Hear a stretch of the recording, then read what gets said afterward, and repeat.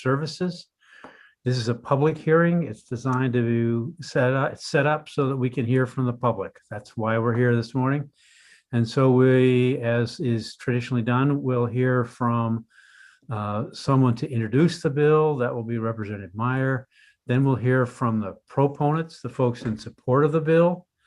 And then we'll hear from the opponents against the bill. And there are a couple of folks who want to testify neither for nor against. If you were signed up by 8:30, we'll get to you in the order in which we can. At the end of the signed up folks, we'll ask if there's anybody else who wants to testify, just to make sure everybody has a chance to have their say. That'll be later on.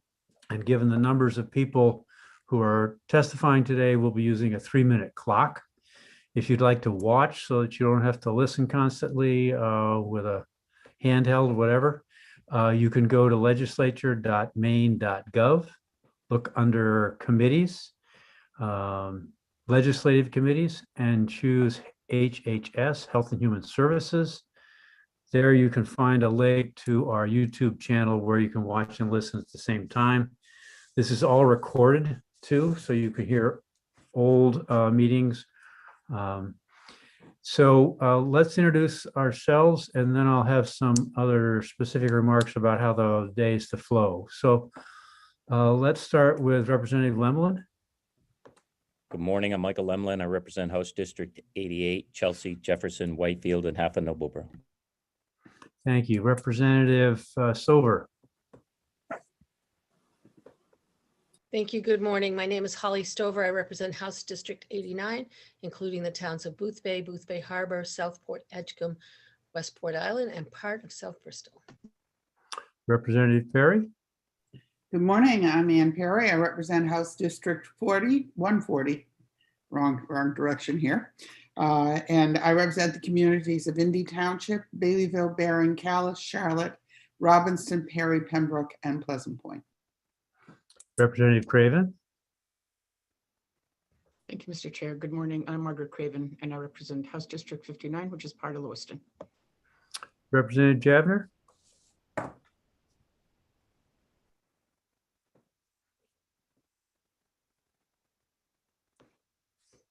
Representative Javner isn't available right off, so we'll go to Senator Moore. Good morning. I'm Marianne Moore, and I represent Senate District 6, which is all of Washington County, as well as Goldsboro, Winter Harbor, and Sullivan in Hancock County as well. Representative Griffin. Good morning. My name is Abigail Griffin. I represent House District 102, which is Clumber, Levant, and Cadescade. Thank you. Well, we'll check in with Representative Javner again to see if she's available. If not, we'll go to Representative Meyer. Thank you, Mr. Chair. Good morning, and thanks to everyone for joining us here today. I'm Representative Michelle Meyer, proudly serving Southern Maine's House District 2, which is all of Elliott and parts of South Berwick and Kittery. And I'm Ned Claxton. I'm honored to represent the folks of Senate District 20, which includes Auburn, where I live, Minot, Mechanic Falls, Poland, and New Gloucester. So as you will see, there'll be people coming and going through this meeting, committee members. We're trying to be in multiple different committees at any one time. So that's why the changing faces. Before we get to some other instructions, let's introduce our staff. We'll start with Ms. Braun.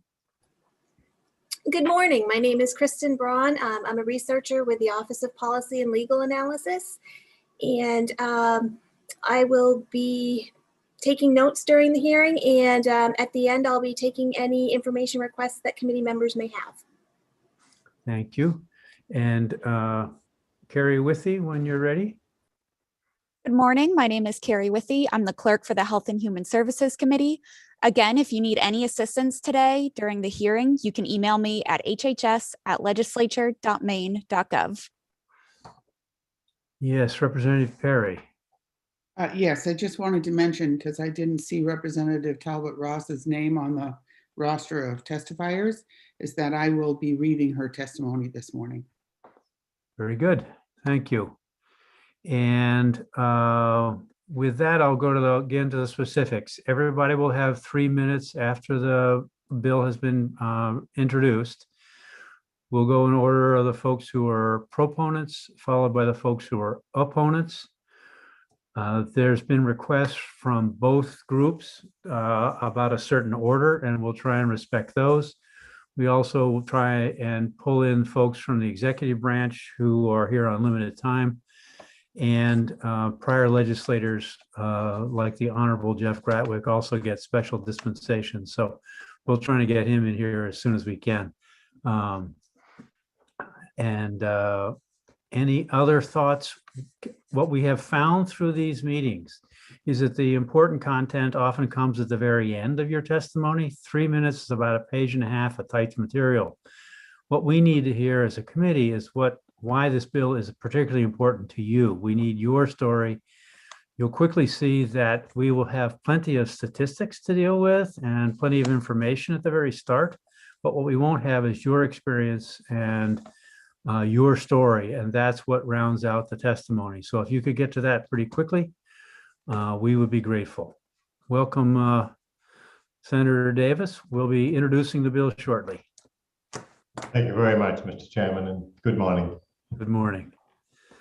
All right, so let's start with having the bill presented, and we'll begin with Representative Meyer. Thank you, Mr. Chair. Senator Claxton and distinguished members of the Health and Human Services Committee, I am Representative Michelle Meyer, in service to the people of Southern Maine's House District 2, Elliott, and parts of Kittery and South Berwick. I am pleased to introduce LD 1550, an act to end the sale of flavored tobacco products. I have spent my professional career as a registered nurse. I've had the distinct honor of providing care to others across the lifespan, from the delivery room and the miracle of childbirth to the final hours of a life sometimes long-lived, but too often, sadly, ravaged by disease and taken too soon. While it may seem a cliche, I chose the caring profession because, quite simply, I was drawn to helping and making a difference in the lives of others. I see my role as a policymaker as a direct extension of my nursing practice. The 13 of us on this committee have the ability to impact the health and well-being of every Mainer, our older citizens, our families, the children, not just today, but for generations to come. There may be few other bills we have considered together that have the potential to make such a significant impact on the health of Maine kids and communities. Tobacco use puts our children's health and future at risk. It's an addiction that begins in adolescence and too often ends in early death. Smoking kills more people than any other preventable illness, and it causes chronic disease and disability, harming nearly every organ of the body. At the root of all of this is nicotine addiction. Nicotine addiction is really only possible in young developing brains. If you have not started smoking by the age of 26, it's unlikely you will ever do so. The tobacco industry knows this, of course, and has spent decades marketing products specifically designed to lure and hook youth and young adults. That's where it's beginning, with the majority of smokers starting in their teens, and most of them with flavored tobacco products like menthol, mint, and candy flavors, all making it easier for kids to give cigarettes, chewing tobacco, and now e-cigarettes or vaping a try. There are thousands of these flavored products, and 80% of kids who use tobacco started with a flavored product. The tobacco industry is ruthless and predatory. They are willing to do and say anything to preserve their ability to manufacture, market, and sell deadly products with few limitations, products designed to lure kids into addiction. As a legislator and House chair of this committee, I see the alarming rise of tobacco use among Maine's children as a policy failure. By allowing tobacco companies to continue to peddle flavored products in our state, we are setting up our children and our grandchildren to experience adverse health outcomes in years of addiction. So the most important thing for us to remember, because it makes it easy to see where to apply public policy, is that without youth and young adult tobacco use, there would virtually be no tobacco-related disease and early death. That means longer, more productive lives, and it means big reductions in healthcare costs. Like most every other area of policy of particular importance to me, this legislation is also personal. Tobacco's youth recruitment efforts were trained on my own child. Do you know that tobacco manufacturers have aggressively targeted certain communities with their menthol products? People of color, LGBTQ people. My son fell in both categories. His was often the only beautiful little brown face in a classroom full of beautiful little white faces. And coming to terms with his sexual orientation was challenging. There was never any shortage of those who would remind him he was different. The tobacco industry convinced kids like mine that smoking was a means to acceptance. It convinced my young person struggling with the development of his identity that being a cool, confident, gay guy of color started with a pack of menthol cigarettes. While his smoking career was thankfully short-lived, the same cannot be said for 95% of adult smokers who started before the age of 21. There are many behind me waiting to provide testimony on LD 1550. You'll hear from advocates and experts and fellow Mainers who want you to know that their nicotine addiction may have been avoided had they not been enticed, seduced as kids and young adults to start smoking or vaping sweet, minty menthol products that made smoking so easy to start and led to a dependence on a substance that robs those who are addicted of full, healthy lives. You'll hear too from those carrying the message of the tobacco industry, an industry skilled in scare tactics and falsehoods, an industry that preys on our children. Last week, the US Food and Drug Administration announced it will be issuing tobacco product standards within the next year to ban menthol flavored cigarettes and all flavored cigars.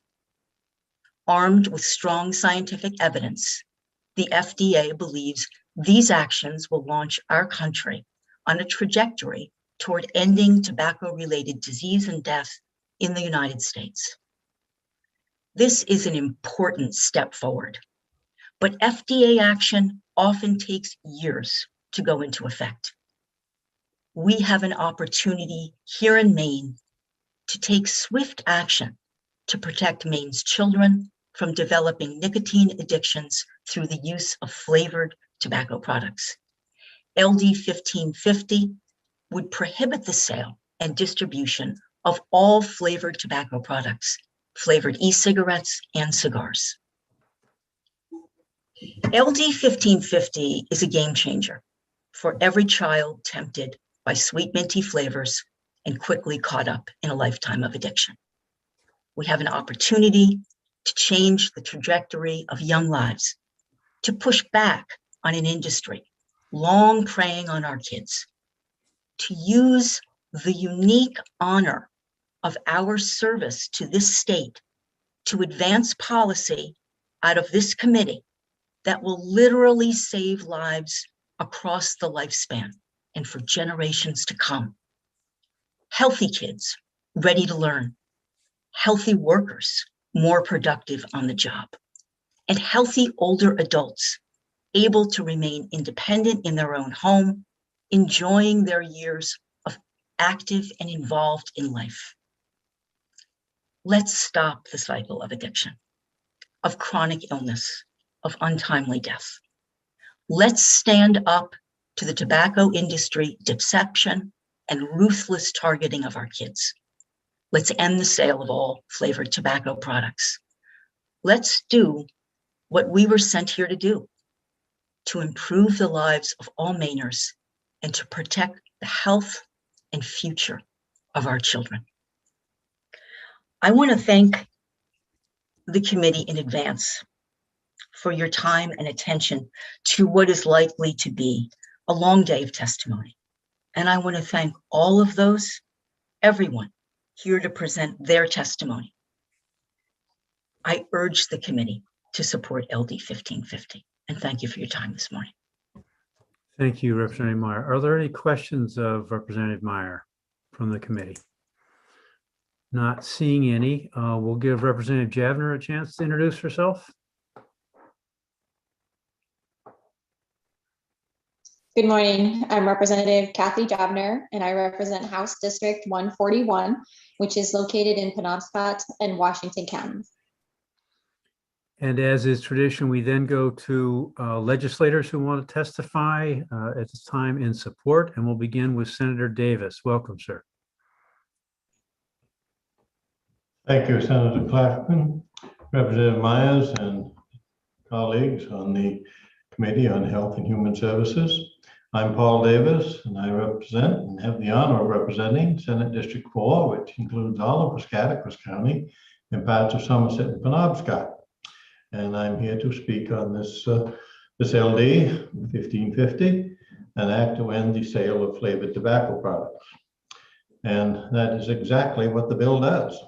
It prohibits the sale of all flavored tobacco products, including menthol cigarettes. Now, you're going to hear from advocates behind me about the science behind this proposal and the research that shows it will significantly reduce tobacco consumption and prevent youth from ever using tobacco products. This is something I strongly believe that we need to address as a state. It's interesting to think about tobacco.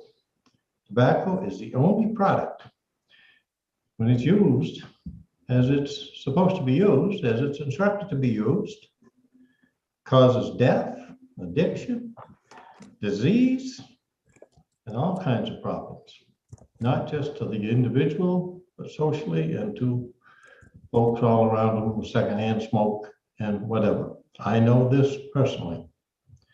When I left the Army back a long time ago, Senator Claxton, you and I were a lot younger, I was heavily addicted to smoking. I smoked at least 2 packs a day.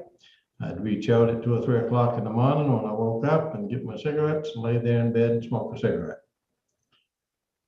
My faith in God allowed me to quit, and it was a real struggle, but I did. And tobacco has also tragically affected my family.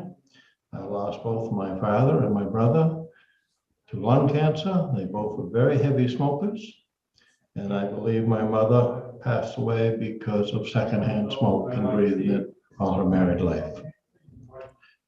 My generation and that of many of us in the legislature and of our great state have been gripped by the addiction of tobacco. Many of us started smoking long before the dangers of smoking were well known, before the tobacco industry was caught lying to Congress about the health effects and the addictive nature of tobacco. We can, however, help ensure that the current generation of young people in middle schools and high schools and colleges all across our state don't get trapped by this addiction. And they, in fact, could become the first tobacco-free generation. Sadly, my family is not alone in experiencing the tragic effects of tobacco use. I was very surprised to learn that Maine has the 6th highest rate of tobacco-related cancer cases in the nation. Only United States, little state of Maine, has the 6th highest rate, and the 11th highest rate of tobacco-related cancer deaths. Sadly, again, Piscataquis County, a beautiful county that has Mount Katahdin and Moosehead Lake in it, has the highest adult smoking rate of all the counties in Maine, with more than 1 in 5 adults that smoke. In Maine, more than 1 in 4 high school students use e-cigarettes, a rate that nearly doubled in the 2 years between 2017 and 2019. My county, Piscataquis County, or the county I live in, I guess I should say, saw the greatest increase in high school e-cigarette use in that 2-year period, where the use rate quadrupled. We got to do more, folks. Now, I also sponsored the bill 2 or 3 years ago, at least that long ago, time goes quickly, that raised the age to 21. I learned a lot doing that. The American Cancer Society had asked me to do it, and I agreed to. One thing I did learn was the monetary loss. Now this, I certainly consider the pain and suffering and the loss to families and everything that go along far more important than monetary loss, but the monetary loss certainly is what we need to consider as well. At that time, it was said that the state of Maine tobacco-related diseases amounted to about $800 million a year in costs. About $400 million of that was public money. The rest was private insurance or people paying for it out of their own pockets. I dare say that's far more than that today, even though it's only been 3 or 4 years. Prices certainly have spiraled an awful lot. That's just a monetary loss. That has nothing to say about the anxiety and the anguish and the sorrow that goes along with the suffering and the pain and everything that people have to go through because they're addicted. I remember my father sitting on the edge of his bed and coughing until he was all out of breath, and he could only make just a tiny, tiny noise. My mother gasping for breath, my brother suffering. I remember it very well. Now you're going to hear today from opponents of this legislation about how this legislation will do more harm than good, how businesses will close and the sky will fall. In 2017, as I said, when I sponsored legislation to increase the minimum sales of tobacco products to 21 years of age, opponents made the same claims, labeling the policy as radical, saying businesses would close and that it would cause illicit sales. If you look at the testimony submitted on that bill, you will likely see the same arguments as you hear today, and as Representative Myers pointed to, the same folks that are providing the money for it. I was proud when Maine became one of the first states in the nation that passed legislation because I knew it was the right thing to do. And amazingly, Governor Christie in New Jersey very shortly afterwards signed legislation doing the same thing. And amazingly again, President Trump signed federal legislation raising the legal sales age. There's a lot of people that agree with us all across the political spectrum. When we passed the law in 2017, we did not see the so-called unintended consequences the industry warned us about. And I doubt very much if we'll see, if you good folks pass this legislation out of the full legislature and we enact it and the governor signs it, that'll happen again. You will hear there are legal problems that some adults enjoy. Excuse me, I said that wrong. You will hear these are legal products that some adults enjoy and should have the choice to buy. When I was younger and smoking 2 packs a day, it didn't feel like a choice. Losing a brother and a father and my mother, the lung cancer, secondhand smoke. And I look back on it all, and certainly I didn't have any choice in the matter. Something that is worth protecting, however, is the health and longevity of future generations' life by putting a stop to enticing and addictive products such as flavored tobacco. Let's stay focused on the point of this straightforward legislation. Most kids first use tobacco products that are flavored. The flavors attract them to use products and make it harder to quit. I remember sitting in the woods when we were hunting, and a friend lit up his pipe and he had cherry blend in it. And what a wonderful aroma that was. And another friend that I worked with when I was in the state police, he used to smoke Flying Dutchman. And what a nice aroma that was. It was very enticing. Flavors like menthol also make it more difficult for adults to quit. Getting rid of the flavors will prevent and reduce tobacco use when Maine ranks in the top 10 for tobacco-related cancer causes. We cannot wait for federal action. These cancer cases are real lives that impact real families like mine and more than likely, sadly, some of yours. We must lead the nation again because it is the right thing to do. Thank you very much, Senator Claxton, Representative Myers, for considering this legislation and allowing me to speak. And thank you, Senator Davis. Are there any questions? I don't see any, so thank you again for being here. Thank you very much. Have a nice weekend. You too. Next, we'll go to Representative Perry. Thank you. I am reading Representative Talbot Ross's testimony. Senator Claxton, Representative Meyer, and distinguished members of the Joint Standing Committee on Health and Human Services. My name is Rachel Talbot Ross. I represent House District 40, which includes the Portland neighborhoods of Parkside, Bayside, East Bayside, Oakland, and the University of Southern Maine campus. It is my honor to offer this testimony in support of LD 1550, an act to end the sale of flavored tobacco products. I want to start by saying that I cannot thank the committee enough for all the time and effort you have put into doing the critically important work of public health policy during dual public health emergencies. The relentless impacts of both COVID-19 and systemic endemic racism on our health, our communities, our economy, and our humanity are tremendous.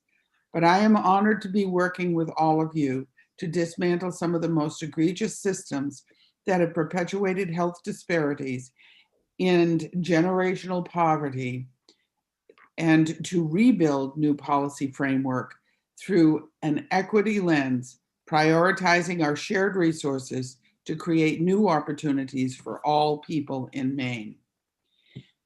When things are complicated, especially as we work to unravel long-held but dysfunctional policies and practices, it is always nice to have some low-hanging fruit.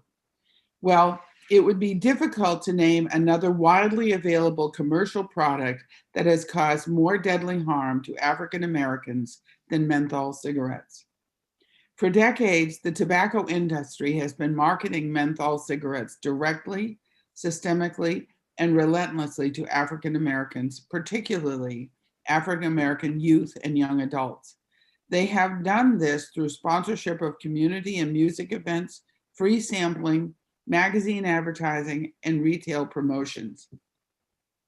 In the 1950s, less than 10% of Black adults used menthol cigarettes. Today, after decades of tobacco industry targeting, that number is 85%. Let me say that again. More than 8 out of 10 Black cigarette smokers smoke menthols. This is absolutely no coincidence, and menthol cigarettes continue to be heavily advertised, widely available, and priced cheaper in Black communities. Tobacco use is the #1 cause of preventable death among Black Americans, claiming 45,000 Black lives every year. Black Americans die at rates higher than any other racial or ethnic group in the US from diseases such as cancer, heart disease, stroke. Lung cancer is the leading cause of cancer death in the Black community. And now Black Americans are being disproportionately impacted by COVID-19. The US CDC has found that smoking increases the risk for severe illness from COVID-19. Smoking is also a major cause of underlying conditions like heart disease, diabetes, that disproportionately impact Black Americans and make them more vulnerable to the COVID-19 pandemic. The connections are not hard to see. We know the devastation of tobacco use on the health and productivity of Black Americans is no accident. It is the result of the tobacco industry's long history of targeting the Black community with menthol cigarettes. As you will hear from other speakers, menthol numbs the throat and reduces the harshness of the tobacco, making it easier for first-time users to become addicted. Long-term tobacco users. Menthol also makes it harder to quit. The data shows that while more Black smokers try to quit, they are less likely to succeed. So when it comes to justice and fairness, strong tobacco control policy, and menthol specifically, are low-hanging fruit in confronting the disparities that are created and perpetuated by the tobacco industry. This bill is straightforward. It is about getting one of the deadliest products designed and marketed to lure and hook kids and Black Americans off the store shelves. I hope you will join me in saying enough is enough to Black people dying from menthol-flavored tobacco products. I want to close by saying that I am saddened and deeply offended by last week's effort by the tobacco industry to co-opt the ongoing tragedy of police violence against Black Americans for their own purposes and benefit.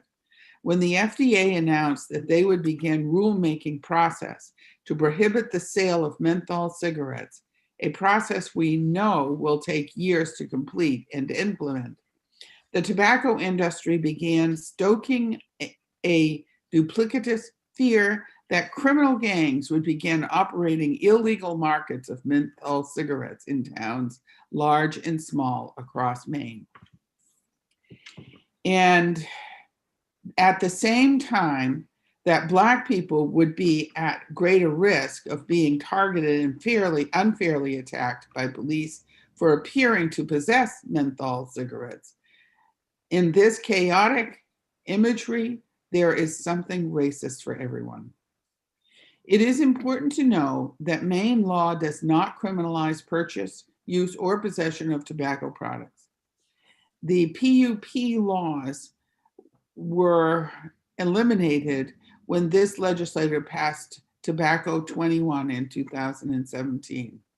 And federally, the FDA prohibition on menthol and most flavored cigars would also not apply to individuals who possess or use these products. So no matter how you hear this convoluted story of gangs and police violence, the tobacco industry is stoking fear, telling lies, and casting doubt in order to shift the narrative from their purposeful and perpetual predation on Black Americans. I am asking each of you to reject this cynical argument and to remain vigilant for other tobacco industry attacks that only serve one purpose: to preserve their ability to manufacture and sell addictive, deadly products to Maine youth and young adults. Let me repeat that ending the sale of menthol cigarettes will disproportionately benefit Black Americans by reducing smoking and saving lives. I ask you to vote yes on LD 1550 and end the sale of flavored tobacco products. I thank Representative Meyer for bringing this forward, and I thank each of you for your time and commitment to the health of all Maine people. Thank you, Representative Perry. I don't see any questions. I see we're joined by a couple of members of the Maine CDC. We'll start first with Nirav Shah. Welcome, Doctor. Good morning, members of the committee, Chair Claxton and Chair Meyer. Thank you so much for allowing me to spend some time with you this morning.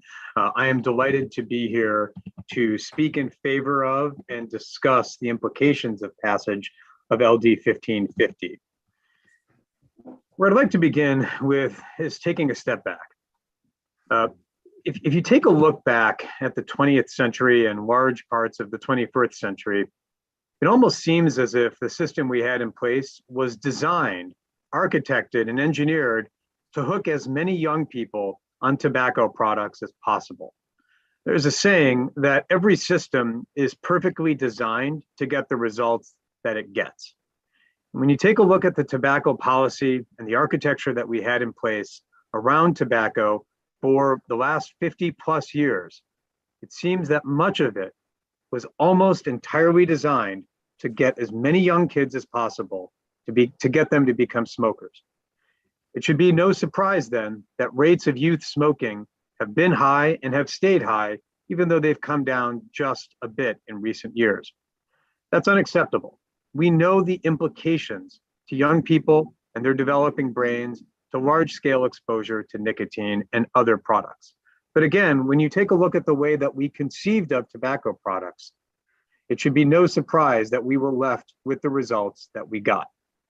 LD 1550 is an opportunity to change course and make a permanent and lasting impact on tobacco policy in Maine, and therefore, and thereby, affect and improve the lives of young people across the state. I suspect that many of the statistics have already been discussed this morning, but they do bear repeating. The tobacco industry has had a long history of targeting kids with flavored products, and the evidence is clear that flavors play a role in the choice to initiate tobacco, as well as the choice of which product is used. Flavors improve the taste of tobacco, and they mask the harshness of the tobacco products themselves, making it easier for kids to try these products and ultimately become hooked on them. That is why ending the sale of all flavored tobacco products is critical to putting an end to the youth smoking problem we have in our state and in other states. Now, other states have already taken action, to say nothing of numerous cities. Maine now has an opportunity to join those who have said that they will no longer tolerate a system that is designed to hook as many kids on smoking and tobacco as possible. According to the latest data from the 2020 National Youth Tobacco Survey, about 1 in every 5 high school kids and 1 in every 20 middle school kids were currently using e-cigarettes. Now again, and as I noted, this is a decline from 2019, which is a good thing, but it comes on top of an unprecedented explosion in the use of e-cigarette use in recent years. What's driving this explosion? It's one thing, primarily, flavored tobacco products. As was just noted, about 8 in every 10 youth e-cigarette users use flavored products. E-cigarettes are sold in over 15,000 flavors, ranging from mint to menthol, from gummy bear to cotton candy. And they are sometimes framed as low risk or even no risk by some members of the tobacco industry, but that's just not true. The US Surgeon General concluded that youth use of nicotine in any form, including via e-cigarettes, including via flavored products, is unsafe. Nicotine is highly addictive and can cause harm to adolescent brain development, particularly the parts of the brain that are responsible for things like attention, memory, and of course, learning. Menthol in particular bears a special note in discussion. There is ample evidence in favor of ending the sale of menthol products. The reason menthol is added is to cool and numb the throat, and thus reduce the harshness of tobacco smoke, making menthol cigarettes more appealing for kids who are starting to smoke because of the less harsh appearance and the less harsh experience they have. Indeed, over half of youth smokers choose menthol cigarettes. Menthol alone is found by the US FDA to increase smoking initiation and progression, increase nicotine dependence, and reduce the success in quitting smoking. I suspect the committee has also already discussed the disparate racial impact of menthol. In the 1950s, fewer than 10% of Black smokers used menthol cigarettes. Today, it's over 80% of Black smokers who use menthols. This is not an accident. Indeed, none of these statistics is an accident. Whether the high rates of youth smoking, the high rates of youth e-cigarette use, their reliance upon flavored tobacco, and the disproportionate impact of menthol cigarettes on racial and ethnic minorities. None of these things is an accident. Indeed, they were intentional and by design. Why otherwise would flavors be marketed in the way they are, in the manner they are, to the groups they are? We have an opportunity today through LD 1550 to change course and make youth tobacco something of the past, not of the current. And that's why the Maine CDC is proud of and pleased to support the passage of LD 1550. Thank you very much, Chair Claxton, Chair Meyer, and to all the members of the committee.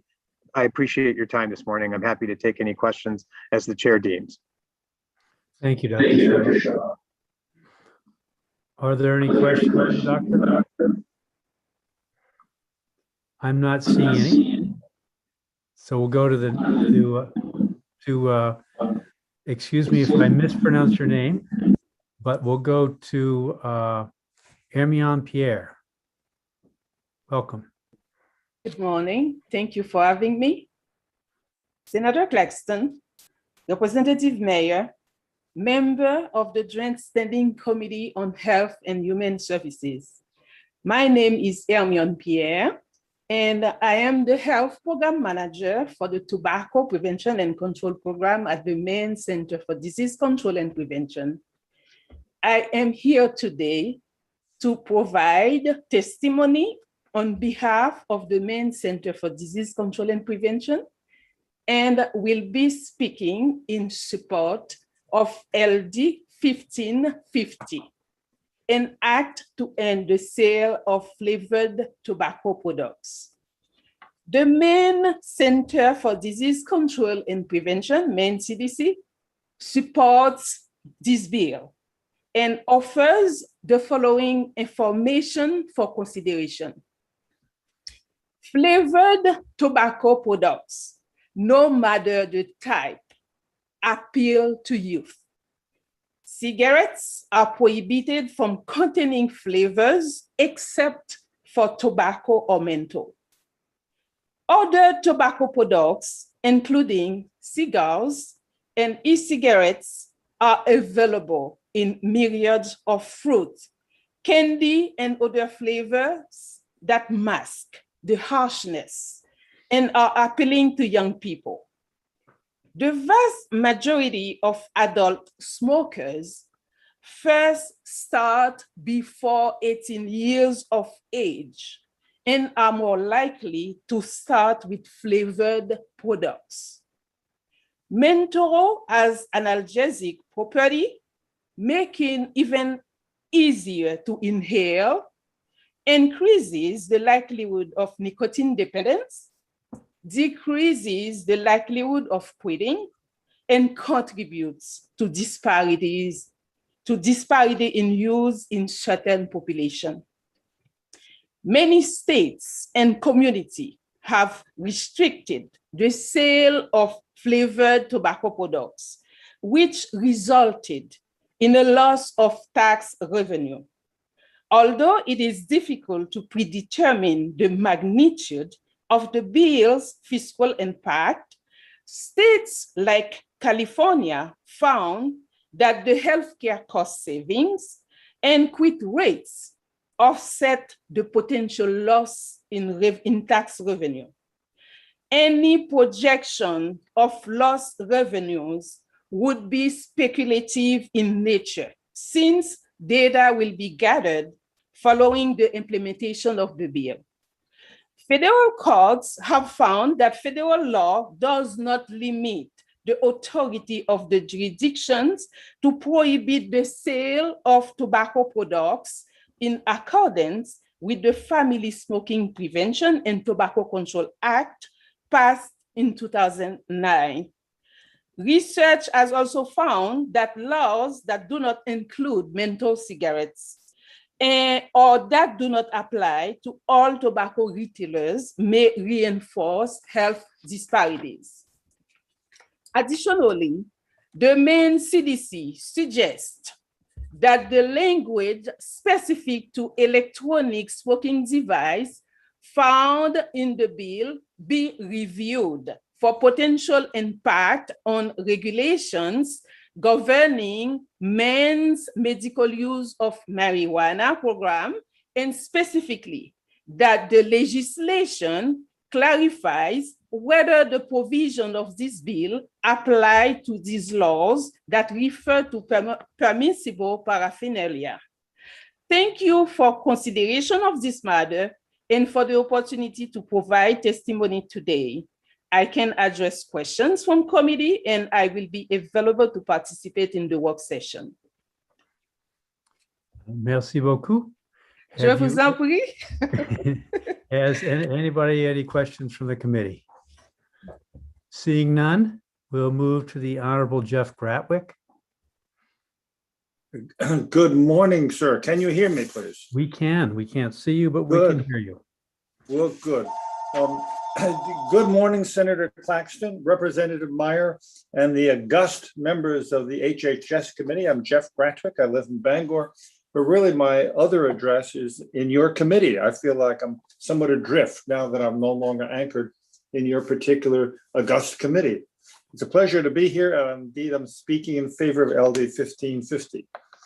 Given my background as a physician, it's perhaps not unexpected that I talk about some of the addictive effects of nicotine, because I think this is a foundation that you need as you begin to just think about this issue.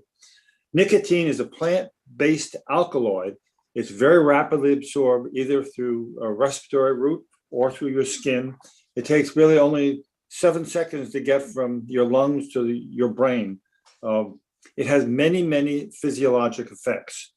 Nicotine increases the heart rate, increases your blood pressure, constricts peripheral blood vessels, and this can be a particular problem in both old and young people. It alters clotting function and platelets, so people clot more easily. And interestingly, it promotes tumor growth by decreasing apoptosis. And apoptosis is a very interesting concept that is programmed cell death. All of the cells in our body at some point are programmed to die. And this, in certain cancer cells, they're not programmed to die anymore. And also it increases angiogenesis and neovascularization. And these are both complex words, but mean that there is basically more blood vessels that are going to be around growing cells. And this is tumors love, cancer cells love decreasing apoptosis and increasing blood flow for them. Nicotine has many central nervous system effects, and it's taken up by very specific receptors in the brainstem. It has bad deleterious effects on brain metabolism, neurotransmitters, and brain development. It certainly acts as a stimulant. It can increase alertness, but it decreases sleep, alters your mood, alters attention, alters concentration, and certainly it alters the ability to learn. The mechanism of action is actually rather fascinating because it acts on the reward circuit and pleasure center by increasing dopamine. And in this way, it's just like any other drug. It's like narcotics, which also do that, the same addictive process where when we get more dopamine, it's a pleasurable sensation, and we want more and more. Nicotine has certain benefits, to be sure, but they're somewhat rare and not very well documented. It may help with Parkinson's disease, and it probably helps with certain conditions in which people have very high estrogens and certain kinds of ovarian and uterine cancers. It may be a benefit then, but really there's no other benefit that's worthwhile with nicotine. As I'm sure you're aware, addiction is a major problem with nicotine, and addiction defined as compulsive drug seeking despite negative consequences is it's a desired effect for people who are selling cigarettes. As you get increased consumption of a drug, nicotine, you need an increased dose to get the same effect. You need to smoke more. The persistent desire to smoke or use nicotine products, despite your efforts to quit, is another way you can define addiction. So that's the basic thing you should know about nicotine, which is really the aspect of it that keeps people going back and back and back and makes it so hard for smokers to quit. I respect someone like Senator Davis who was able to do so. The second thing, just very briefly, is the healthcare costs of smoking. You're going to hear that from proponents that we're going to lose a lot of tax money, excise tax money in Maine due to smoking. And I think that you'll hear this several times, but roughly the figure is $120, $140 million of excise taxes from tobacco. That'll be a hole in our budget. On the other hand, the current, this is 2 years old, as mentioned before, the healthcare costs of smoking and nicotine are $850 million. In other words, 4 or 5 times more. So when you hear economic arguments, so it's going to decrease excise tax, remember we're paying 4 to 5 times more than that for healthcare costs. So in conclusion, products that contain nicotine are addictive. Early exposure to nicotine can lead to smoking. Smoking kills. And with that, thank you all very much. Thank you, Dr. Gratwick. I don't see any questions. I do want to, yes, Representative Javner. Thank you very much, Senator Claxton. To hear from you, Senator Gratwick. Yes. I have a quick question for you. Thank you very much for your testimony this morning. So you gave a great, lots of great information there concerning the effects of smoke. I just have a quick question about, I know this is not talking about marijuana in this bill at all, but I am curious if you could tell us if those effects from smoking marijuana is any different, since our state has just legalized recreational marijuana. Representative Javner, thank you for your questions. There are many aspects of smoking cigarettes, tobacco, and I just focused on the nicotine and its addictive process. Remember, though, when you smoke tobacco, nicotine doesn't cause cancer, doesn't cause bronchitis, is not implicated there. It's rather the tars and the tobacco that cause the lung disease, and then can cause the change of cells, which are then the processes for cancer are accelerated by the nicotine. Marijuana is a very different thing. Therefore, it's the smoke that is causing the problems with lungs, and the marijuana, the THC is, and all the 150 variants thereof have different effects than nicotine. So that's a whole other lecture, mini lecture on pharmacology. So the smoking. Thank you. I appreciate that. Yep. I see no other questions, Dr. Gratwick, so thank you for being here. Thank you. In the interest of fairness, I just wanted to point out that it's a longstanding tradition to recognize speakers from the legislature and to give them some extra time. And also former members of the legislature and members from the executive committee. We will be going to a 3-minute clock at this point. And our first testimony in support from participants outside the committee here is Niall Sockbusson. Would you unmute and join us, sir? Can everybody hear me okay? We can. Senator Claxton, Representative Meyer, and honorable members of the Joint Standing Committee on Health and Human Services. My name is Niall Sockbeeson. I'm a proud member of the Penobscot Nation, and I reside on Indian Island, Maine. I'm here today to testify in favor of LD 1550, an act to end the sale of flavored tobacco products. I am lucky enough to be able to work with our incredible tribal youth here on Indian Island. Though I am here on my personal time, my professional title is the Penobscot Youth Engagement Educator at Wabanaki Public Health and Wellness. I believe that a healthier future starts with empowering youth and ending the sale of flavored tobacco products. I would like to share my story of how I became addicted to commercial tobacco through flavored products. I hope my story will serve as one of the many examples as to why flavored tobacco products are dangerous, especially to kids. Today, I'm 25 years old, but I was 14 years old when I first used smokeless tobacco, or dip. It first became accessible and more desirable when the older, cooler, and more skilled players on my high school hockey team were using dip. One day, I asked one of my teammates if I could have a pinch of his flavorless can of dip. Like many people who first try smokeless tobacco, I proceeded to feel nauseous, throw up, and develop a headache. At the time, I did not have any desire to try this product again. A few months later, the same teammate offered me a pinch of grape flavored dip. Succumbing to the peer pressure and ignoring my past experience, I accepted his offer and enjoyed the flavored dip very much. So much that this pinch of grape dip led to a near 10-year struggle with smokeless tobacco addiction. These flavored tobacco products appeared inviting and harmless to my 14-year-old self.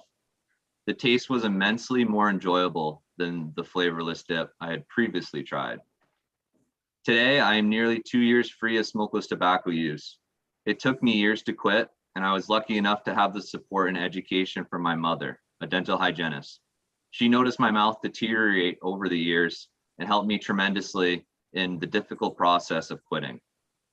I am one of the 4 out of 5 kids to become addicted to commercial tobacco through flavored products. My addiction was smokeless tobacco, but the same storyline is seen with youth using cigarettes and e-cigarettes, especially when these products are designed and flavored to be appealing and addictive to youth.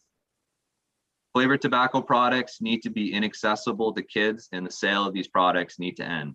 Please vote yes on LD 1550. Thank you for allowing me to speak today. I will now answer any questions. Thank you for being here. Are there any questions, Mr. Sockbeeson? I don't see any, sir. Thank you again for being here.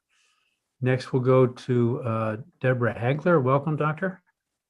Good morning, Senator Claxton, Representative Meyer, and members of the Health and Human Services Committee. I'm Dr. Deborah Hagler. I'm a pediatrician that's practiced in Brunswick for 24 years, and I'm the president of the Maine chapter of the American Academy of Pediatrics. I live in Harpswell.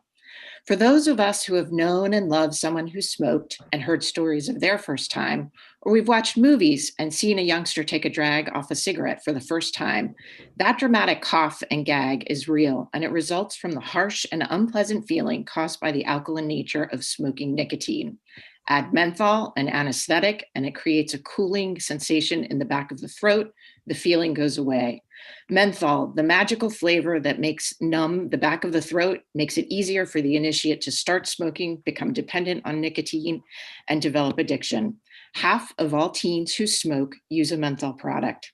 When I ask a 5-year-old or an 8-year-old what they want to be when they grow up, I usually hear things like astronaut, firefighter, teacher, or nurse. I never hear, I want to become addicted to nicotine, spend my every living moment thinking about when I will be able to have a smoke so I don't feel sick and I can keep functioning. It's not a route people choose. Most addiction has its roots in adolescence. Young brains are still growing and maturing. They're acquiring new skills and knowledge at a remarkable pace. They're wired to be impulsive, take risks, and anything rewarding feels really good. The centers of the brain that help with decision-making and judgment are developing during adolescence, and they are some of the last to mature in the late to mid-20s. Nicotine happens to fit very well into a receptor for a key chemical in the brain that is important for learning and mood regulation. The growing teen brain is undergoing remarkably rapid change, both structurally and functionally. New connections between cells are being established, New receptors are being deployed. These new receptors become used to the presence of nicotine, and now how the brain is functioning, feeling, and learning comes to depend on the presence of that nicotine, and the young brain is addicted. Exposure of the brain at critical developmental periods can have lasting impact on how a teen learns, how they regulate emotions, and it can even make them more susceptible to other addictions such as cocaine. So if you were in the business of selling a highly addictive product that causes a host of health problems and you needed new customers, you would go after teens with comfortable, tasty products. 4 out of 5 teens who start using a tobacco product do so for the flavors. Kids start for flavors, they stay because of the nicotine. The tobacco companies know this. The American Academy of Pediatrics strongly urges you to ban tobacco flavored products. Thank you. Thank you for your testimony. I'm not seeing any questions, so we can go to Veronica Vicky Wegman. Hi there. I was timing myself because it makes me happy to make sure I'm sticking within the timeline. Thank you. Senator Claxton, Representative Meyer, and honorable members of the Joint Standing Committee on Health and Human Services. My name is Veronica Wegman. I go by Vicky. I've been the substance use prevention coordinator and counselor for the Lewiston Public Schools for the past 34 years. I'm also a certified prevention specialist and a certified tobacco treatment specialist. I'm here to testify in favor of LD 1550, an act to end the sale of flavored tobacco products. And I feel like I know what I'm talking about because I actually work with the young people who are using these things. Just wanted to add that. I know that's a little informal, but I wanted you to hear that.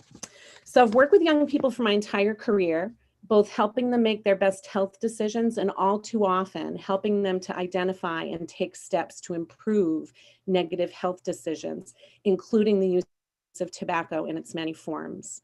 I'm proud of what our state has accomplished. I'm not going to rehash statistics in the time that I have, but I personally am bearing witness to an incredible surge in use of products, primarily through electronic means. The widespread use of these electronic means caught many of us unaware and tragically gained a key foothold in the world of adolescent substance dependence.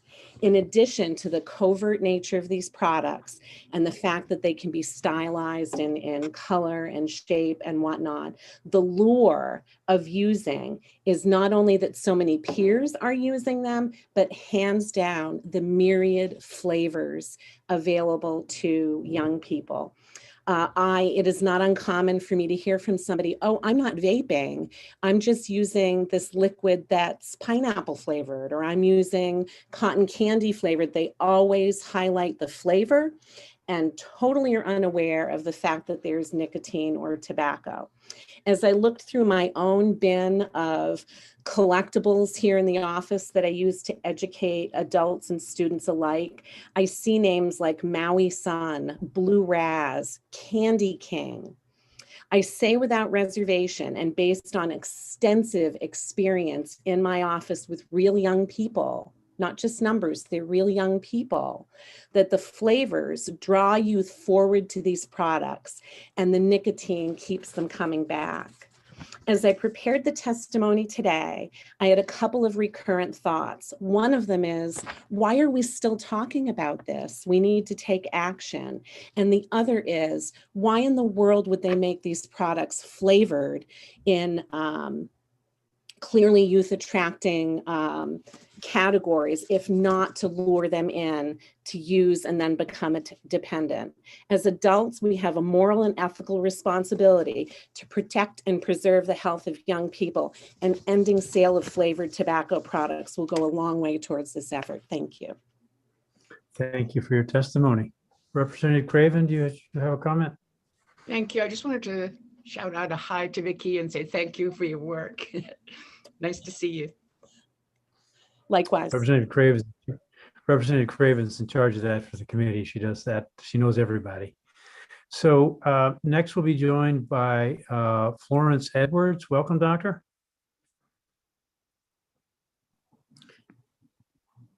Yes, thank you for having me. Senator Claxton, Representative Meyer, and honorable members of the Joint Standing Committee on Health and Human Services. My name is Florence S. Edwards, DDS. I'm speaking in support of LD 1550. I'm a dentist practicing in Auburn and Topsom, soon to be South Portland, and a board member of Equality Maine and coded by young women of color. I also live in Portland. Before I was a dentist, I was a child who often spent her time reading Jet magazine. Jet was the pop culture magazine geared toward descendants of American slavery, the majority of Black Americans. And every issue, there were full-page ads of beautiful Black people smoking menthol cigarettes. The tobacco industry's long history of predatory marketing targeting Black Americans with menthol cigarettes is well documented and something I was very familiar with. Equally well documented are the devastating results. Over 80% of Black American adults who smoke use menthol cigarettes, and Black Americans, die at higher rates than any other racial or ethnic group in the US from tobacco-related diseases. Following this tried and true playbook, the tobacco industry has also preyed upon people who are lesbian, bisexual, gay, transgender, and queer.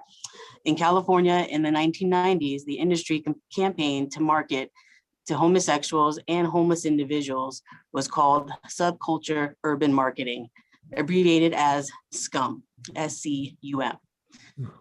LGBTQ people smoke at higher rates than the rest of the population, and we're now seeing the effects play out.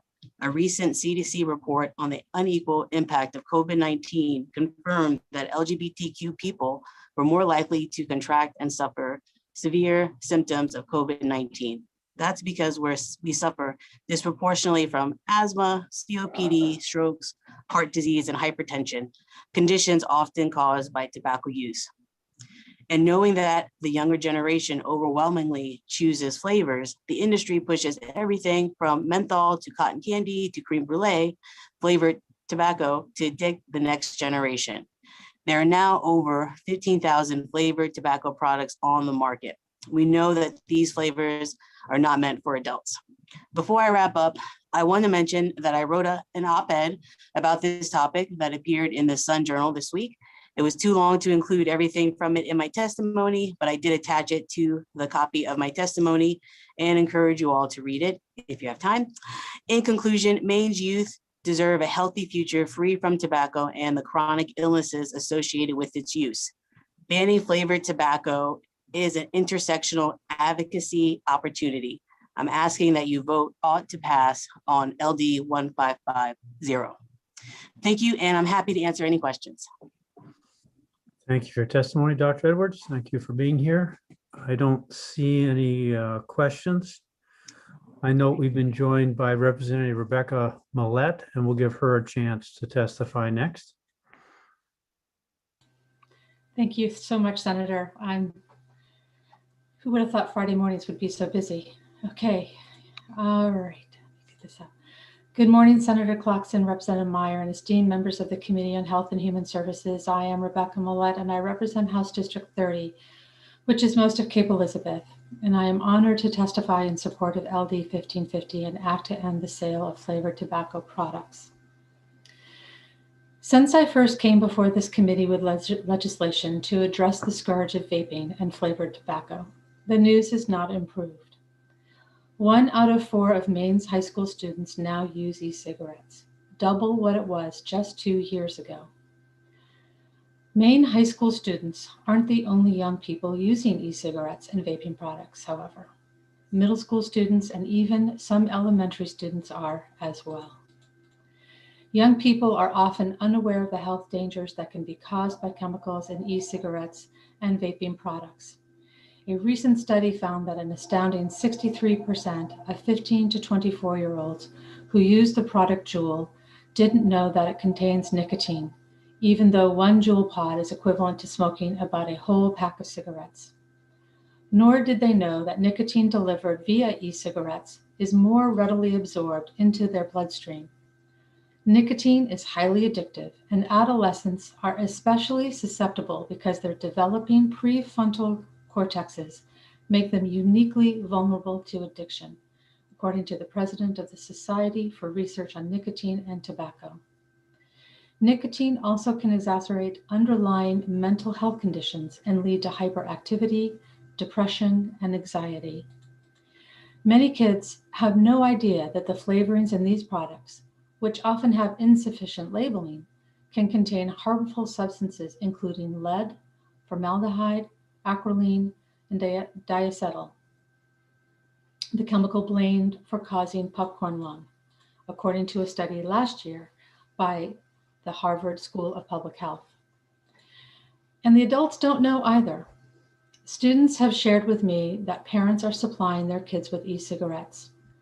Recently, it's come to my attention that now it's often because the withdrawal from e-cigarettes are so terrible that their parents are left with no alternative.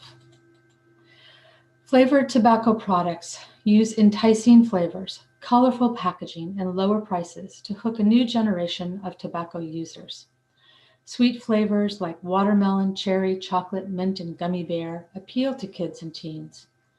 And the flavorings mask the harsh taste of tobacco, which makes it easier for youth and adults youth to initiate adults to use tobacco. The U.S. Surgeon General has warned that flavored tobacco products help new users establish habits that can lead to long-term addiction. Most smokers begin their lifetime addiction before 18, and the majority begin with flavored products. Flavors like menthol in tobacco products make it harder for users to quit. The FDA also has had more than enough evidence to ban the sale of menthol cigarettes, and I think we're finally making some progress. As today's filing noted, youth and young adult smokers are much more likely to smoke menthol than non-menthol cigarettes as compared to older adult smokers. A comprehensive FDA report on menthol cigarettes issued in 2013 concluded that menthol cigarettes lead to increased smoking initiation among youth and young adults, greater addiction, and decreased success in quitting smoking. Simply, flavors are about making the consumption of tobacco more pleasant, encourage consumption, and provide the gateway for a lifetime habit, period. It's about profit, huge profit at the expense of our citizenry's health. There are some main businesses who are concerned about the loss of sales and point to laws that limit the age of purchasers, but we all know it's not working. I'm pretty sure they don't want to be part of any effort to hook our kids on nicotine and would rather be a part of our community's efforts to reduce this public health threat. I hope you agree that these flavored products are a threat to our children's health, their health as adults, and to the overall public health of Maine. So please join me in supporting LD 1550. Thank you, Rebecca Millette, Representative. Any questions? I don't see any. Thank you for being here and good luck with the rest of your morning. We'll next hear from Mary Lou Warren. Welcome. Good morning. My name is Mary Lou Warren. I live in Winslow with my husband and 2 children, Carly, a senior in high school, and Jake, a student athlete in college.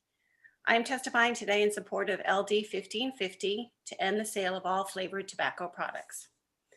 I started advocating 4 years ago with the American Cancer Society Cancer Action Network when I realized my 17-year-old son was vaping. I quickly learned how big tobacco companies targeted our youth with their relentless e-cigarette marketing campaigns. Jake is the quintessential story of the success of an industry that preyed on him. They duped him into believing these harmless products were just flavored water vapor. When Jake was in elementary school, he would tell me about how bad smoking was. I never thought he would use tobacco products, and I believed we, the adults, did our job. Instead, we let our guard down.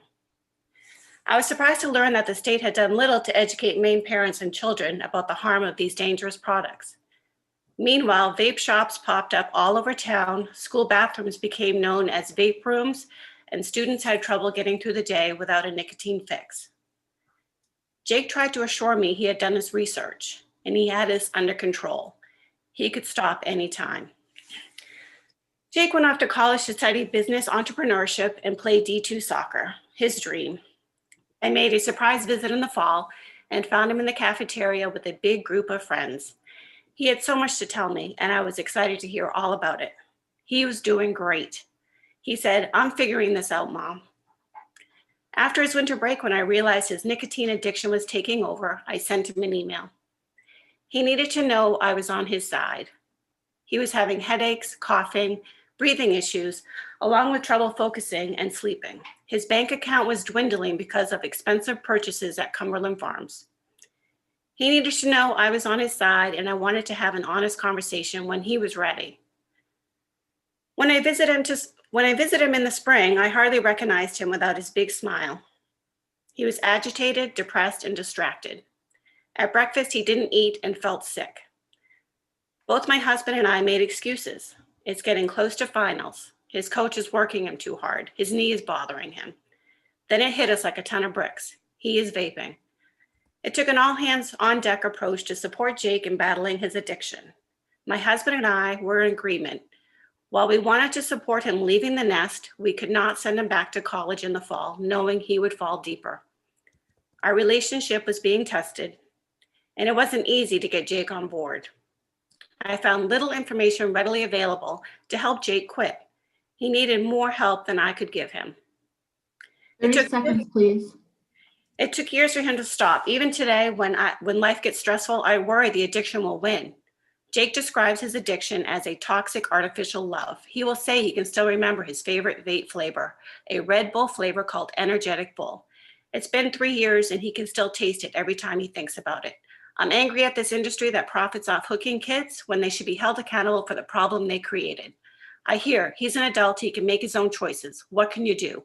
My response is, I'm still his parent. I will do whatever it takes to protect him from danger.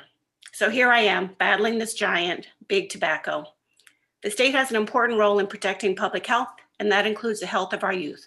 We must keep our promise to our kids and protect them from these dangerous, addictive products. Thank you. Thank you, Ms. Warren. Are there any questions? Appreciate your being here. Not seeing any. We will go to Ed Miller. Welcome, sir. Welcome. Good morning, Senator Claxton, Representative Meyer, and distinguished members of the Health and Human Service Committee. My name is Ed Miller. I'm a resident of Hollowell and a retired public health professional with more than 40 years of experience and involvement in tobacco policy in Maine. I worked for 13 years at the Maine CDC as their lead tobacco program person, followed by 20 years as the CEO of the American Lung Association in Maine and 10 years as Senior VP for Public Policy for the American Lung Association of the Northeast. I'm here today as chair of the Maine CDC's Tobacco Prevention and Control Advisory Council to speak in favor of LD 1550. The Advisory Council was established in statute in the late 1990s to provide advice to Maine CDC's Tobacco Prevention and Control Program and to ensure coordination with other public and private organizations. In addition, it's to report annually to the governor and the legislature with recommendations or proposed legislation to further the purpose of the program. While the council was dormant for a number of years, this administration reestablished it, and it's my pleasure to chair this group of experienced public health professionals. We recently provided you with a copy of our 2020 annual report. LD 1550 is consistent with 2 of our 6 public policy recommendations: to end the sale of flavored tobacco products in Maine, and to create more equitable health outcomes by addressing communities disproportionately impacted by tobacco use and tobacco industry marketing. I also want to share a little reality check when you consider the opposition later on today. In my decades of experience in tobacco policy, I've heard countless doomsday predictions from the tobacco industry and their surrogates. When the legislature last raised the tobacco tax over 15 years ago, they predicted mass smuggling and armed gangs would threaten law and order. Obviously, that didn't happen. Yet we hear it over and over again. Some of their more dire warnings were made about the very smoke-free laws we wouldn't consider overturning today. Their claims when these proposals were being debated seem ridiculous today, but here's just a few. If we ban indoor smoking, they claim the following would occur. There'd be an end to public participation in town meetings. Juries would be unable to deliberate. Workplace productivity would tumble. Grocery stores and malls would lose customers. Restaurants and bars would go out of business, and tourists would find other places to vacation. This industry and its allies focus their creativity on addicting people to nicotine, then maintaining that addiction. Flavor is only one of their strategies.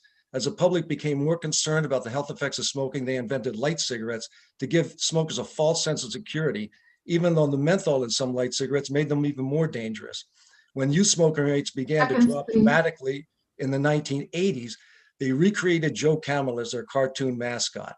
As Maine and other states were banning smoking in bars and restaurants, they rolled out a product called Nico Water, a nicotine-infused beverage, so customers didn't even need to go outside to smoke. Fortunately, Maine banned this and lawmakers saw through their tactics. I urge you not to be fooled by their arguments and to pass LD 1550, a common sense and likely game-changing response to the increasing epidemic of nicotine addiction among our youth. Thank you very much, and thank you for your service. Thank you, Mr. Miller. Are there any questions? I'm not seeing any, so we can go to Lisa Sakabason. Welcome. Senator Claxton, Representative Meyer, and members of the Joint Standing Committee on Health and Human Services. Good morning. My name is Lisa Sakabason. I'm joining you from Green, Maine today. I am a citizen of the Passamaquoddy tribe at Madot-Maguk. I have years experience working on issues of health equity and justice. I am here today to testify in favor of LD 1550, an act to end the sale of flavored tobacco products. The Wabanaki communities in Maine care deeply about the health and well-being of all people. We carry the responsibility to our Wabanaki youth, as well as our future generations. For decades, Wabanaki people have been recipients of disproportional targeting from a variety of sectors, whether it be government, healthcare, education, or industry. Each sector displays their beliefs on the value of Indigenous Black and Brown lives by either focusing on our communities too much or by simply making our communities invisible. Often our communities become customers of those behaviors that are known to be detrimental, and the resources to address the detrimental impacts do not follow the people that are most impacted. Our society, our state, should be troubled by the continued use of targeted advertising to attract young people, and especially young people in marginalized communities, to begin smoking at ages that are younger and younger each passing year. Commercial tobacco companies have developed an array of menthol, candy, and dessert flavored products in colorful packaging to attract new users and to addict them to tobacco. The commercial tobacco industry does not intend for these flavors to create new adult users. They are targeting children. They are targeting children who have already been marginalized by our society and systems.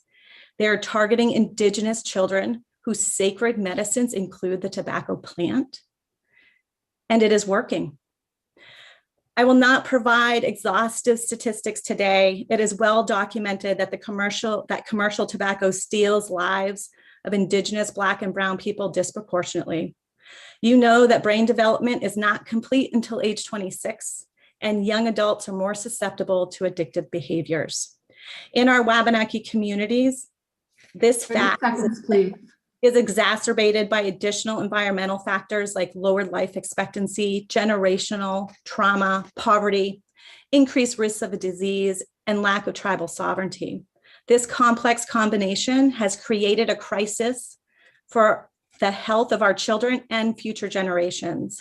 Our children won't win against the commercial tobacco industry. Our Wabanaki people won't win against the commercial tobacco industry. We need your help. We share this challenge to overcome together. This is not for our children to solve in the future or our future generations to solve. This is our problem. The future generations will have different challenges to contend with. Let's not leave them with ours. We need your help. Please join us in voting yes on 1550. Chi Wiliwan, thank you for your time. Thank you for your testimony. Good to see you. Any questions, Representative Stover? Thank you, Senator. I would just like to say thank you to Lisa Sakabason, my friend and colleague, for all you're doing to improve Wabanaki Health, and you're doing some amazing work. So thank you. You're welcome. I thank all of you for your support in that. Okay, let's hear now from Allison Perron-Drag. Welcome. Thank you so much. Thank you, Senator Claxton, Representative Myers, and members of the Health and Human Services Committee. My name is Allison Perron-Drag, and I am the Government Relations Director for the American Heart Association, representing Maine, Massachusetts, and New Hampshire. We are here supporting LD 1550. You're going to hear a lot from the opposition that Massachusetts made a mistake and that you should not make the same one. I'm going to speak to that as my expertise as being one of the leaders of that campaign. From the start in Massachusetts, we had strong bipartisan support, including leadership from Governor Baker. Everyone agreed that there'd be a revenue loss, that as a state, it was decided to put the health of our residents over profits from deadly products. The biggest beneficiaries of the law would be future generations who would not start smoking because they are bombarded with menthol ads and other flavored products in stores and are not driving to New Hampshire and Rhode Island to start smoking flavored products. The Massachusetts Department of Revenue said the loss from the flavoring elimination would be between $120 and $160 million, and we have landed in that range. The opposition had said that Massachusetts would lose well over $300 million. We have not. We have been tracking those numbers, and as of March, Massachusetts is down just over $111 million. It should be noted, though, that from fiscal year 19 to fiscal year 20, we had dropped by almost $30 million a year, simply because fewer smokers were buying fewer cigarettes prior to the flavor elimination passing. So while there is and will continue to be a loss of revenue, we were already trending downward. In New Hampshire, through March, their tobacco tax revenue had increased just over $31 million, but their trend had actually been going up. From fiscal year 20 to 21, they had an increase of $13.7 million prior to the Massachusetts flavor elimination. In Rhode Island, their tobacco tax revenue had increased by $14 million. And in both states, we have seen those increases start to trend down, which is historically what has always happened. Those who live closer to the border have always bought their products in our neighboring states. It's always been cheaper and for some more convenient. But if you took the increased revenue from both states, you would see much of our loss shows that we've accomplished what we set out to do: stop current smokers from smoking and have kids not start smoking these deadly products. Maine will also see the benefits of protecting the health of all residents and survive their loss of revenue. It should also be noted that Massachusetts, we have not seen stores go out of business. In fact, in the United States, cigarette sales have been steadily declining since 2005, while convenience stores have steadily grown. Ending the sale of menthol cigarettes and all other flavored tobacco products is necessary to prevent youth tobacco use and reduce health disparities. We recognize that the legislator is and will be under extraordinary pressure from the tobacco industry and their allies to put profits above human life by limiting or curtailing elimination on flavored products. We are asking for you to stand up to them by saying no to selling of menthol cigarettes and all other flavored tobacco products, say no to the continued predatory marketing of flavored tobacco products, and say yes to the health and welfare of our kids who are most vulnerable, and say yes to the protection for all residents of Maine. We look forward to working with you on this bill and happy to answer any questions you may have. Thank you so much. Thank you for your testimony. I'm not seeing any questions. We've been sitting for about an hour and a half, and so I'm proposing we take a bit of a break. 5 minutes, 10 minutes. Everybody okay with 5 and go with that? Okay. Let's take a 5-minute break. We'll be back. Move around as you're interested and able.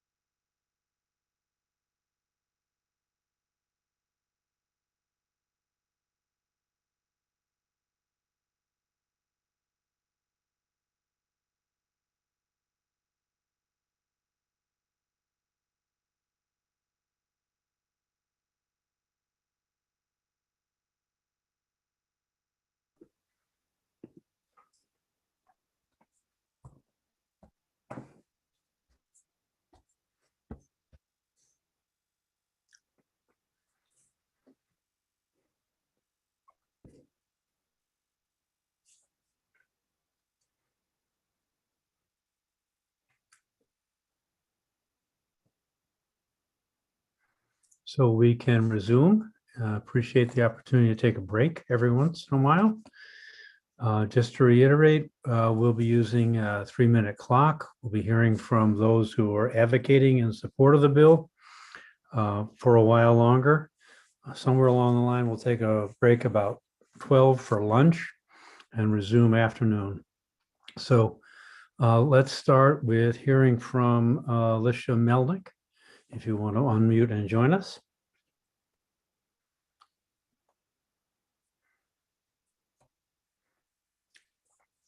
Alicia, are you there? There. I am so sorry. Can you hear me?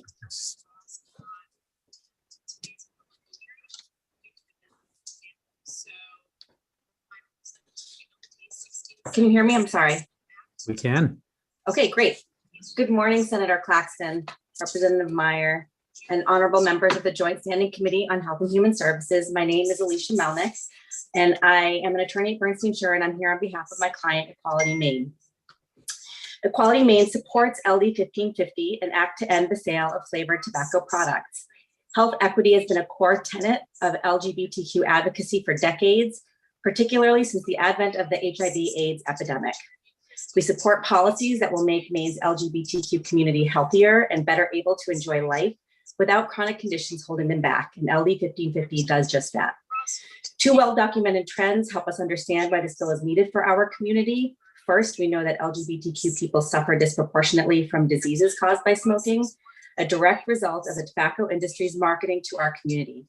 Second, we also know that young people overwhelmingly use flavored tobacco products, ending the sale of flavored tobacco products is a crucial step to ensure the next generation of LGBTQ Mainers do not suffer the long-term health impacts of tobacco use. The relatively high rate of tobacco use in our community is not random. Instead, it is the product of deliberate tobacco industry marketing.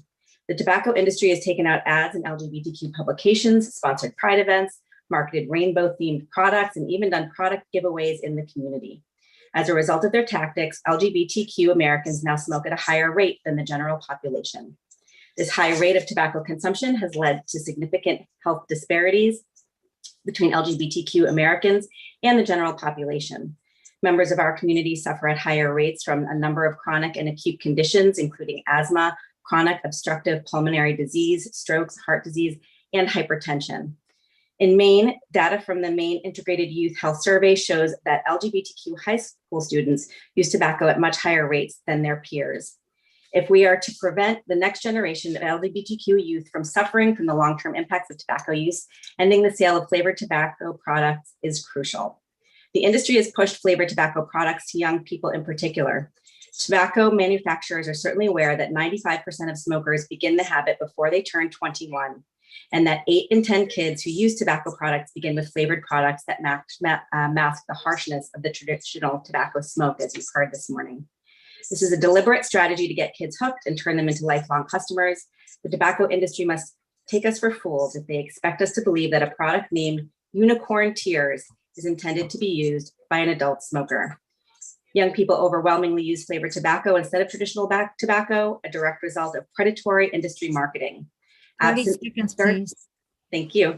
Absent these dessert and fruit flavored products, these young people may never have started the dangerous habit of smoking in the first place. We owe it to the next generation of Maine youth to take the necessary steps so they may live free and healthy lives. Please vote ought to pass on LD 1550. Thank you so much. Thank you to the sponsor and the co-sponsors and for all of your attention this morning.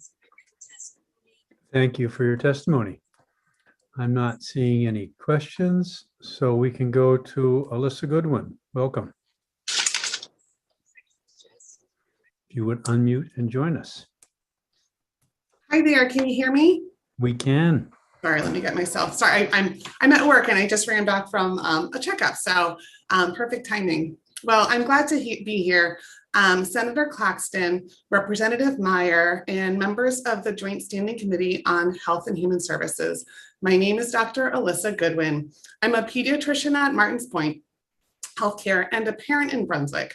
And I'm here today to testify in favor of LD 1550, an act to end the sale of flavored tobacco products. As a primary care pediatrician and school physician, I see firsthand the devastating effects of flavored nicotine in my practice every day. Like many parents and healthcare professionals, I learned about and came to understand the significance of flavored tobacco products well after the adolescent vaping epidemic was out of control in my community. I'm extremely concerned that tobacco use among Maine youth has skyrocketed, as you've heard today. I talk to my adolescent patients about substance use honestly, and the trends are terrifying. In my practice and across the state, we see often that by 7th grade, which is 12 years old, the majority of my patients, they know someone who vapes. They may have tried it themselves. Many of them see it in their home or in their school.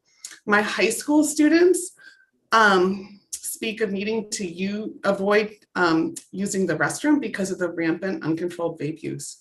And so while in my practice, I've seen that combustible nicotine products use is almost unthinkable to the teens I see, they do not bat an eyelash when asked about vaping because in their world, it is everywhere. Tobacco companies, if you have heard this morning, have developed an array of menthol, candy, and dessert flavored products in colorful packaging. The sole purpose of these products is to attract new users and addict them to tobacco. With sleek covert packaging and fun flavors like Pop-Tarts with a Z, the intent of the packaging is clear. Flavors are designed to hook kids and create a customer for life. As a pediatrician, I can tell you with authority that kids are uniquely susceptible to nicotine addiction because their brains are still developing until about age 26, as you heard Dr. Hagler talk about. Many teens that I see are vaping the equivalent of 1 pack per day of cigarettes or more every day. And this is because of the extremely high concentration of nicotine in the pods that they use. Many of the patients who I see and try to treat vape throughout the day. They're so addicted that they're using at home and at school. And honestly, often right underneath their parents' or teachers' radar or noses because of the packaging. 30 seconds, please. Okay, treating this kind of addiction is one of the most challenging things I do in my practice. These are kids who often need the highest dose of nicotine replacement to be successful, and they're being triggered all day. Our kids won't win against the tobacco industry. They're hooked before they have a chance to understand the risk. Our children deserve better and they deserve our protection. Please help me take a stand for Maine's children and Maine's future. It's time to end the sale of flavored tobacco products. Please vote yes on LD 1550. Thank you for your time and I'm happy to answer any questions. Thank you, Dr. Goodwin. Good to see you. I don't see any questions. So now we'll go to Annie Coates.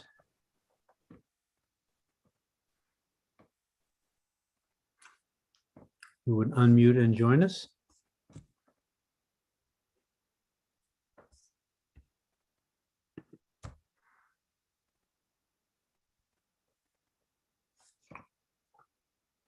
Annie, are you there? Because we're not hearing or seeing you. Let's go to Philip Potenziano, and we'll come back to Ms. Coates.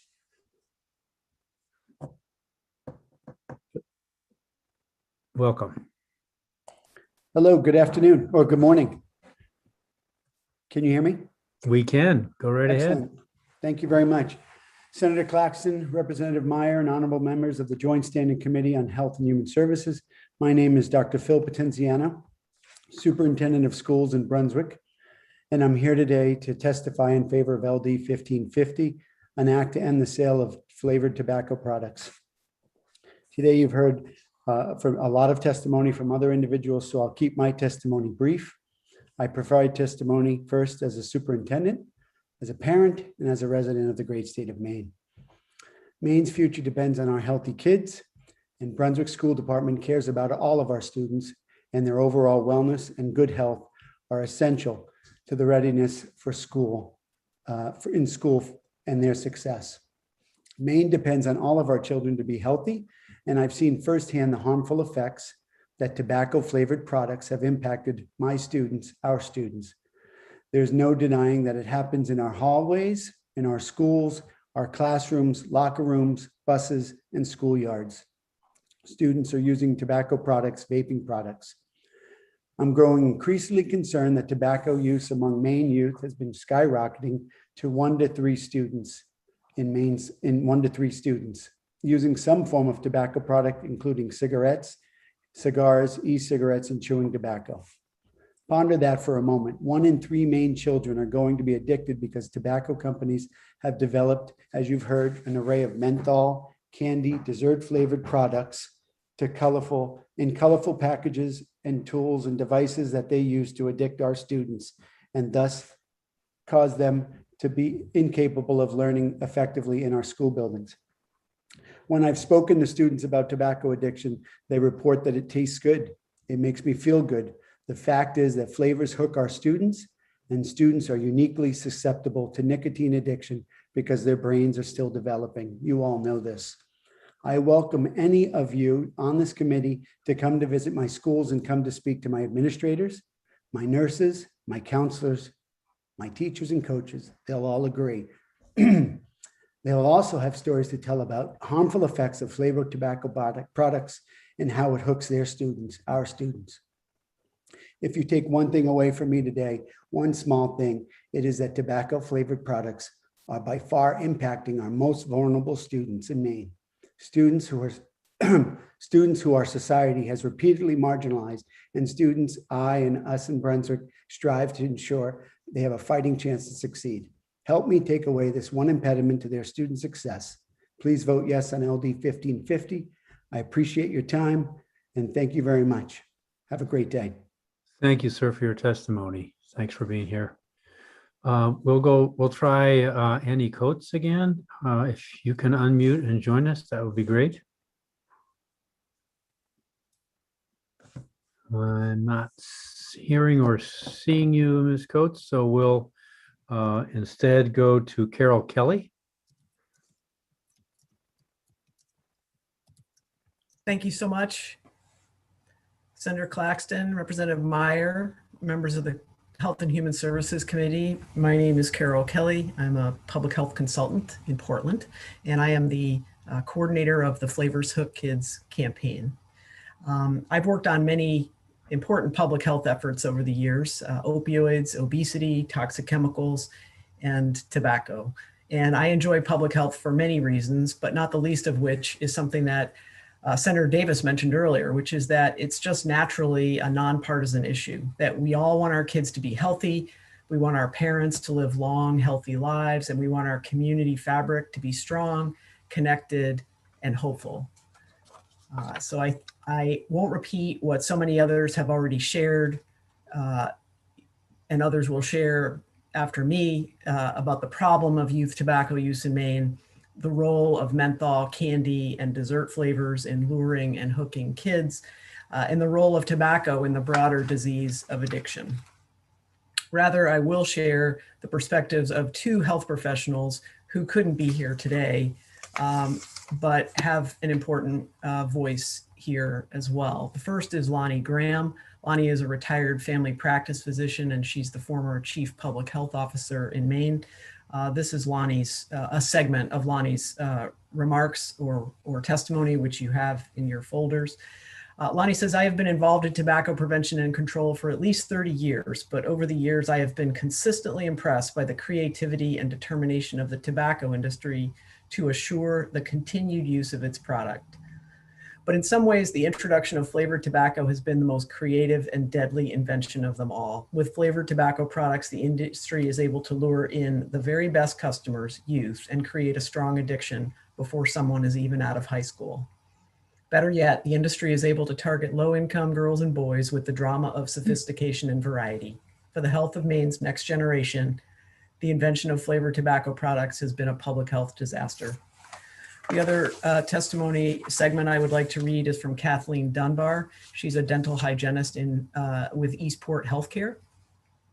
She says, I'm very concerned about young people getting hooked on tobacco products because of the long-term detrimental oral health effects. The flavors not only target youth specifically, but also mask the harsh toxic properties. flavors seem fun and appealing, and menthol specifically is dangerous. Aside from being kind of minty, it cools and numbs your throat, which is why it's used in cough drops and sore throat sprays. In regard to oral cancer, smokers are 10 times more likely to develop oral cancer than non-smokers, specifically squamous cell carcinoma. It's responsible for about 40% of all oral cancers. One of the saddest stories I've heard in my professional career was from one of my colleagues. They said they received a late night phone call from either a friend or a parent. That person was panicking and distraught. They were going to have surgery the next day to remove oral cancer, which involved having their tongue cut out. They were never going to be able to speak again, and they were having a hard time coping with that. So if we can do something to help prevent that, I think we most certainly should. I hope you'll consider these stories. They're all across Maine. This has been an incredible project to work on for me personally and professionally. And I certainly hope that you will support this important bill. Thank you very much. Thank you for your testimony. I don't see any questions. Good to see you, Carol. And next we'll hear from Corey Calderwood.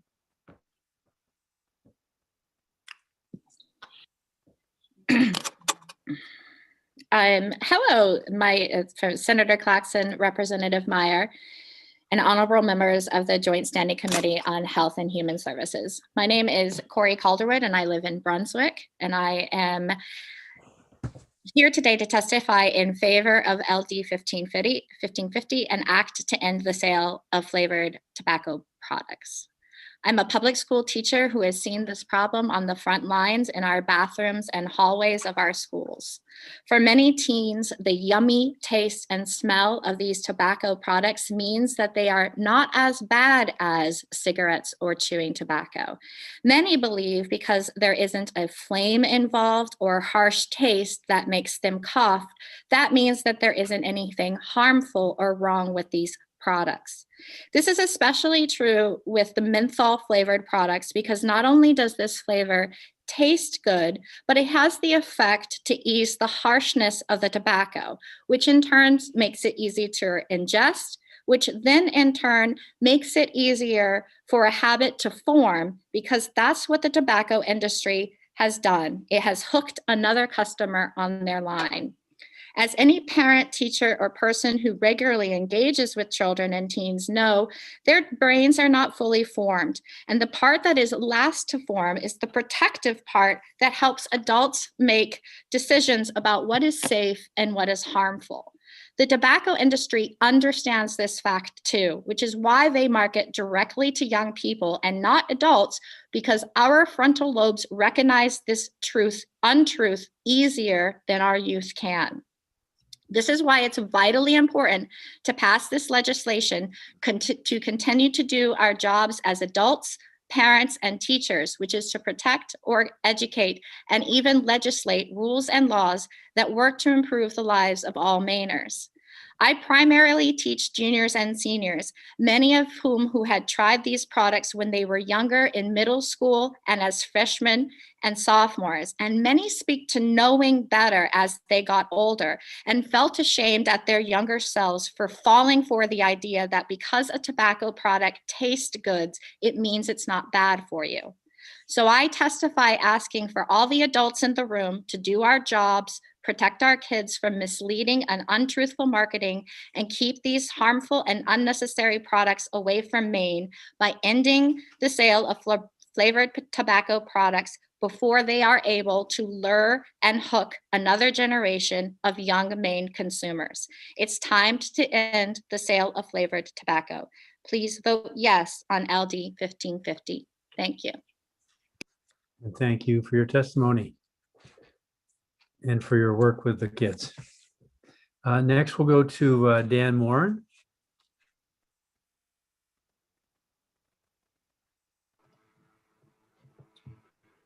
Good morning, Senator Dr. Claxton and Representative Meyer. Thank you for sponsoring the bill and members of the committee. I'm Dan Moran, Director of Communications and Government Affairs for the Maine Medical Association.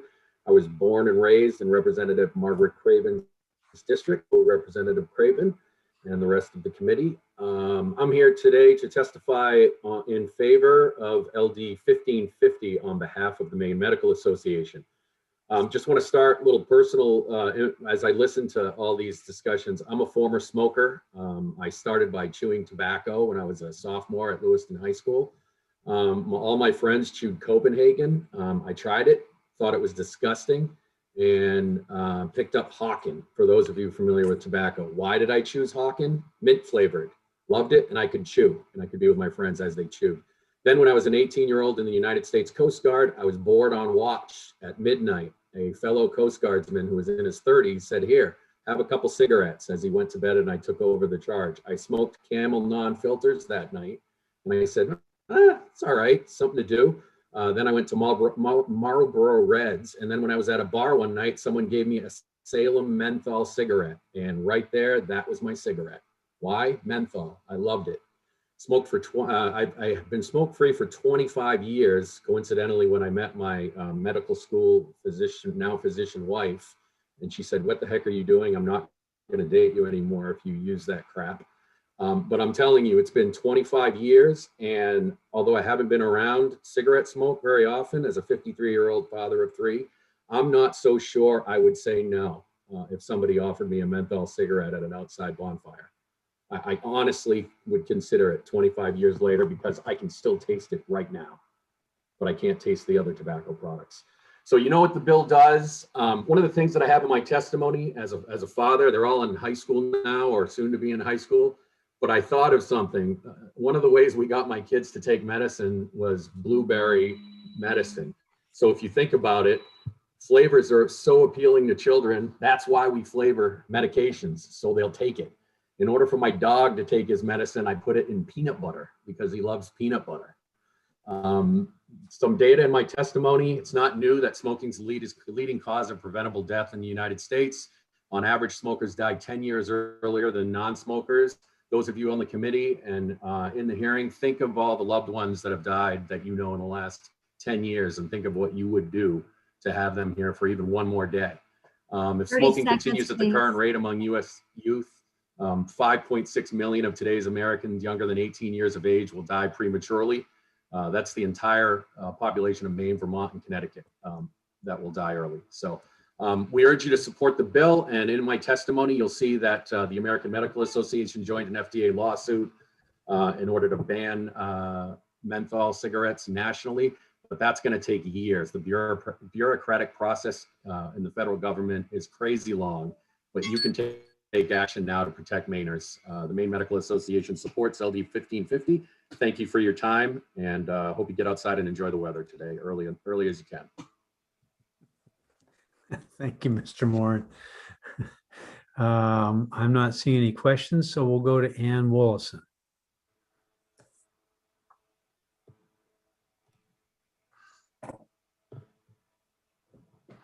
Good morning, Senator Claxton, Representative Meyer, and distinguished members of the Health and Human Services Committee. I'm Ann Wallison. I'm Executive Director of Consumers for Affordable Healthcare, and I'm here today to testify in support of LD 1550. Consumers for Affordable Healthcare is a nonpartisan, nonprofit organization based in Maine with the mission to improve access to affordable healthcare and health coverage for all people living in Maine. I'm here today wearing 2 hats. One is Executive Director of Consumers for Affordable Healthcare, and one is a parent of a 22-year-old daughter who is truly wonderful, of course, but who is addicted to vaping. As Executive Director of Consumers for Affordable Healthcare, I'm here to tell you that vaping has huge health consequences for people who become addicted, and that those consequences lead to increased healthcare costs and health coverage costs that affect all of us. An analysis by the CDC found that in addition to the human misery smoking effects, it imposes a substantial burden on the nation's healthcare institutions, especially those funded by public tax dollars. And I cite that in my testimony, which hopefully you have. I could go on about the additional costs that vaping is creating for our society, but I just really want to emphasize that as a parent, I'm here to confirm that flavors make vaping attractive to youth. I remember finding menthol cartridges in my daughter's bedroom when she was a teenager, and in the vehicle that we shared. I was concerned and talked with her and healthcare professionals about it. She is well aware of the dangers. She is hooked. She's trying to quit and finding it incredibly difficult. She's starting to become a therapist and most recently worked as a mental health rehab counselor. She knows it's unhealthy. She wants to quit, but it's hard. I've seen the vaping effects on her in many ways. There have been times when she has gone without and her personality instantly changes from somebody who is pleasant, engaging, and charming to someone who becomes paranoid, nervous, accusatory, and very desperate. She has trouble concentrating and sleeping at night, and she struggles with intense anxiety often. Again, she wants to quit. She has tried quitting. She's tried the patch. She's tried medicine. Most recently, she was, I have props, prescribed a inhaler that has a monthly cost of $577. This prescription is set on my kitchen table for 6 weeks now because she doesn't want to use it until she is ready to quit because she knows that the expense that's involved. 30 seconds, please. Okay, I could go on, but I guess my point is she became hooked when she was a teen. She used menthol when she started. She knows vaping is not good for her. The unfortunate fact of the matter is, however, that this is something that she will unnecessarily struggle with for some time to come, if not the rest of her life. So I please urge you to support LD 1550 in order to help and protect other Maine youth from becoming addicted. Thank you very much. Thank you for sharing your story. Next, we'll go to Annie Coates. Welcome. Welcome, Doctor. Thank you very much. Senator Claxton, Representative Meyer, and members of the Joint Standing Committee of Health and Human Services. I am Dr. Annie Coates, and I am one of 4 pediatric pulmonologists in Maine. I'm here today to testify on behalf of Maine Health in support of LD 1550. Although tobacco companies claim to be responding to adult tobacco users' demand for variety, flavored tobacco products play a key role in enticing new users, particularly children, to a lifetime of addiction, as you've heard throughout the morning. This growing market for flavored tobacco products is undermining the nation's overall progress in reducing youth tobacco use. While almost all e-cigarettes contain nicotine, more than half of Maine youth who use e-cigarettes say they think it's just harmless flavoring. You've heard the further devastating statistics about youth tobacco use, but these aren't just numbers. These are our children. And I'd like to share one truly heartbreaking story with you. Approximately 3 months ago, I was consulted on a previously healthy adolescent who was admitted to the Barbara Bush Children's Hospital Pediatric Intensive Care Unit and respiratory failure. Over the past year, he endorsed smoking flavored e-cigarettes daily. His impression at the time was that he was inhaling just flavored water and that they won't get him addicted because those awful cigarettes, like the awful cigarettes, his parents just couldn't beat. What he didn't understand was the extent of the harmful effects of e-cigarettes and that they did likely have nicotine in them, which he had since become addicted to and directly contributed to his critical health condition. But the damage didn't just stop there for him. Like other children and individuals you've heard about, he had gone from being a good student to skipping school to smoke, which resulted in failing multiple classes. Furthermore, he had developed a multitude of daily symptoms far beyond the respiratory tract that included headaches, difficulty concentrating, and abdominal pain, all that can be attributed to nicotine addiction. Before I close, I want to address a misconception that you will likely hear about later today. E-cigarettes are not an FDA-approved cessation method. For individuals looking for support to quit smoking, vaping, or other tobacco use, I encourage them to contact the Maine Quit link at 1-800-QUIT-NOW for free support and coaching. This is evidence-based and effective. The phone coaching program, thank you, quit rate is 36% for tobacco users that complete at least 4 calls of the multi-call program, compared to unassisted quit rates that are generally reported at approximately 3%. as a pediatric pulmonologist, as a mother, as a resident of Maine, who has dedicated my career to the health of our communities. Please use your voice, please use your vote, and support this critical legislation. The well-being of our youth, African American community, and minority populations depend on it. Thank you for this opportunity to testify today. I'm happy to address any questions. Thank you for your testimony, Doctor. You're welcome. Looks like you can get back to work. We're joined by Darlene Huntress. Good morning, Senator Claxton, Representative Meyer, and honorable members of the Joint Standing Committee on Health and Human Services. My name is Darlene Huntress. I live in Hollis, and I'm on the board of directors of Equality Maine, and I'm here today to testify on behalf of LD 1550. I'm a former smoker. And I'm really one of those LGBTQ kids that we keep hearing about as you talk through statistics. I had my first cigarette when I was 19, and I had my last cigarette 5 years ago when I was 52 years old. In between those 30 plus years, I quit smoking so many times that I lost count. And so at some point I started saying, I've stopped smoking, but I'm not entirely sure if I've quit. And even now, 5 years later, since my last cigarette, I still say that. Even though I feel healthier than I've ever felt, even though food tastes better in my mouth and my lungs are clearer, even though I know that every day without a cigarette adds precious time to my life, I still say that I'm not sure if I've quit. I have a prop too. This is the last pack of cigarettes I ever smoked 5 years ago, and I keep it with me because I know that I'm only one cigarette away from not caring about any of those things. I know that because I'm addicted, and I know that because nicotine is a very crafty drug. And that's why I'm here today to testify. If there's anything that I could do differently in my life, it would be to have never, ever taken that first drag off that first cigarette. I've seen the flavored tobacco. I'm alarmed by it. I'm disgusted by it. I'm alarmed by it because those flavored tobaccos of Pop-Tart flavor and Banana Blast and cotton candy, they work. Because 4 out of 5 teenagers who have ever used tobacco started by using that flavored product. I'm disgusted because the tobacco industry is barely trying to hide the fact that they're cultivating a new, younger generation of addicted lifelong smokers. I'm not going to give you all the details, all the statistics. You've heard them all before. I just want to say, if there is anything that we can all do proactively to protect younger generations from becoming addicted to this life-threatening drug, we need to do it.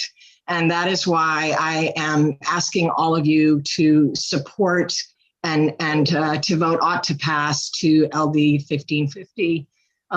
It's the least we can do for this younger generation of folks coming up. Thank you so much for your time. That's all I've got, unless you have questions.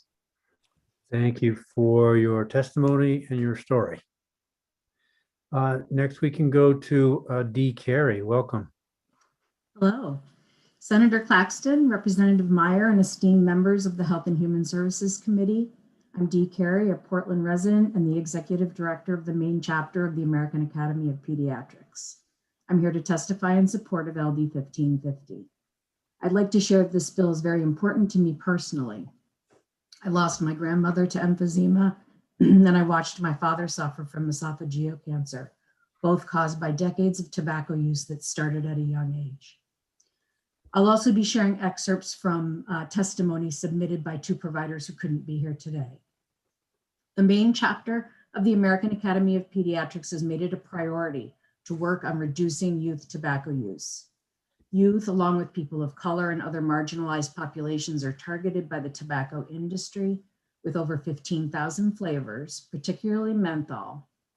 Smoking and vaping are irresistibly appealing to young people. The use of electronic cigarettes in particular to deliver high concentrations of nicotine create dependence and addiction. Our pediatrician members are now being trained on the use of motivational interviewing techniques that help them have meaningful, non-judgmental conversations with youth around their nicotine use. They are learning about cessation tools for their patients, and they're working with other organizations in Maine to provide programs for youth and families on the dangers of smoking and vaping. Yet with all of this work, we still have an uphill battle on our hands due to the widespread use and high rate of addiction caused by these colorful, appealing, flavored tobacco products. I hope you will really take the testimony you're hearing today to heart from the medical community, the CDC, schools, public health experts, young people, and community members. This is a serious problem that's getting worse every day. Addiction is so pervasive in Maine. Dr. Perry Bassett, an emergency room physician from Calais, shares he recently had a patient in the ER with an elevated heart rate, extreme anxiety, and agitation. After all tests came back normal, conversations with the youth revealed he was smoking 1 jewel pod a day, the equivalent of a pack of cigarettes. He was able to get help, but not all youth are so lucky, and some remain addicted. Karen Davis, a family practitioner from Holton, Maine, shares she's worked in primary care in the emergency room and has seen firsthand the seriousness of addiction. She has seen COPD, cancer, and other conditions related to tobacco use, but nothing like the stream of kids coming in now. 30 seconds, please. Lung conditions related to vaping. These professionals join me in asking you to please help this and future generations by banning flavored tobacco products. And thank you for letting me testify today. Thank you for bringing your testimony. Nice to see you. Nice to see you. And now we can go on the phone to Effie Rourke. Welcome. Hi, can you hear me? We can. Hi, Senator Claxton, Representative Meyer, and members of the Joint Standing Committee on Health and Human Services. My name is Effie Rourke, and I'm here to testify in support of LD 1550. I'd like to share the stories of 2 high school students today who couldn't join us because they are in school. They're from Aroostook County. Tia Saucier is a junior at Fort Kent Community High School. Tia says, a lot of people my age pass around e-cigarettes containing different pod flavors, saying, try this flavor, it tastes like cotton candy, etc. People my age buy them from people who illegally sell them to minors. If a group of friends and I would be out somewhere and they realized they left their e-cigarette, we would be forced to turn around and go get it, or listen to the person complain the whole time that they needed their nicotine. They would even ask around at social gatherings to see if anyone else had an e-cigarette they could use because they needed their fix. They were craving nicotine. It was not all fun and games anymore. They always say, oh my God, stop being so stressed out, I'm fine, or this isn't doing anything to me, it's literally just flavored water. But as we all know, it's not just flavored water. Passing the bill to ban these products would be a huge step towards the effort to save the lives of countless people, including the main target of these products, teens. The second piece of testimony I'd like to share is from Hope Royal, who is a junior at Holton High School. Hope says, quote, flavored tobacco products have impacted not only my friendships, but also my community in a negative way. Vaping has ruined many of my friendships. That is all anybody wants to do, and I simply don't want to be a part of it. I noticed my friends starting to change. They became less focused on their schoolwork and social lives and start to focus more on vapes and getting the money to buy them. Growing up in a small town, everyone has connections. It is not difficult to buy flavored tobacco products from someone of the legal age. Every bathroom in my school is filled with people gathered around sharing a vape. Banning flavored tobacco products would create a healthier, safer, and cleaner school environment and community for younger generations to come. Thank you for allowing me to share the stories of these 2 Maine teenagers. And thank you for taking the time to call in. That worked well, I hope, for you. It did for us. We heard you. Next, we can go to Gino Ring. You would unmute and join us. Gino, are you there? We're not hearing you. Have you unmuted? Yes, can you hear me? We can now. Great. Thank you. Senator Claxton, Representative Meyer, and honorable members of the Joint Standing Committee on Health and Human Services. My name is Gino Ring. I'm a licensed alcohol and drug abuse counselor. I live in Brunswick, and I contract with the school system here. I'm here today to testify in favor of LD 1550, an act to end the sale of flavored tobacco products. I've heard a lot of testimony this morning, and Senator Claxton, with your encouragement, instead of reading facts and statistics that have already been spoken about, I'm going to change my testimony to be a little more personal. I sit and listen to kids come into my office. Part of my job is to obviously do health classes, and we try to, do a good job educating our kids around not starting. But I also deal with the kids who come in who have already started. And I want to talk about the emotional impact that this substance has on these kids, the horrible self-esteem that it's creating for them because they feel like it's their fault that they got addicted. They feel horrible that they're not strong enough to beat their addiction to this chemical. They've stopped participating in extracurricular activities because they can't go that long without ripping a jewel. And over the years I've been doing this, I've been doing this since the 1980s. The descriptive term, it's only tobacco, it's only cigarettes, is such a misleading descriptive adjective. It's just a horrible drug. And there's so many people who have testified this morning. It's intentional. This isn't, oh, we didn't mean to do this by the nicotine industry. This is intentional. So I'm thrilled that you folks are going to consider standing up on our watch to the tobacco industry, the nicotine industry, and say, we won't put up with this. We fought this battle in the 90s when it was more focused on smoking tobacco through legislation and increasing taxes, and et cetera. And I think it's going to take the same strategies today for us to be able to protect our children from the industry that's willing to sell them and seduce them into using addictive products. Like many of the other people that spoke this morning, I'm a recovering addict. It's been 29 years since I had my last cigarette.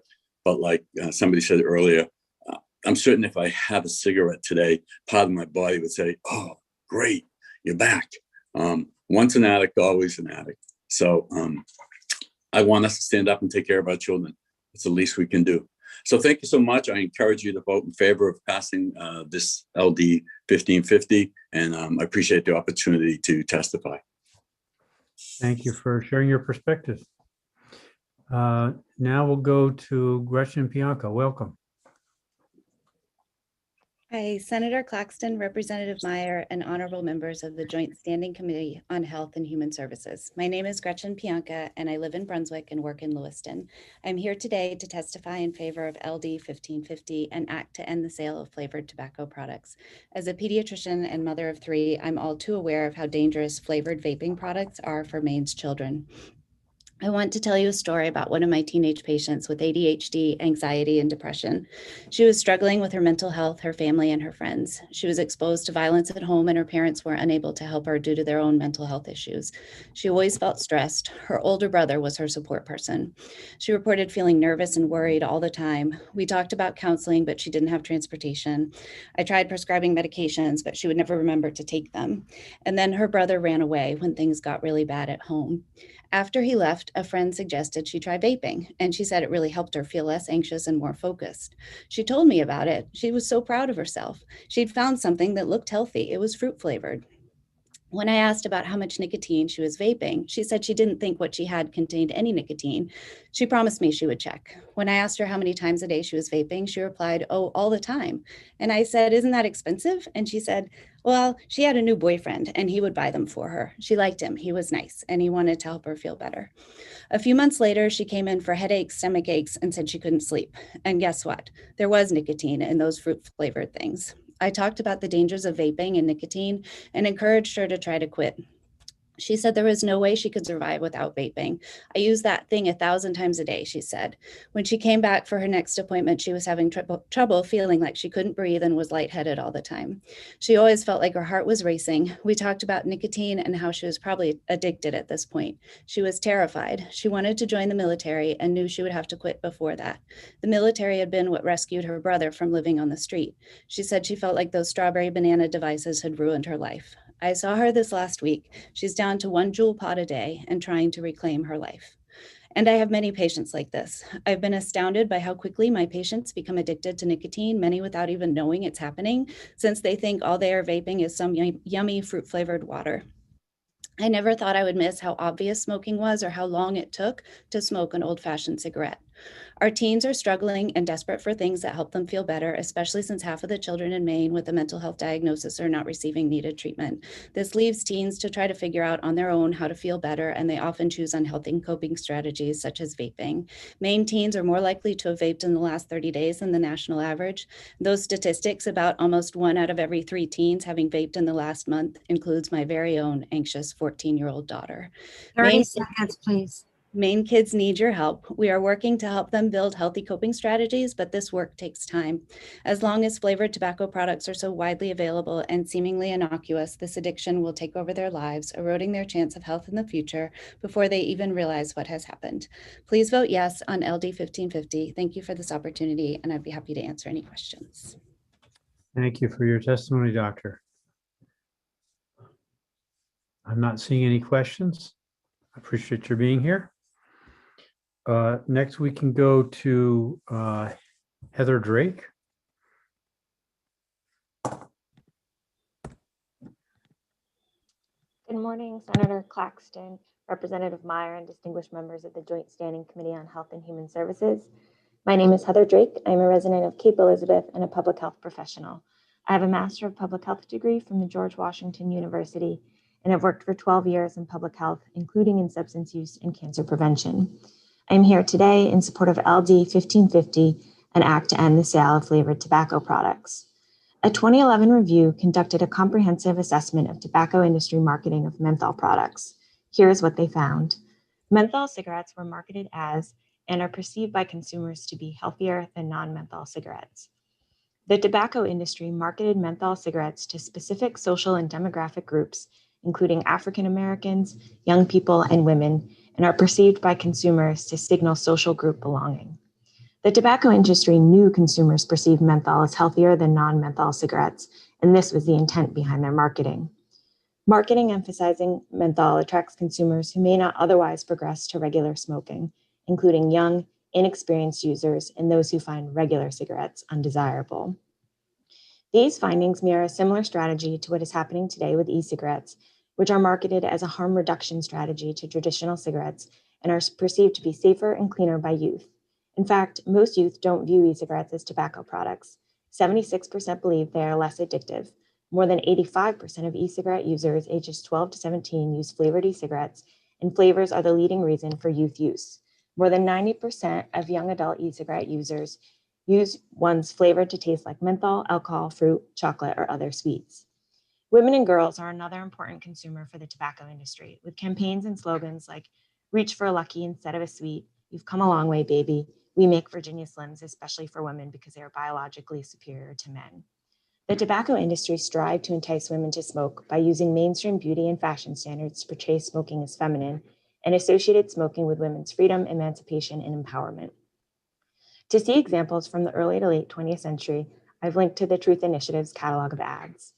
These campaigns worked. Research has shown that in addition to a higher prevalence of menthol use among African American men and women, female smokers of all races use mentholated cigarettes at a higher rate than male smokers. I have included at the end of my testimony some example ads that use menthol to target women.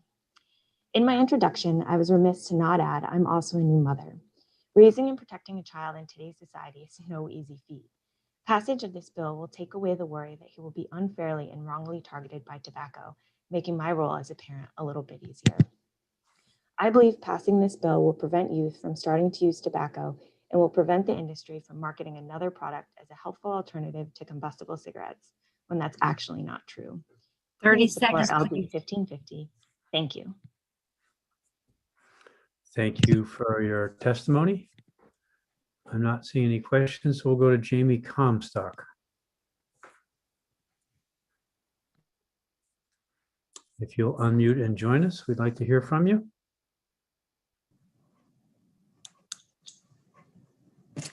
Hello. Hello, good morning. Thank you. All right.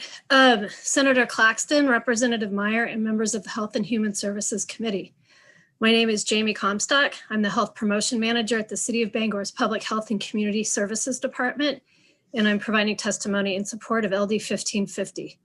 I have directed our department's tobacco prevention efforts since 2007, which is 14 years back in the Healthy Maine Partnership days. And since 2015, we've been providing tobacco prevention services throughout Penobscot and Piscataquis counties as part of Maine Prevention Services. We don't get a lot of big wins in this work. In every situation, the addiction industries, whether that's tobacco, alcohol, or marijuana, are set up to win because they have more money. And they use their money to advertise in many different ways with the singular goal of creating lifelong frequent users who will feed their money right back into the addiction machine.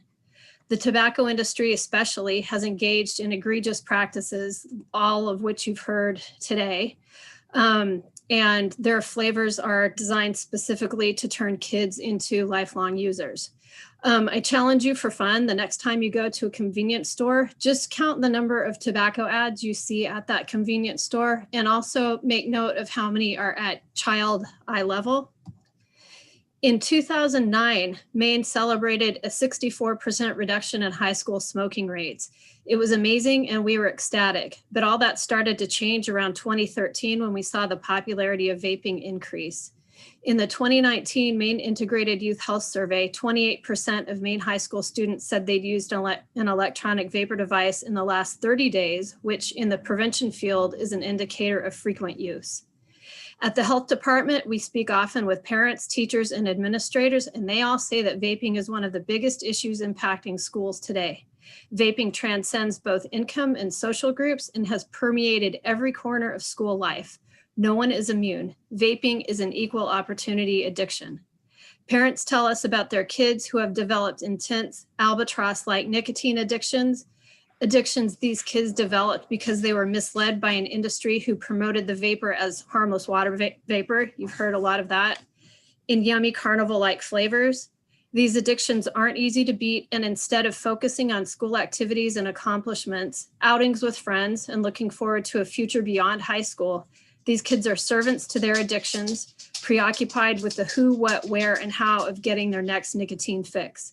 It's shameful that the tobacco industry has robbed them of their youth and will do anything it can to rob them of the rest of their lives too. 30 seconds, please. Oops, sorry, that was loud. We're working on the ground as hard as we can, but we're no match for the tobacco industry. We need you, the legislature, to do your part by providing a strong policy framework so we can remove these dangerous products from the shelves and continue to do our best work with youth and communities. We need you to stand up to the tobacco industry in what could be the biggest win for tobacco prevention in Maine. Thank you very much for your time, and I'm available for any questions. Thank you for being here to testify. I'm not seeing any questions. So we'll go to Jennifer Jewell. Welcome. Good morning, Senator Claxton, Representative Meyer, and members of the committee. I submit testimony in favor of LD 1550. I'm Jennifer Jewell, a Portland resident, a pediatrician, a member of the board of directors of the Maine chapter of the American Academy of Pediatrics, and a concerned citizen. We can all agree that tobacco inhalation is harmful to the user and to anyone else exposed to the output of products, including traditional cigarettes and electronic smoking devices. As the child of a smoker, I know the destruction that smoking has. My father began smoking menthol cigarettes at 11 years of age. He stopped when he experienced his first bout of laryngeal cancer in 1974. I was 3 years old at the time. When I traveled home to visit my parents in late December 1996, my dad informed me at the luggage carousel that he had a cancer recurrence, and that was the reason for his increasingly hoarse voice over the past few months. When he told me that his voice box was being removed less than 2 weeks later, I was glad the cancer recurrence was diagnosed promptly, surgery was not delayed, and that the prognosis was favorable. This was not the case 5 years later when his advanced pancreatic cancer had few treatment options. Both of these cancers were directly related to smoking and likely made worse because my dad was addicted to cigarettes before he was a teenager. The single reason tobacco companies add flavoring to their products is to entice individuals to begin smoking without the unpleasurable taste of the native product. The harshness and bitterness of tobacco is disguised with sweet and minty flavors, which are most appealing to children and adolescents. We know that the majority of adult smokers start before their 18th birthdays. at a time when one's brain is prone to poor decision-making, miscalculation of risk, and underestimation of long-term consequences. None of us should be fooled by the tobacco company's claims otherwise. These flavored products are manufactured, advertised, and sold because companies know that the earlier and longer people use their products, the more profitable the companies become. I'm fortunate that my father was cancer-free for 22 years of my childhood and young adulthood, and that I do not recall his first battle with laryngeal cancer. However, my family was a victim to the effects of tobacco. My dad had 3 episodes of cancer, and despite stopping at the age of 34, he ultimately died from smoking cigarettes that began even before adolescence. Flavored tobacco products are meant to hook children like my dad, turn them into lifelong smokers, and to benefit tobacco companies by creating addiction and physical dependence.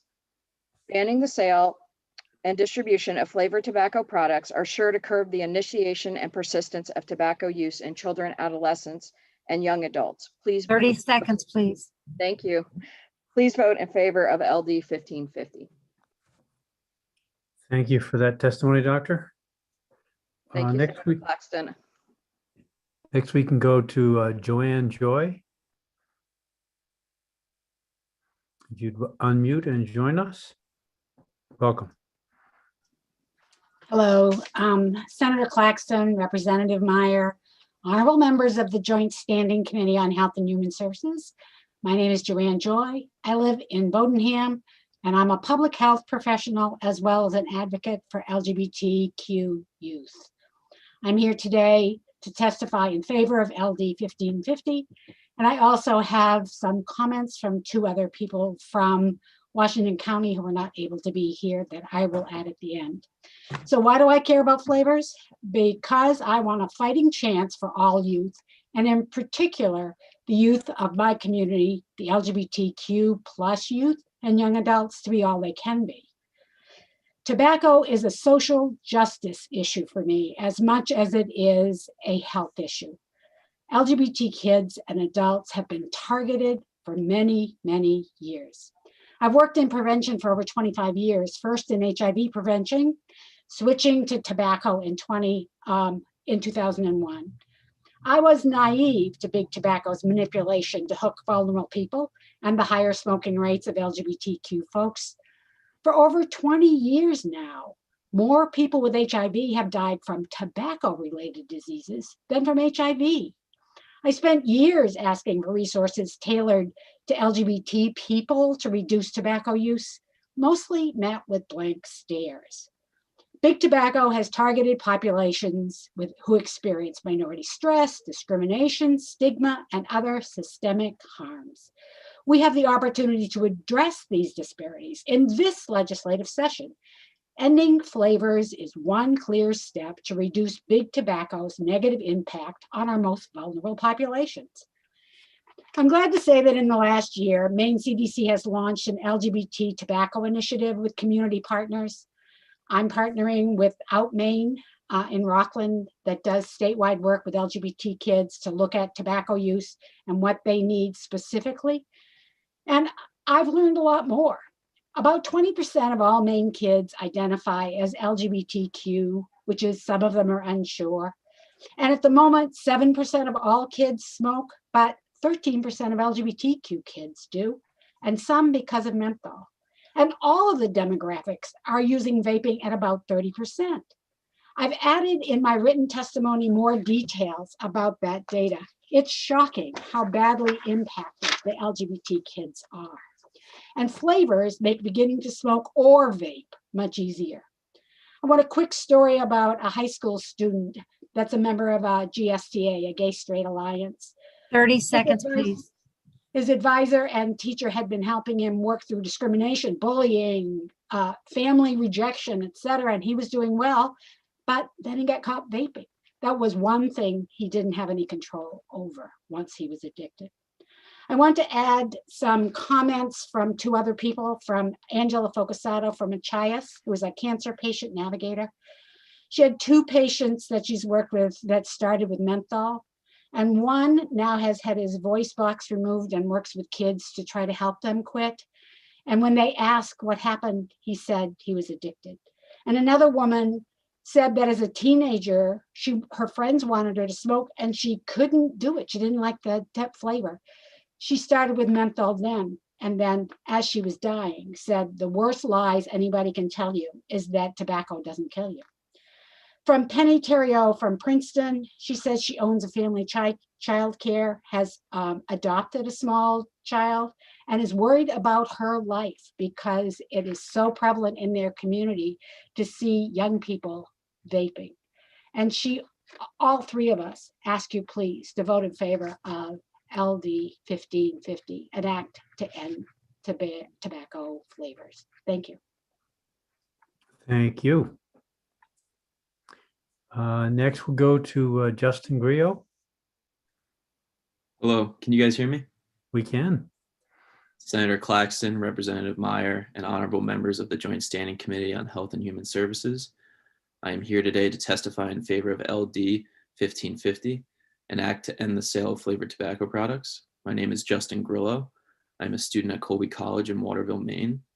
I stand before you today as a research intern for tobacco-free kids and Main Street Solutions.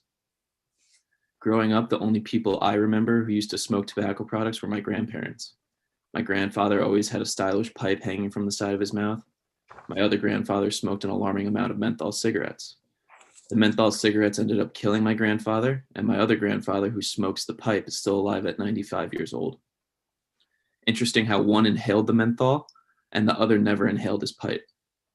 Since working on this campaign, I've learned the truth about menthol cigarettes and how the menthol acts as a mask to make inhaling cigarettes deeper and easier on the lungs. Those menthol cigarettes tricked my grandfather, and we have the opportunity here to prevent that from happening to kids. I was duped and started vaping in high school. Any allowance or summer employment funds went directly to Juul products. I remember the frenzy at school concerning where and how to get mango flavored Juul pods. I would take bathroom breaks during class to take smoke breaks, sitting on the toilet with my pants buckled up, using flavored e-cigarettes rather than using the bathroom and getting back to schoolwork. I played 2 varsity sports in high school, lacrosse and ice hockey, and wow, did that have an effect. I really thought I was invincible back then, but I was surprised to know that I felt the effects of tobacco products in my performance. The scary thing was not just that I was 17 years old partaking in flavored e-cigarettes. The scarier thing was that 14-year-old freshmen were doing it as well. So when I left high school in June of 2017, I could not believe how many kids were smoking e-cigarettes. And of course, they were not legally allowed to be involved. The only reason I stopped smoking Juul is because they discontinued popular flavors. Over the past few weeks, I've reached out to over 65 businesses in Waterville, Auburn, Lewiston, and Kennebunkport.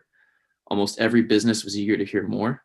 During all those phone calls, not once did someone respond saying they do not agree. The sober experience of contacting businesses and store owners has only reassured me that this bill makes sense. People can get behind this. Here are a few quotations from businesses that support the end of flavored tobacco sales. Charles Buckley, owner of Kennebunk Outfitters in Kennebunk, wrote, "It's time to do a better job protecting our kids from menthol and flavored tobacco products. I support this bill." Sandy Heldman, who worked with local youth sports organizations in Auburn, Maine for over 40 years and owns G&B's sporting goods store in Auburn, passionately stated, I believe in this bill to end the sale of flavored tobacco and menthol products will drastically improve the quality of life and health of future Maine kids." 30 seconds, please. Thank you. Teachers from schools across Maine have been more than willing to support this campaign's effort to end the sale of flavored tobacco products. I've reached out to over 300 teachers across the state of Maine. I have a few quotes from teachers that I would like to share. Justin Goudreau, a science teacher from Waterville High School, highlighted, "The addiction of e-cigarettes seems to have increased dramatically over the course of my teaching career. Flavored tobacco products were made plain and simple to hook our youth, so they continued to be addicts in adulthood." Chad M. Bell, principal at Winslow High School, wrote, "Flavored tobacco encourages young students to try harmful tobacco, nicotine, menthol products. Once hooked, it can lead to a lifetime of addiction to these deadly products. Through this campaign, I have realized that the people of Maine genuinely believe that this is the right thing to do. With all the issues that we face today, why not take advantage of this low-hanging fruit?" Thank you for your time. Thank you for your testimony, Mr. Grillo. Sorry I messed up your last name. And next we'll go to Caitlin Morris. Good morning, Senator Claxton, Representative Meyer, and esteemed members of the Joint Committee on Health and Human Services. My name is Caitlin Morse. I am the Policy Associate for the Alliance for Addiction and Mental Health Services, and I'm here today to read written testimony from Mallory Shaughnessy, Executive Director of the Alliance. This is an important issue to Mallory personally, but it is also for our members. Mallory writes, "Good morning, Senator Claxton, our members, Representative Meyer, and esteemed members of the Joint Committee. Our members and I support LD 1550, an act to end the sale of flavored tobacco products for so many reasons." She continues, "I became a smoker at 13 years old. Prior to smoking actual cigarettes, I loved the candy ones, feeling so cool blowing the powdered sugar out like real smoke. Cigarette addiction has been a challenge for me since I could buy it from the cigarette machines that were virtually everywhere. When I began smoking, it cost $1.25 a pack, and we didn't know what we do now. I wish at 13 that I had known that my teenage brain was more susceptible to addiction. As a young person, every time a new memory is created, connections are built between brain cells and they retain the memory. Addiction is a form of learning, and my brain learned to like and want tobacco. By the time I was 14, I was smoking a pack a day. I have quit and restarted smoking numerous times, sometimes going a decade without it. It doesn't matter how much I want to never smoke again. Wanting a cigarette is something that comes back, especially during stressful times in my life. Those early built brain patterns persist. Most recently," Mallory shares, "I started smoking again during COVID, and again I have had to work to quit. I am a month and a day smoke-free today. Wish me luck. I wish I had understood that cigarettes lead to disease. The use of tobacco products remains the nation's #1 cause of preventable death. Smoking is a major risk factor for the 4 leading causes of death: heart disease, cancer, chronic obstructive pulmonary disease, and stroke. Addiction itself is considered a chronic illness. I wish I had understood that the tobacco companies were preying on me when they marketed those fun candy cigarettes. In Maine, nearly 1 in 5 adults smoke cigarettes, the highest rate in the Northeast. This year, tobacco companies will spend an estimated $40.8 million in Maine. Fun flavors are the new gambit to market to tweens and teens. Without a flame or nasty taste, kids are led to believe the products are not as bad as cigarettes.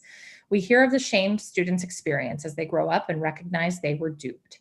Unfortunately, by the time the problem is evident, they have become the 1 of 4 Maine high school students who use e-cigarettes. While flavors hide the bad taste of tobacco, 1 Juul pod is the equivalent to smoking a pack of cigarettes. Just as the general public has become smart to the public health crisis of smoking cigarettes, the cigarette companies keep trying to outsmart the public. It is foolhardy to knowingly leave laws in place with such serious public health consequences. And as such, the Addiction for Alliance and Mental Health Services encourage you to vote ought to pass for LD 1550 and join with states like Massachusetts that have already banned this hazardous substance. Thank you. Thank you for that testimony. Next, we'll go to Kaylee Hess. Welcome. Hi, thank you. Senator Claxton, Representative Meyer, and members of the Committee on Health and Human Services. My name is Kaylee Hess, and I'm the Associate Director of the Partnership for Children's Oral Health.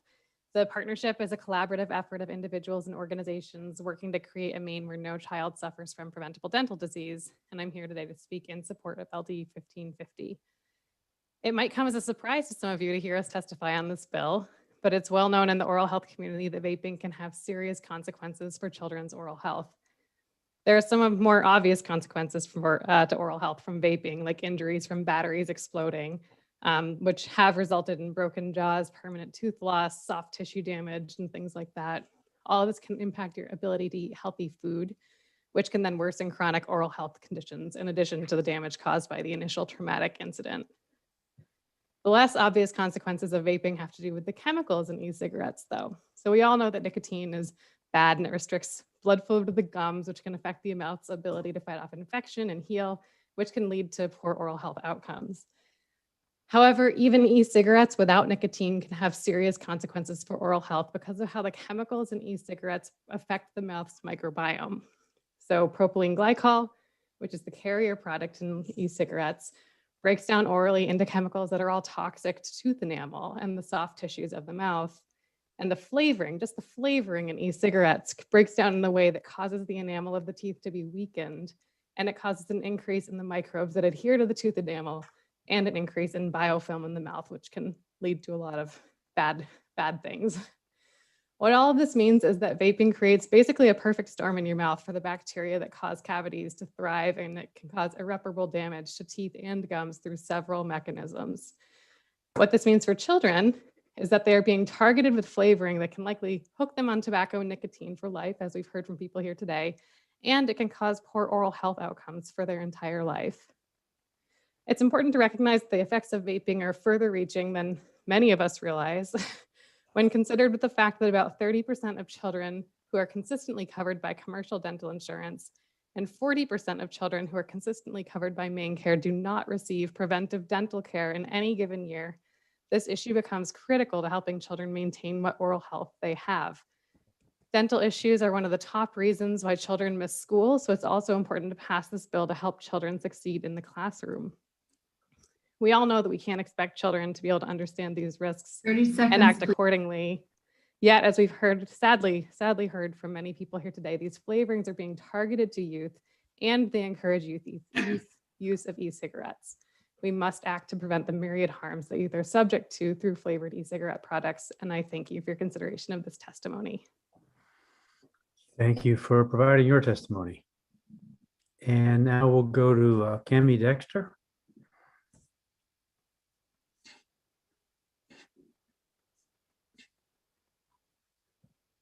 Sorry about that. Good morning, Senator Claxton, Representative Meyer, and honorable members of the Joint Standing Committee on Health and Human Services. My name is Cami Dexter. I live in Oakland. I'm a speech clinician at a middle school and high school. And I've also been active in committees for prevention for tobacco, drugs, and alcohol. I am here to vote in favor, ask you to vote in favor of LD 1550, the act to end the sale of flavored tobacco products. I have seen use increase among adolescents and students that I've worked with, and it usually starts out as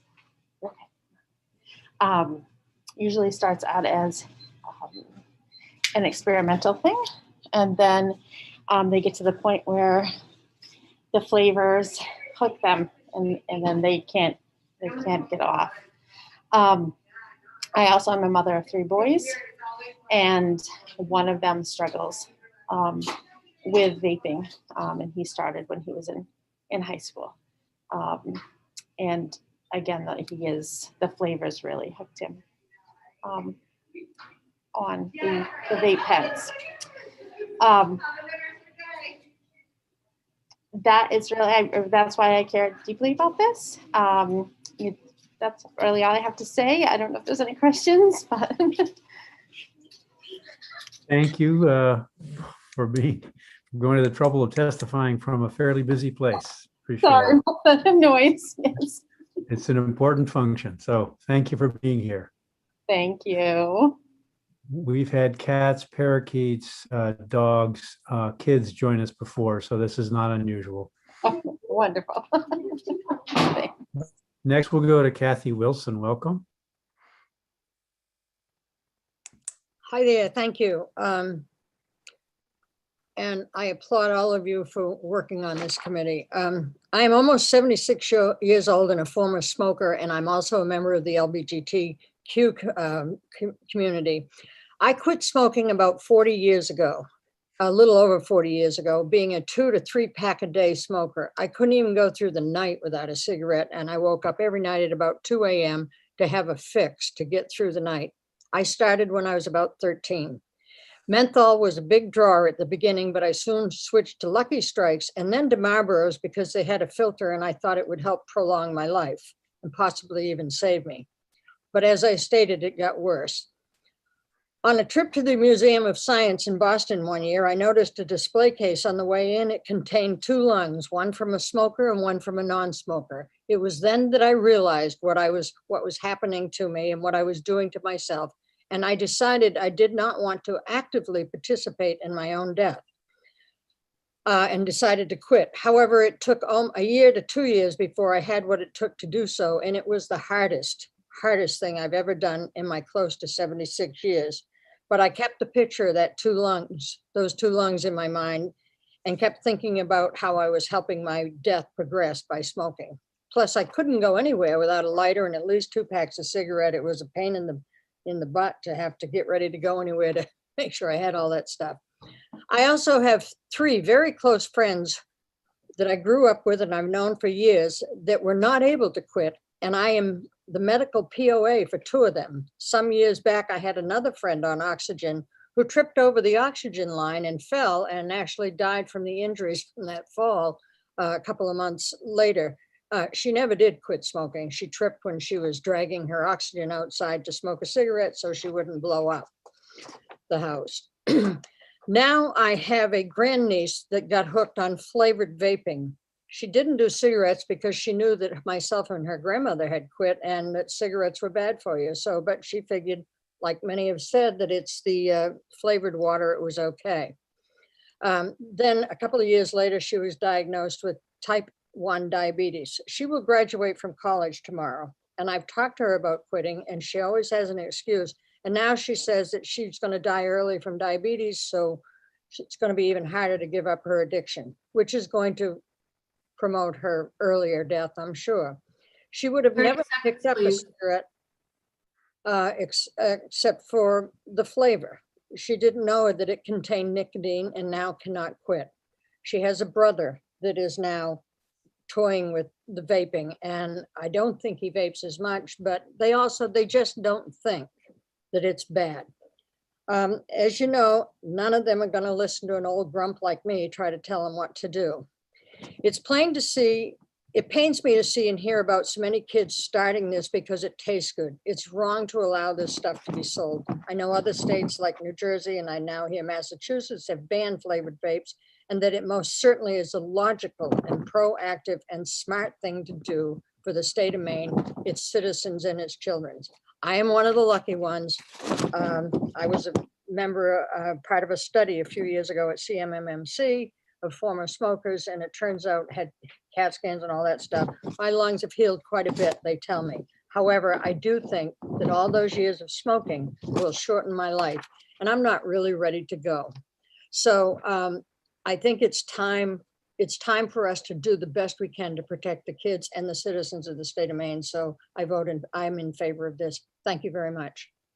Thank you for your testimony. Now we can hear from Lance Bushy. Welcome. Still morning. Good morning, Chairs Claxton and Representative Meyer and distinguished members of the Joint Standing Committee on Health and Human Services. My name is Lance Bushy and I'm the Senior Division Director for State Public Policy with the American Lung Association. The Lung Association supports measures to end the sale of menthol and all other flavored tobacco products in states and local communities. And indeed, the measure before you, LD 1550, is a comprehensive proposal that with swift enactment and implementation stands to be one of the most important public health measures in recent memory. This is also personal to me as a father of a middle schooler and a son who watched my dad suffer with COPD after smoking for decades and ultimately passed of COVID just 4 months ago. For the Lung Association, this is about 3 things. First, helping Maine kids achieve their full potential. Second, preventing lung disease. And third, creating more resilience to COVID-19 and future respiratory diseases and pandemics. The need is clear that nationally and in Maine since the late 90s, we have been making tremendous progress in reducing cigarette smoking to all-time lows. However, this positive news has been tempered by a dramatic increase in youth e-cigarette use and a tobacco use rate that hasn't really changed in a decade. Unfortunately, with this stalled progress, Maine's youth tobacco rate remains higher than the national average, with 1 in 3 Maine high school youth using some form of tobacco products, and the cost to our state, both in health and financial impact, is substantial. 2,400 Mainers die annually due to tobacco use, and tobacco costs Maine more than $1.7 billion, including $261 million to the state Medicaid program. There has never been such attention to lung health in our lifetime as the past 14 months. The COVID-19 pandemic has caused nearly 600,000 deaths nationwide, disrupted the lives of everyone in the country, and caused us to investigate how to minimize future respiratory pandemics. The US Surgeon General has conclusively linked smoking to suppression of the immune system, and smoking can cause more severe COVID-19 symptoms, according to the CDC. With the threat of COVID-19, in addition to the numerous tobacco-caused diseases, it is imperative to prevent youth from starting to use tobacco and to help everyone quit. And we know flavors are the main reason kids use tobacco products. Indeed, the data shows that kids follow the flavors. Higher levels of menthol e-cigarette use were observed with high school students and middle school students when products were removed from the market. We need a comprehensive approach to address flavored tobacco products. We should not pick winners and losers of public health protections based on the method of nicotine addiction. We must treat all products the same. 30 seconds, please. Thank you. The damage to lung health does not discriminate based on which product is used or smoke inhaled into the lungs. We need to act now. For more than a decade, the Lung Association has urged the U.S. Food and Drug Administration to remove menthol and flavored tobacco products from the marketplace. We applaud the recent announcement by the Biden administration to end the sale of menthol cigarettes and flavored cigars, but Maine kids cannot afford to wait for federal action. We encourage your swift and unanimous approval of LD 1550. With your support, we have the opportunity to make sure that our current middle and high school age kids have the opportunity to be the first tobacco-free generation. Thank you. Thank you for your testimony. I think we'll plan to hear from the two folks who have joined us already, and then take a break for lunch. It looks like there's about an hour's worth of testimony and support still to come. And then we'll hear from the folks who are opposed to this legislation after that, with a break sometime mid-afternoon. So let's go now to Laura Bogarad. Hi, Senator Claxton, Representative Meyer, and honorable members of the Joint Standing Committee on Health and Human Services. My name is Laura Bograd. I live in Waterville, Maine, and I'm a student at Colby College, here to testify in favor of LD 1550, an act to end the sale of flavored tobacco products. Over the last month, I've been working as an intern research aide for tobacco-free kids, and I've learned so much. I wanted to volunteer for this campaign because I've seen firsthand that teenagers get addicted to nicotine from flavored e-cigarettes. When I started high school, nobody smoked, and then suddenly everyone started smoking Juuls. First it was at parties, then during school hours. Between every class, the bathroom was crowded with e-cigarette smoking classmates. Every once in a while, the administration would find a Juul and start an investigation, but it was fruitless because everybody smoked. When people offered me to use their Juuls, they would always say, "It's strawberry, want to try?" Nobody ever acknowledged that we were smoking nicotine, only which new flavors they had gotten. I don't think any of us would have smoked unless there were flavors. Since volunteering on this project, I've reached out to over 50 businesses, coaches, and community members. Not once have I had someone said no.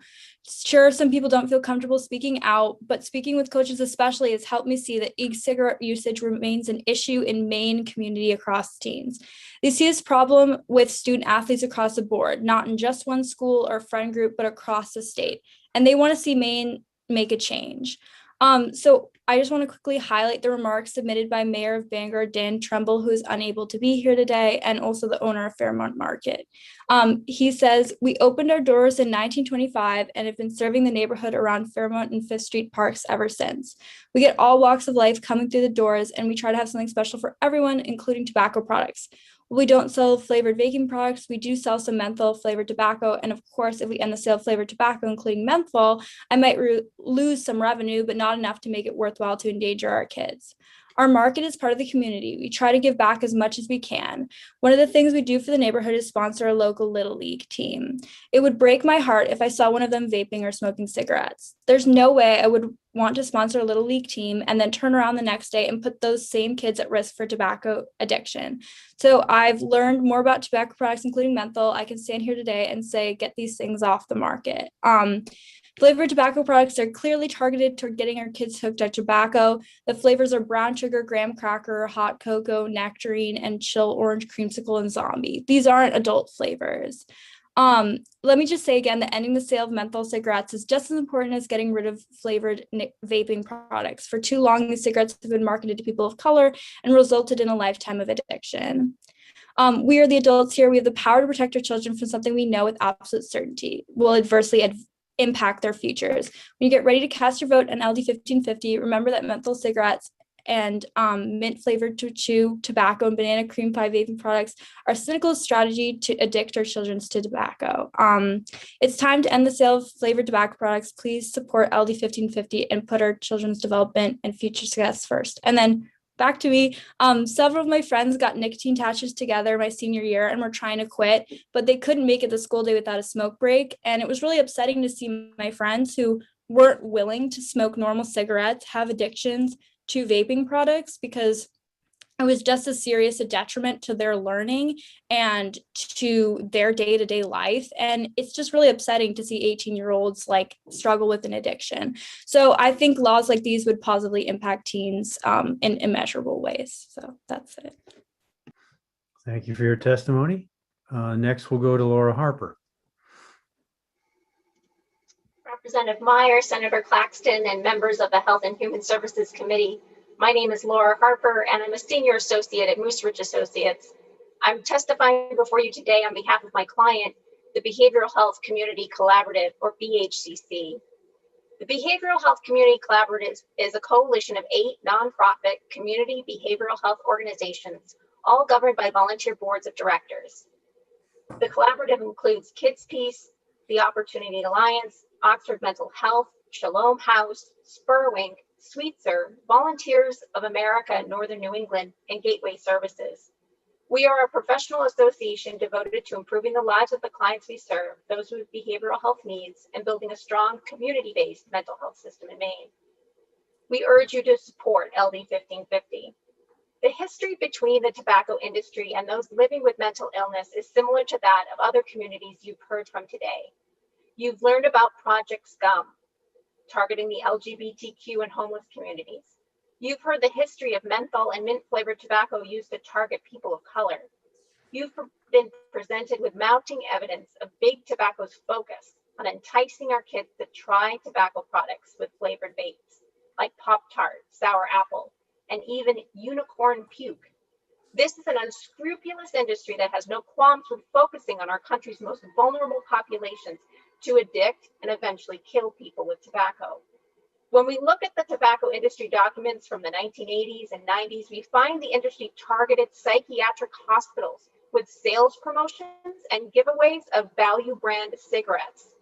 When it comes to enacting smoke-free policies in hospitals and medical facilities, the tobacco industry has fought these restrictions, specifically at psychiatric institutions. Furthermore, the industry has paid for a significant body of research in its attempts to assert that smoking is both less harmful to those with schizophrenia and that it is a necessary self-medication tool. Does this sound familiar? This is an argument similar to what we've heard regarding the impact of tobacco regulation on low-income populations. That the tobacco use is a necessary coping mechanism with the stresses of being poor. This assertion is insulting to those with mental illness and people with low incomes.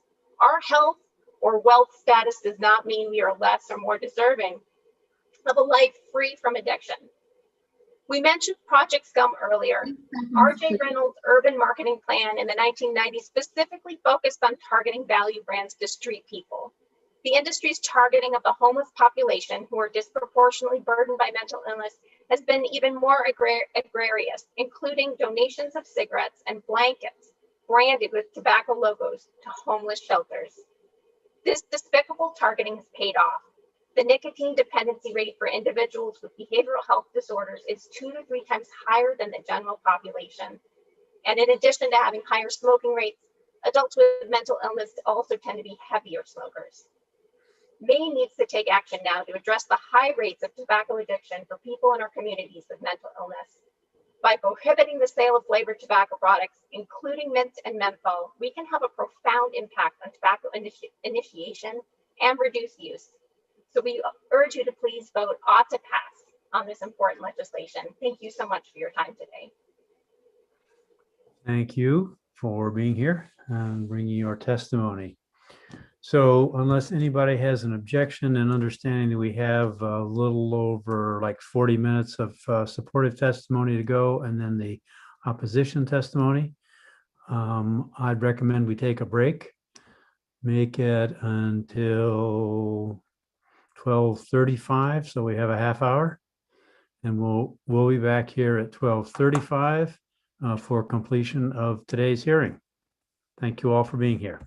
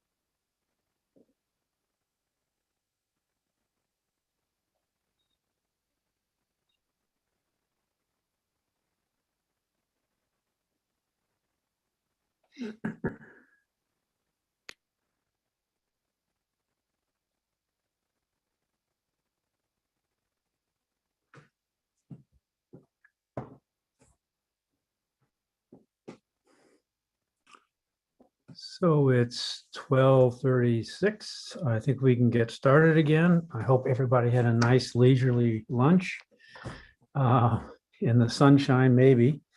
A couple things to remind people about. We are on a 3-minute clock, and you'll get a warning at 2.5 minutes. I had to get in touch with a couple folks today to ask them to keep their background neutral, and a couple other people about not using props. So I just mentioned that for this afternoon's work. We'll go through those, the list of those who are registered by 8:30. And then we'll ask if there are additional people who'd like to speak, because we want to make sure that everybody who wants to has a chance to be heard. So I think we'll start now and go until 2:15-ish for another break, and conclude after that.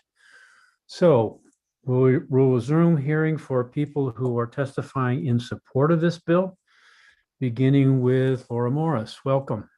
Welcome. Thank you so much. Senator Claxton, Representative Meyer, and honorable members of the Joint Standing Committee on Health and Human Services. My name is Laura Morris, and I'm here today to testify in favor of LD 1550, an act to end the sale of flavored tobacco products. I come to you as a granddaughter of a grandfather who lost his lung very early on when I was young, a COPD sales rep who would see hundreds of people in their homes holding onto oxygen in one hand and a butt in the other because this horrific product is so hard to stop using. The mother of a 27-year-old who is now struggling with vaping of THC, which I'd like to touch on later on for a second. And a prevention specialist who's been in the field for 25 years, and it doesn't even matter the data that you hear today. I have seen it firsthand, hundreds and hundreds and hundreds of youth and school districts who have been negatively affected in communities by these horrific products. I would have come with 130 youth to the Capitol last spring to educate. Due to COVID, I couldn't, but kids are scared and they are confused and they want their voices heard. We know that 3,000 people or more died from these products, more than homicides, suicides, shootings, overdoses, drunken driving combined. It's more addictive than heroin. These people don't know how to get off of it. And today's vaping is yesterday's tobacco. We used to be ads with doctors talking about smoking on these ads. And if you're pregnant, so you would have a low birth rate baby, that's what we're doing with vaping today. And we should not be duped. We knew it before, we know now, we should not be duped again. Youth are the ones who are losing most of all, because if they get them before the age of 21, we know they have 50% more of a chance of having a lifelong customer. So what's happening in the trenches that we see day in and day out? We see 7th graders who can get on their computer and access buying jewels by just hitting yes, they're 21 and having it sent to their home. Access is everywhere. There's absolutely no reason why 21 stops them. We see kids starting as early as 5th grade. We do tobacco programs in 3rd and 4th graders, and these 3rd and 4th graders know all of the ads that they see on the street with the cartoon characters vaping in the woods, and they all think it's fun and innocent, and it's just so misleading. We work with social workers who are scared because these kids come to them and they don't know how to stop. There are no cessation programs, very few for youth, and that is a real problem as well. Once they start, they don't know how to get off. They are full of anxiety and depression. It's just totally exacerbated, and we have behavioral health problems coming out of our ears. Okay, thank you. We are bombarded by a multi-billion-dollar industry, and we feel like the who's down in Whoville. We need your help. We need the power of what we can do today with this particular bill. It gives us an opportunity to protect our children, save lives. We can't do it alone. We're too small, but this is a time where we actually can make a difference. And I'm appealing to you not as legislators, but as human citizens that care about the health and future of our youth. It is real, and you have the power to change it. So I urge you desperately to support this bill. Thank you. Thank you for your testimony. Not seeing any questions, we'll go to Maria Donahue. If you'll unmute and join us. Good afternoon, Senator Claxton, Representative Meyer, and honorable members of the Joint Standing Committee on Health and Human Services. My name is Maria Donahue. I live in Southwest Harbor, and I have been in public health for 20 years. I'm here today in support of LD 1550, an act to end the sale of flavored tobacco. 20 years ago, Maine was heralded as a leader in the nation's tobacco control efforts. We were one of the few states to put our tobacco settlement dollars toward public health programs with an emphasis on tobacco prevention. The number of high school students who smoked cigarettes dropped from 39% in 1997 to 9% in 2019. In 1999, Maine was one of the first states to pass legislation making restaurants smoke-free. And in 2003, Maine became the 5th state to adopt and extend a comprehensive smoke-free workplace law to bars. Unfortunately, many of the gains we made in tobacco prevention and control have been undermined by the introduction of vaping devices as alternatives to combustible tobacco. As cigarette smoking became increasingly banned, legally and socially, the tobacco industry developed new products to get around indoor smoke-free laws. Cigarette smoking has declined, but in 2019, nearly 1 in 3 high school students in Maine reported using some form of tobacco, including cigarettes, smokeless tobacco, cigars, and e-cigarettes. We're hearing from students and adults alike that the number is much higher. Everyone is vaping. They say, cigarettes are gross, but vaping is cool. With thousands of fruit, candy, and dessert flavors of tobacco products, many young people don't understand that e-cigarette aerosol isn't just water vapor. We even hear parents buying vapes for their children because they think they are a harmless, candy-flavored novelty. In fact, nearly all vaping products contain nicotine. One of my colleagues offers vaping workshops to youth in Washington County. Students have shared that they watch TikTok and see colorful ads with fun flavors like unicorn milk and bubblegum that grab their attention. Their parents and teachers are afraid for their futures. Kids compete to see how fast they can consume the juice in one pod, the equivalent of 1 pack of cigarettes. They can consume 1 pack in seconds. With regular cigarettes, that is not humanly possible. Flavors aren't harmless. Flavors hook kids. The tobacco industry is trying to hook a new generation of users.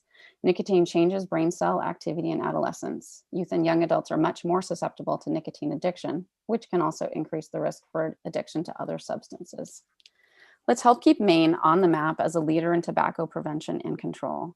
Let's give our young people their best chance to lead healthy, productive lives free from tobacco addiction. I ask this not only as a public health professional working to keep all Maine kids healthy, but also as the mom of 12 and 15-year-old boys that I hope never get started or hooked on flavored tobacco. Please vote to end the sale of flavored tobacco products, including mint and menthol, in Maine. Thank you for your time.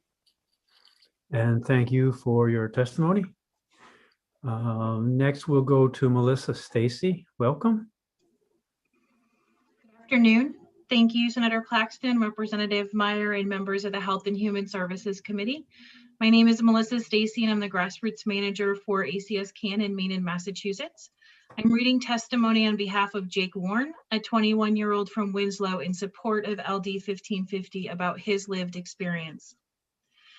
Cigarettes have completely taken over the schools, e-cigarettes, from junior high through college. When I was in high school, the bathrooms were filled with kids between classes using their e-cig product. Young adults and teens don't see the connection between e-products, cigarettes, and how nicotine addiction can take over. E-cig products like Juul have just as much nicotine in a pod as a pack of cigarettes. These small juice cartridges that contain nicotine, flavoring, and chemicals are much more easily consumed than cigarettes, and much more quickly. It's uncommon for a pod to last a full day. If you ask anyone why they use it, it's because it tastes good. My favorite vape flavor was a Red Bull flavor called Energetic Bull. It's been 3 years and I can still taste it every time I think about it. After a few weeks of using these devices, it becomes part of your life. Without even realizing it, you are addicted. It's such the norm, it's like having a cell phone. I always had an e-cig product throughout high school. A local vape shop would host a game night, which would be filled with high schoolers and young adults trying the new flavors. We are the consumer for this product and it was geared towards us. I would go there all the time with no issue and e-cigarettes were at our fingertips. Once I got into college where I was playing for an intense D2 soccer program, I bought my first Juul. All around campus, you can find used cartridges scattered on the ground like cigarette butts and students ripping while walking to class. I didn't think it would become a problem for me. I was a driven college athlete, and while I knew my parents were very concerned about my e-cigarette use, I dismissed their concern. I had done my research and even told my parents that. By the middle of the fall season, I was buying a total of 8 pods per week and it had completely taken over my life. I was spending much more than my weekly budget allowed. I started to rely on my Juul for my daily tasks and I couldn't go without it because it would affect my mood and attitude too much for me to be productive. I was anxious, irritable, very angry, feeling unhealthy and coughing. My parents scheduled a doctor's appointment for me and I was not on board. During this visit, I quickly learned this isn't something you can do on your own. That first step made me want to win this battle. I transferred schools and focused on getting healthy. 2 years later, I'm still working on it and realize it's a part of who I am now. The dangers and addiction to nicotine are just now being recognized by my age group, and I am seeing firsthand how my friends don't even try to stop. It helps to share my story, but I wish I'd never picked up an e-product. I'm watching adults pointing the finger at each other. Parents and teachers aren't doing their job. Consequences aren't strict enough. But I think lawmakers let their guard down to tobacco companies. We knew cigarettes were bad for you, tasted awful, and smelled terrible. I would never have smoked a cigarette. I didn't view e-cigarettes as a tobacco product, and I was wrong. Ending the sale of flavored tobacco products is a big step in preventing kids from starting and will encourage users to quit. You have a chance to do something right now to take one step in the right direction. Believe me, this cannot wait. This is addiction. We need to stop this problem before it gets worse or a whole generation will be paying the price. Thank you. Thank you for sharing your story, Melissa. Next, we'll hear from Dr. Norma Dreyfus. Welcome. Thank you, Senator Claxton, Representative Meyer, and members of the Health and Human Services Committee. My name is Dr. Norma Dreyfus, and I'm a retired pediatrician in Neuralsic, and I'm here to testify in favor of LD 1550. It is a fact that smoking kills and harms both the smoker and those around him or her. And we know so much more now about the health effects of tobacco than we did when I sat in the back of an amphitheater in medical school with smoke wafting up from the smokers in the front rows. For instance, we now know that tobacco smoking during pregnancy accounts for 17% of sudden infant deaths, and there is increased risk of stillbirth, placental-associated complications, and preterm birth. The effect of tobacco smoke on the development of asthma begins in utero with untoward fetal lung changes. Not only is smoking involved in the development of asthma, but asthma's prevalence and severity is increased in a smoke environment. The risk of middle ear disease, childhood overweight, learning and neurobehavioral problems, and preclinical atherosclerosis is also increased by second and third-hand smoke exposure. Most adults who smoke started their smoking in adolescence, the majority having started nicotine before age 18. Over the last 20 years, with really hard work, adolescent smoking was declining. That headway is now being reversed in the teen population because of the introduction of flavored tobacco products. The availability of flavors was among the most predominantly cited reasons for youth e-cig and cigar use. Many teens falsely believe that e-cigs with flavor are less harmful than tobacco flavors. And there's increasing data that adolescents and young adults who do use e-cigs are at a higher risk to transition to the use of traditional cigarettes. The executive function and neurocognitive processes of the brain are not fully developed in early adolescence. The psychoactive ingredient in e-cigs is nicotine, which has a neurotoxic effect on the developing brain. The amount of nicotine in the electronic systems varies widely, and there's often discrepancy with the quantity on the label. Some amounts are equal to or in much excess of what is in a conventional cigarette. Nicotine is addicting, and adolescents are physiologically more vulnerable. The earlier the age of nicotine-containing products, the stronger the addiction and the more difficult it becomes to quit. This puts adolescents at risk of the marketing schemes of the tobacco industry. As stated by Nancy Brown, former CEO of the American Heart Association, quote, "The tobacco industry is relentless in its pursuit to recruit the next generation of addicted users at an early age, exploring new technology and appealing flavors to seal their deadly deal." In 2016, 30 seconds, please. In 2016, the Surgeon General reported that electronic cigarettes are unsafe for children and adolescents. There are toxicants and carcinogens found in the delivery solutions of electronic systems. Please vote in favor of LD 1550. Flavored tobacco products attract kids. Prohibiting their use will halt the progression to tobacco use, as well as the adverse effects of the electronic systems themselves. Thank you, and I'd be happy to respond to any questions you may have. Thank you, Dr. Dreyfus. I'm not seeing any questions. Thank you for being here. Thank you. So we'll go next to Rebecca Boulos. Welcome. Thank you. Good afternoon, Senator Claxton, Representative Meyer, and distinguished members of the Joint Standing Committee on Health and Human Services. My name is Becca Bolas. I am a resident of South Portland and Executive Director of Maine Public Health Association. And PHA is here in support of LD 1550, an act to end the sale of flavored tobacco products. And PHA is the state's oldest, largest, and most diverse association for public health professionals. We represent more than 500 individual members and 30 organizations across the state. Our mission is to improve and sustain the health and well-being of all people in Maine through health promotion, disease prevention, and the advancement of health equity. By far to date, the most robust and comprehensive review of e-cigarettes was published in May 2020 in CHEST. And in my testimony, there's a link to that report, and I encourage you to take a look at it. I think it's worth reading. I want to make 3 points today that build from that review, as well as the work of others in the tobacco research field. The first is that data are insufficient to support the use of e-cigarettes as a harm reduction strategy. While e-cigarettes are marketed as a harm reduction tool for tobacco, for tobacco smokers wishing to quit, systematic reviews suggest a lack of clear efficacy. In fact, research shows that smokers do not quit with e-cigarettes, but rather switch to e-cigarettes.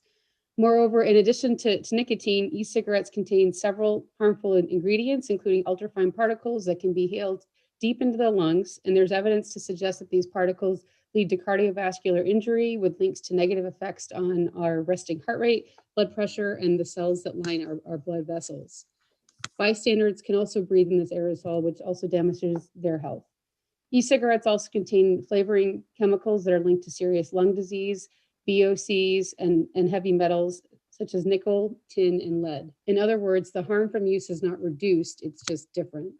The second point I want to make is that it's common for adults to use both e-cigarettes and combustibles, which is also known as dual use.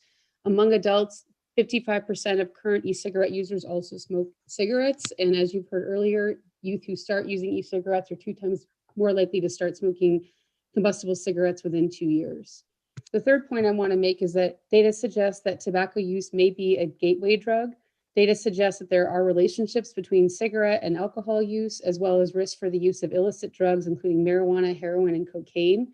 In a recent national survey, more than 90% of adult cocaine users smoked cigarettes before they began using cocaine. And in a landmark 2011 study, researchers identified a proposed biological mechanism to explain the association, and that's that nicotine reprograms the expression pattern of specific genes that are associated with addiction, which ultimately alters the behavioral response to cocaine.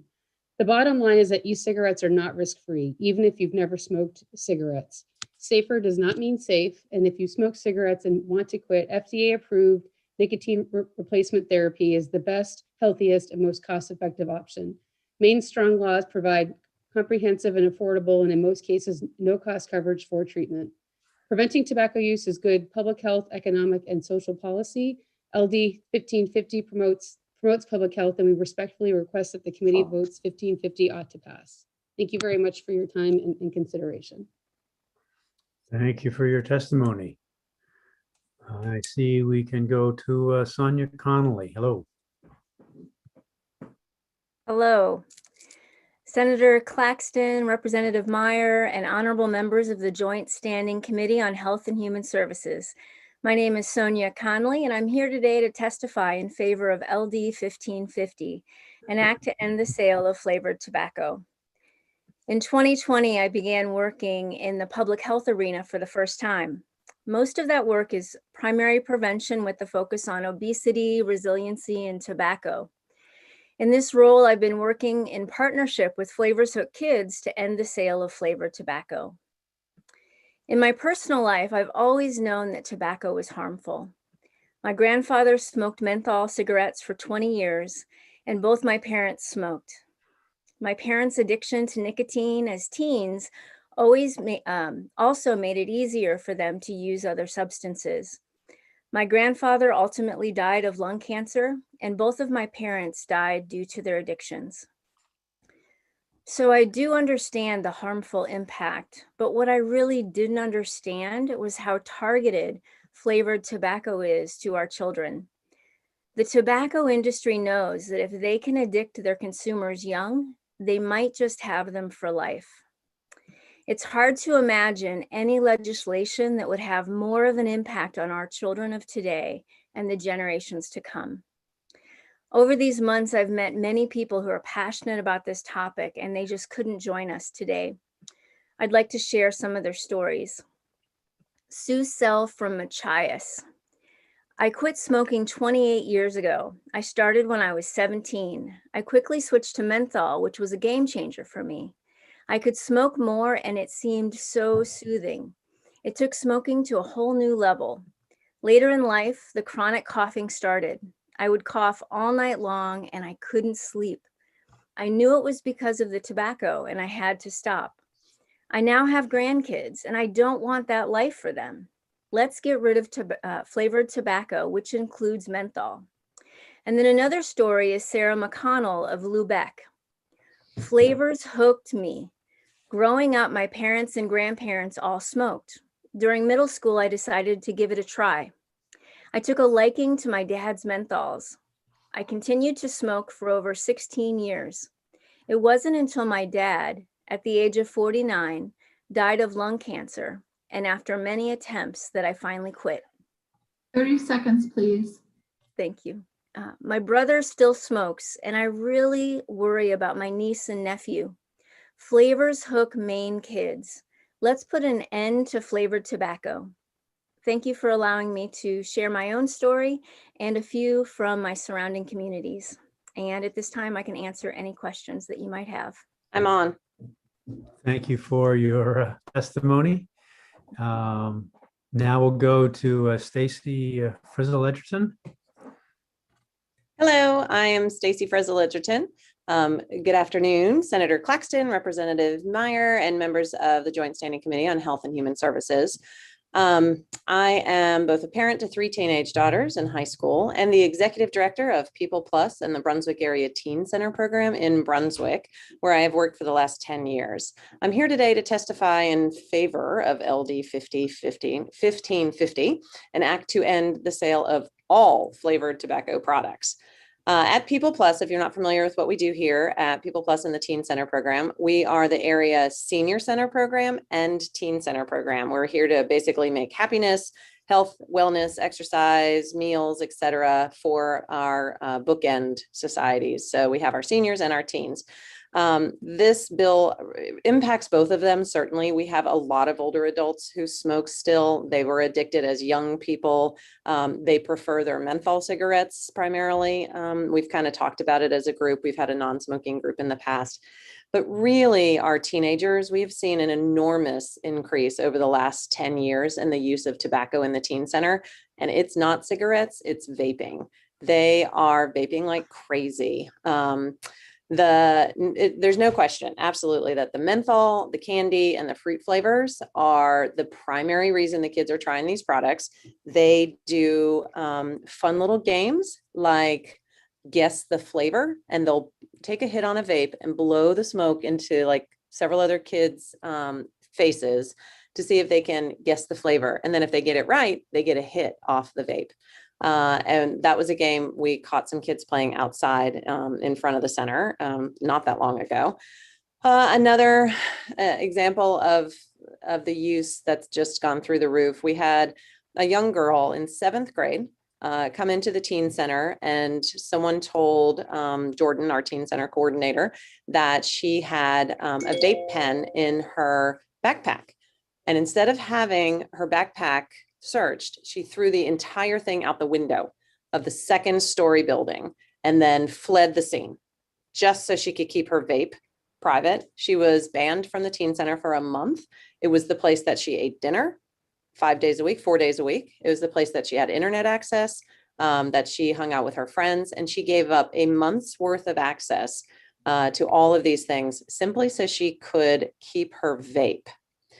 We also know that there's a number of kids, thank you, a number of these kids are spending their lunch money. They're making choices to spend their lunch money on vape products instead of on lunches, especially now that school is giving out a bag lunch every day. They feel it's a score for them because now they can just spend their lunch money on vape products.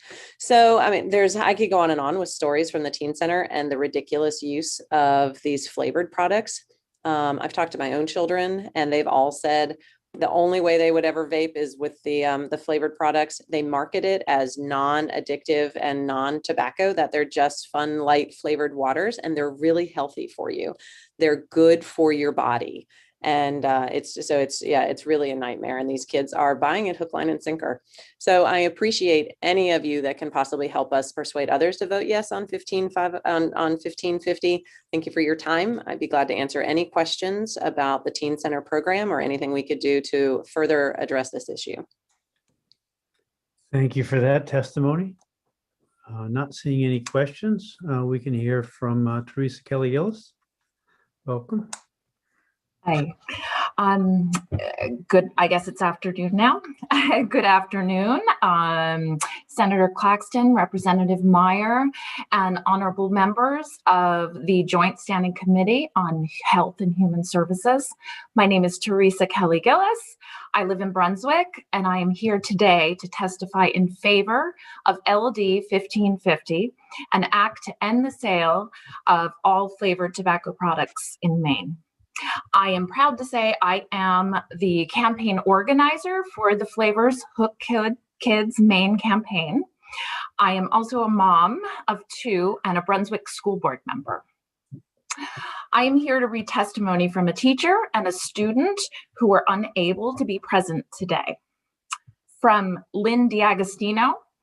As a physical educator for over 30 years, I have seen the impact of advertising targeting elementary school students.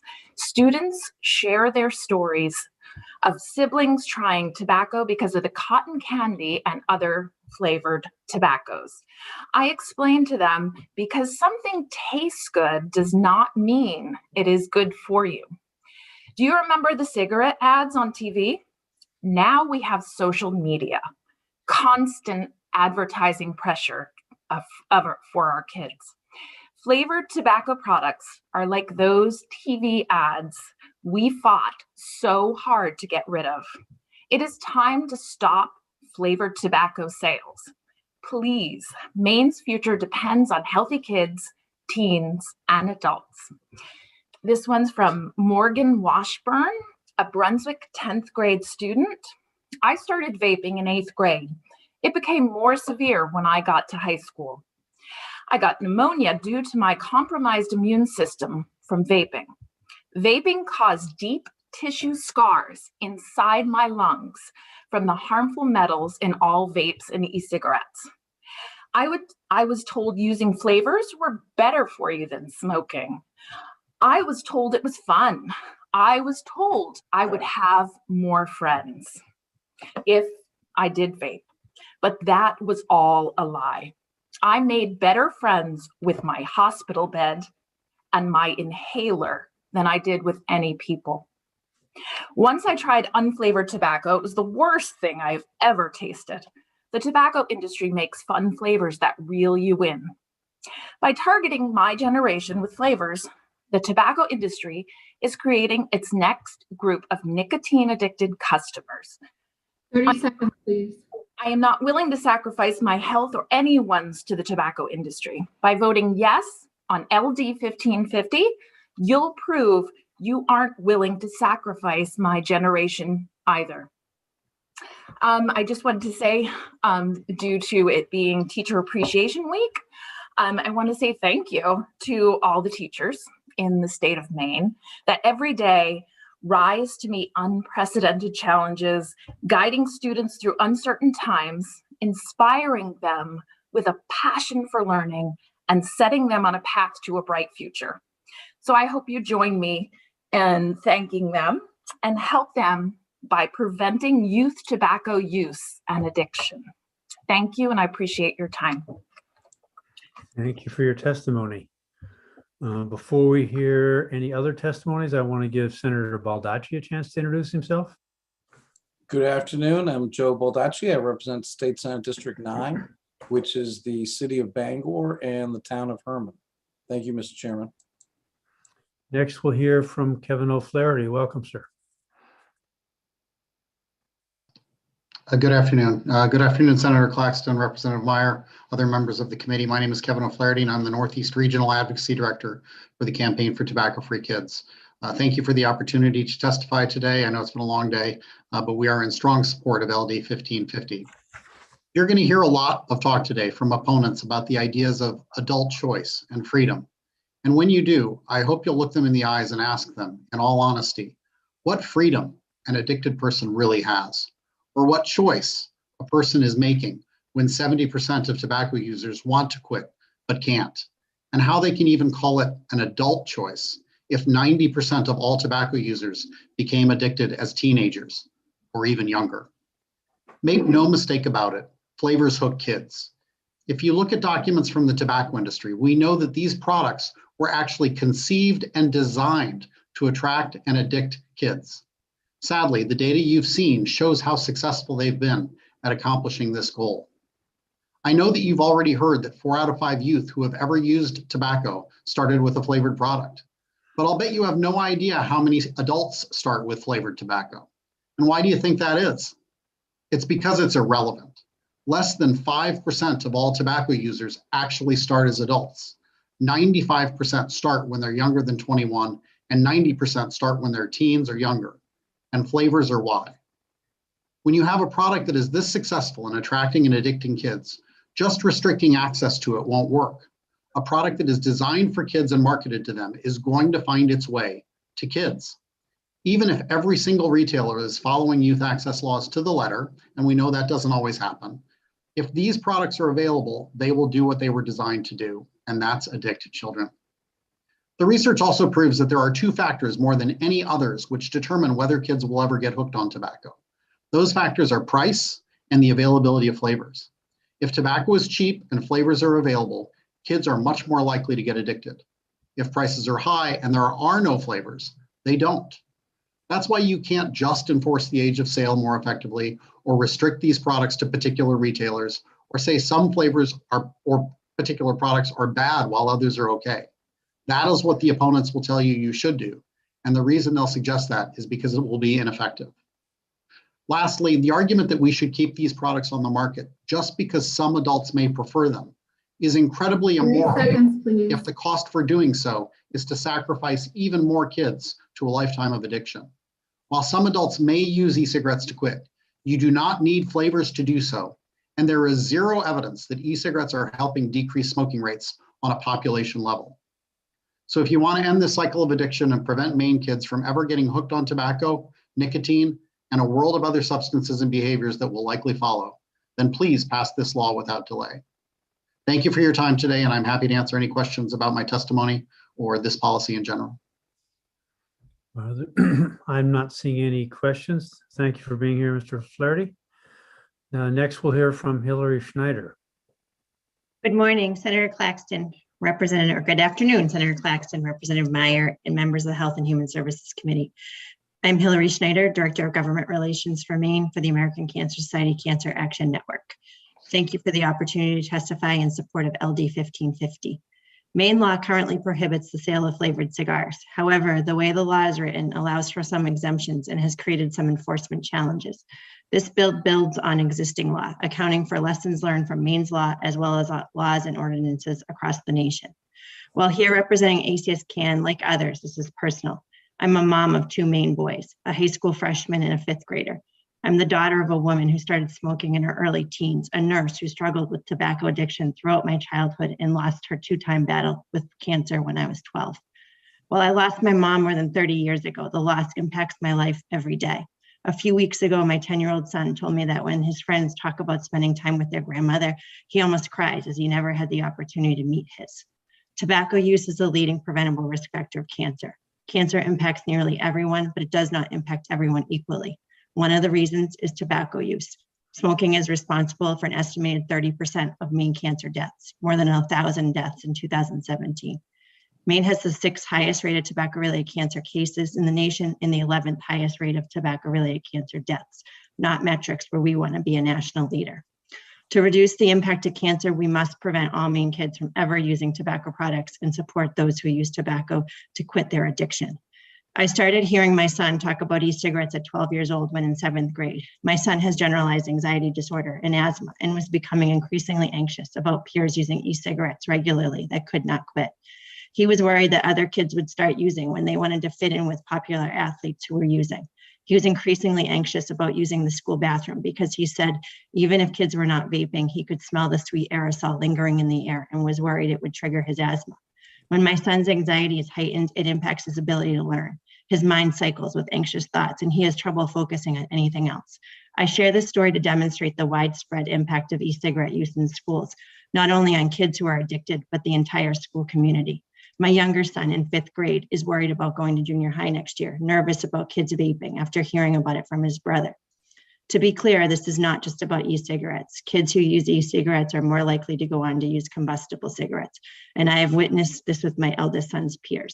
More than 1 in 15 Maine high school students smoke combustible cigarettes, with a high of 1 in 8 in Washington County. 1 in 13 male high school students, including more than 1 in 10 male seniors, smoke cigars.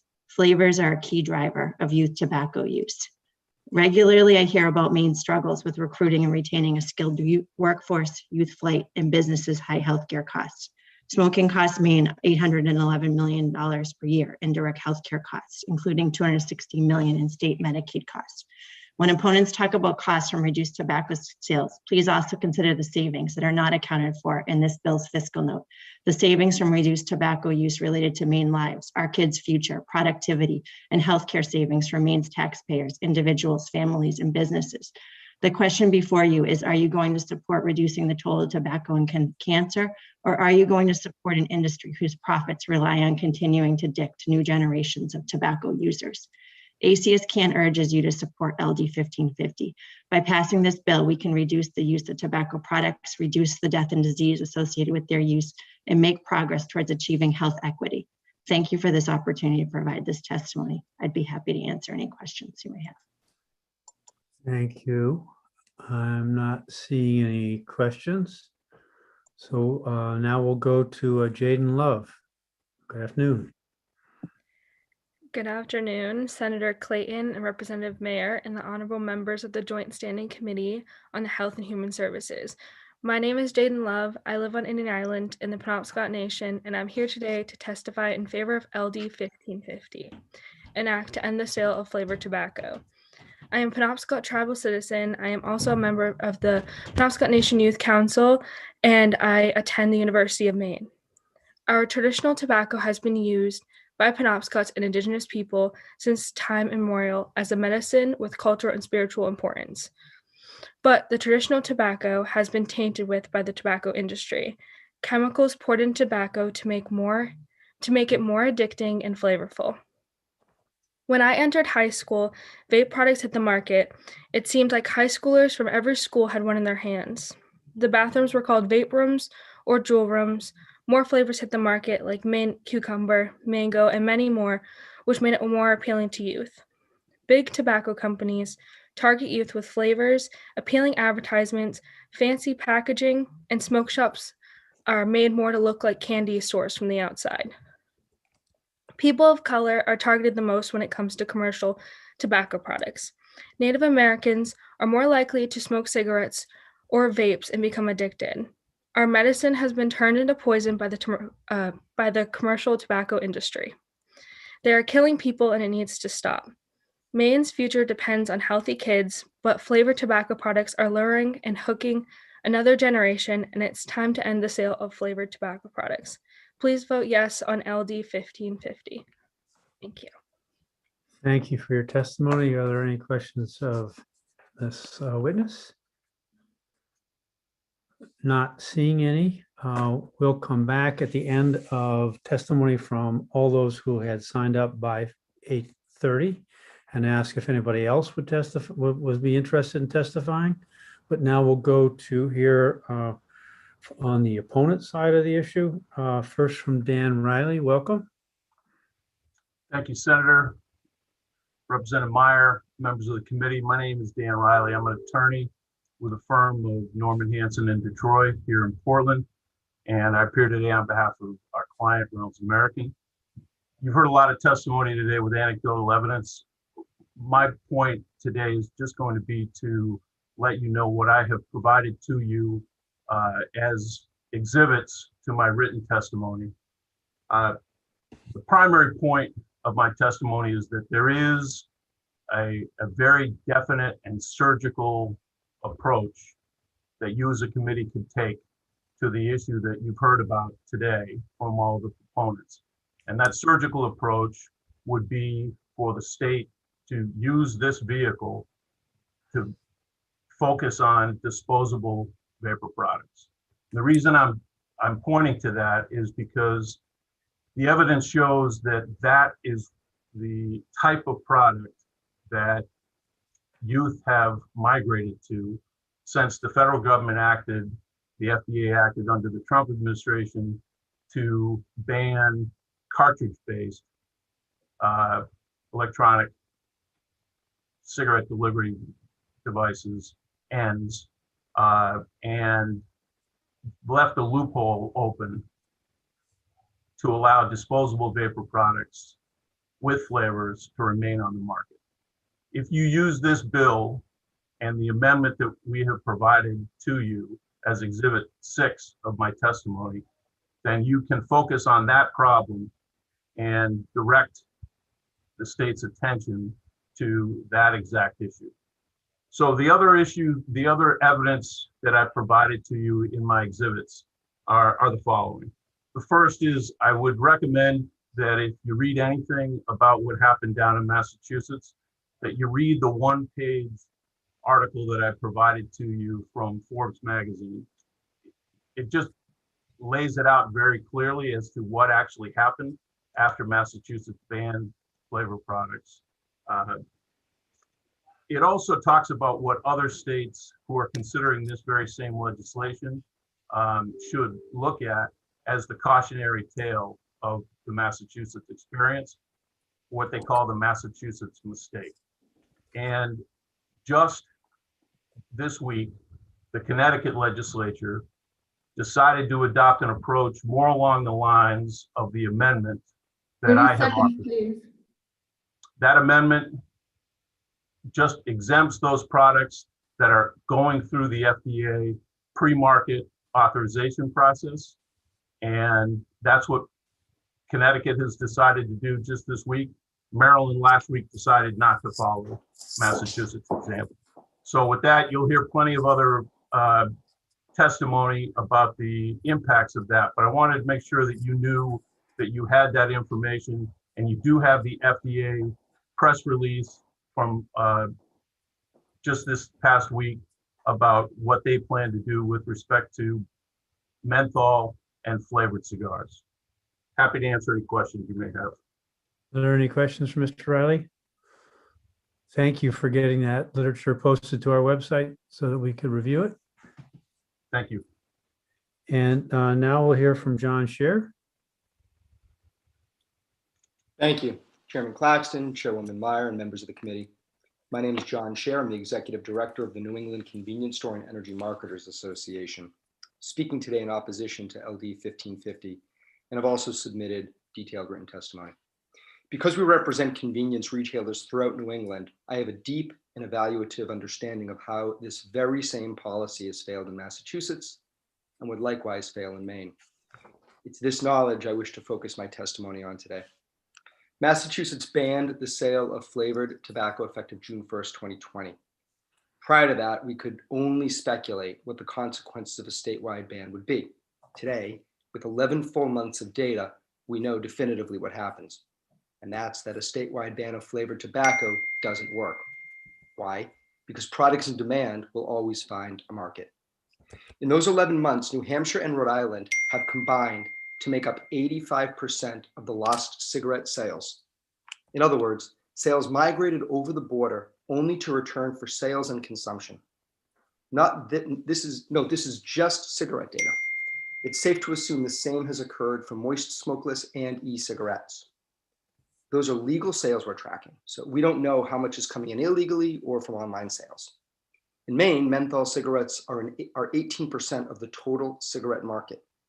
Flavors account for 88% of the moist smokeless market and 72% of the vape market. Menthol cigarettes alone is a $120 million market. You cannot ban a $120 million plus market and expect the results you hope to achieve, which presumably is that nobody will use or initiate on these products any longer. It's the communities that are closest to the New Hampshire border that will bear the full brunt of the policy, but make no mistake, the products will find their way throughout Maine as they have in Massachusetts. Even the FDA recognizes the existence of a thriving black market. Part of its recently announced action on menthol includes a careful evaluation of whether a ban will create a new illicit market for products sold outside the regulatory system. This debate isn't about raising business revenue or big tobacco trickery. It's about creating sound policy and consequence mitigation. Your intentions are good, but LD 1550 is a deeply flawed policy. It is also flawed in that it goes far beyond the products with youth appeal, flavored e-cigarettes, and would ban products that are statistically adult preferred products. This will not harm tobacco manufacturers, mind you. They'll continue to make the same sales, just not through Maine retailers. The policy harms your local businesses and Maine adults. Maine leads the nation today in cessation and education funding and effectively uses its licensed, regulated, and enforced system with retailers as its gatekeepers. This is the tool you should continue to use. In fact, Connecticut just came to the same conclusion by amending its flavored tobacco ban. 30 seconds, please.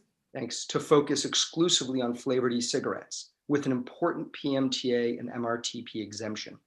I encourage you to inform yourselves on this issue beyond anti-tobacco sound bites and look closely at what Connecticut decided, why the policy failed in Massachusetts, what the recently announced FDA policy does and does not do, and what the PMTA process will mean for the future of the industry. Thanks, and I'm happy to answer any questions. Are there any questions for Mr. Scheer? And does your testimony explain the alphabet salad that you used there in the last paragraph? Yeah, it does. Thanks. But if you need any further clarification, I'm happy to provide that. Not a place I spend much time, but I understood some of the reference, but not all. Okay. Thank you, sir. Sure. Thank you. Next, we're going to hear from Anna Bettencourt. If you'll unmute and join us. Good morning. Can you hear me? You can. Okay. So I speak as a retailer. I'd like to talk a little bit about Massachusetts regulations. I currently work for Energy North Group, which is a convenience store chain in Maine. We operate in southern and northern Maine. We have a total of 16 C-stores and 2 car washes there. I heard earlier a lot of testimony about youth products, youth getting products, and it being targeted to youth, which is not true in the sense of the convenience store. I share Mr. Scheer's thoughts in that we are the gatekeepers and we keep the product out of the hands of youth. But what I can tell you about is if you enact this policy, it's going to fail as it has in Massachusetts. I spent 23 years of my retail career in Massachusetts, and I can tell you that there's absolutely, positively, and I've seen it with my own eyes, counterfeit product, making its way in from other states. But the best governor that Massachusetts ever had for New Hampshire's business was Charlie Baker. I can tell you that we have bordering stores, the company I previously worked for in New Hampshire, and the sales went down in Massachusetts, but we had a store in Salem, just boom. All of a sudden we started selling 50,000 packs a month, more than we previously had, and the sales doubled in the categories. So what I'm telling you is this will not solve the problem. You're still going to have customers using the product, just getting it from other sources, whether it be illegal channels of illicit trade. Because I can tell you in Boston, you can go in most convenience stores that are not chain owned and buy a pack of Newports that the state is not getting any revenue on and is illegal to be there. And I just see the same thing is happening in your state if you enact this. This is not the way to keep youth from using the product. I am convinced if you want to keep youth from using tobacco products, it's education.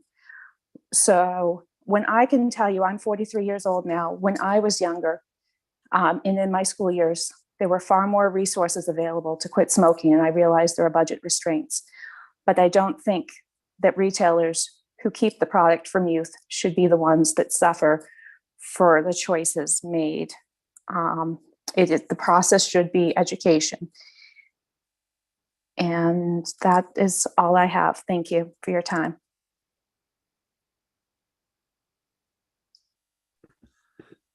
Thank you for sharing that perspective, Ms. Bettencourt. Next, we'll go to Anthony Miranda. Welcome.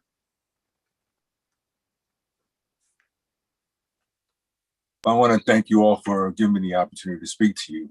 My name is Anthony Miranda. I'm the Executive Chairman for the National Latino Officers Association. I am here to talk to you about the unintended consequences of the ban that you're speaking to, but I'm going to change my testimony a little bit based on all the conversation I listened to this morning. We spoke about protecting our youth, and that had been the focus.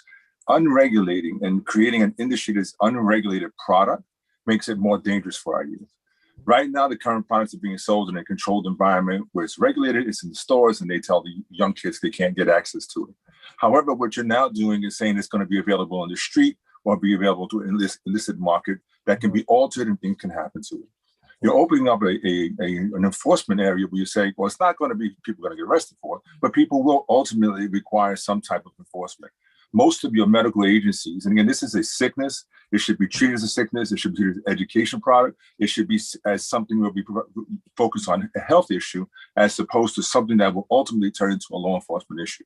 When you start having the illegal sales of these products, again, you're talking about a ban, which means that ultimately it becomes a black market product. It's something that's going to be sold on the streets in our community, which impacts our quality of life, which eventually turns into a call for law enforcement interaction. Again, a drug sale in the corner is no different than a cigarette sale in the corner. We've seen this in many different states where it happens. And you see many of these cases that impact, especially community colleges, that resulted in death because of quality of life issues over the illegal sale of cigarettes. So when I caution you to this is the following. While we are talking about nobody's promoting cigarette smoking, that's not what we're talking about. We're definitely not talking about promoting cigarette smoking to our youth. We're saying that adults do have a choice to make, but education has been an effective tool, and providing additional health options have also been an effective tool to preventing that type of addiction that we're talking to. Historically, it wasn't available to us, and historically it wasn't. But again, now we're at a different stage. We have a community where you're saying that has a majority of population of people of color who are using menthol cigarettes, and you're saying that you want to ban it. That results in an unnecessary potential police contact in communities of color and in other communities. Again, I stress to you, it's about control of the product. It's monitoring. They have rules and regulations in the industry where we have it now. When you put it in the street, you're going to create police situations that are going to totally impact all our communities in a negative fashion. So consider that when you're making this decision right now. We're not talking about, ban the flavors, ban the vapor products. These are things that shouldn't have been out there to begin with. They also are things that are not regulated right now. However, 30 cigarette sales seconds, and menthol cigarettes are regulated industry, and there are control mechanisms in place. So imagine that people are still going to gain access to it, but now there's no control mechanism. They can be altered, other additional things can be added to them. It's not going to be an effective product that's going to be in the black market in our streets. Again, I caution you. I welcome any questions that you have for me. Now, speaking from a law enforcement perspective, this has law enforcement implications, regardless of you not addressing them. It will eventually be a law enforcement issue. Thank you for your testimony. I'm not seeing any questions right now. Next, we can go to Anthony Scott. Good afternoon.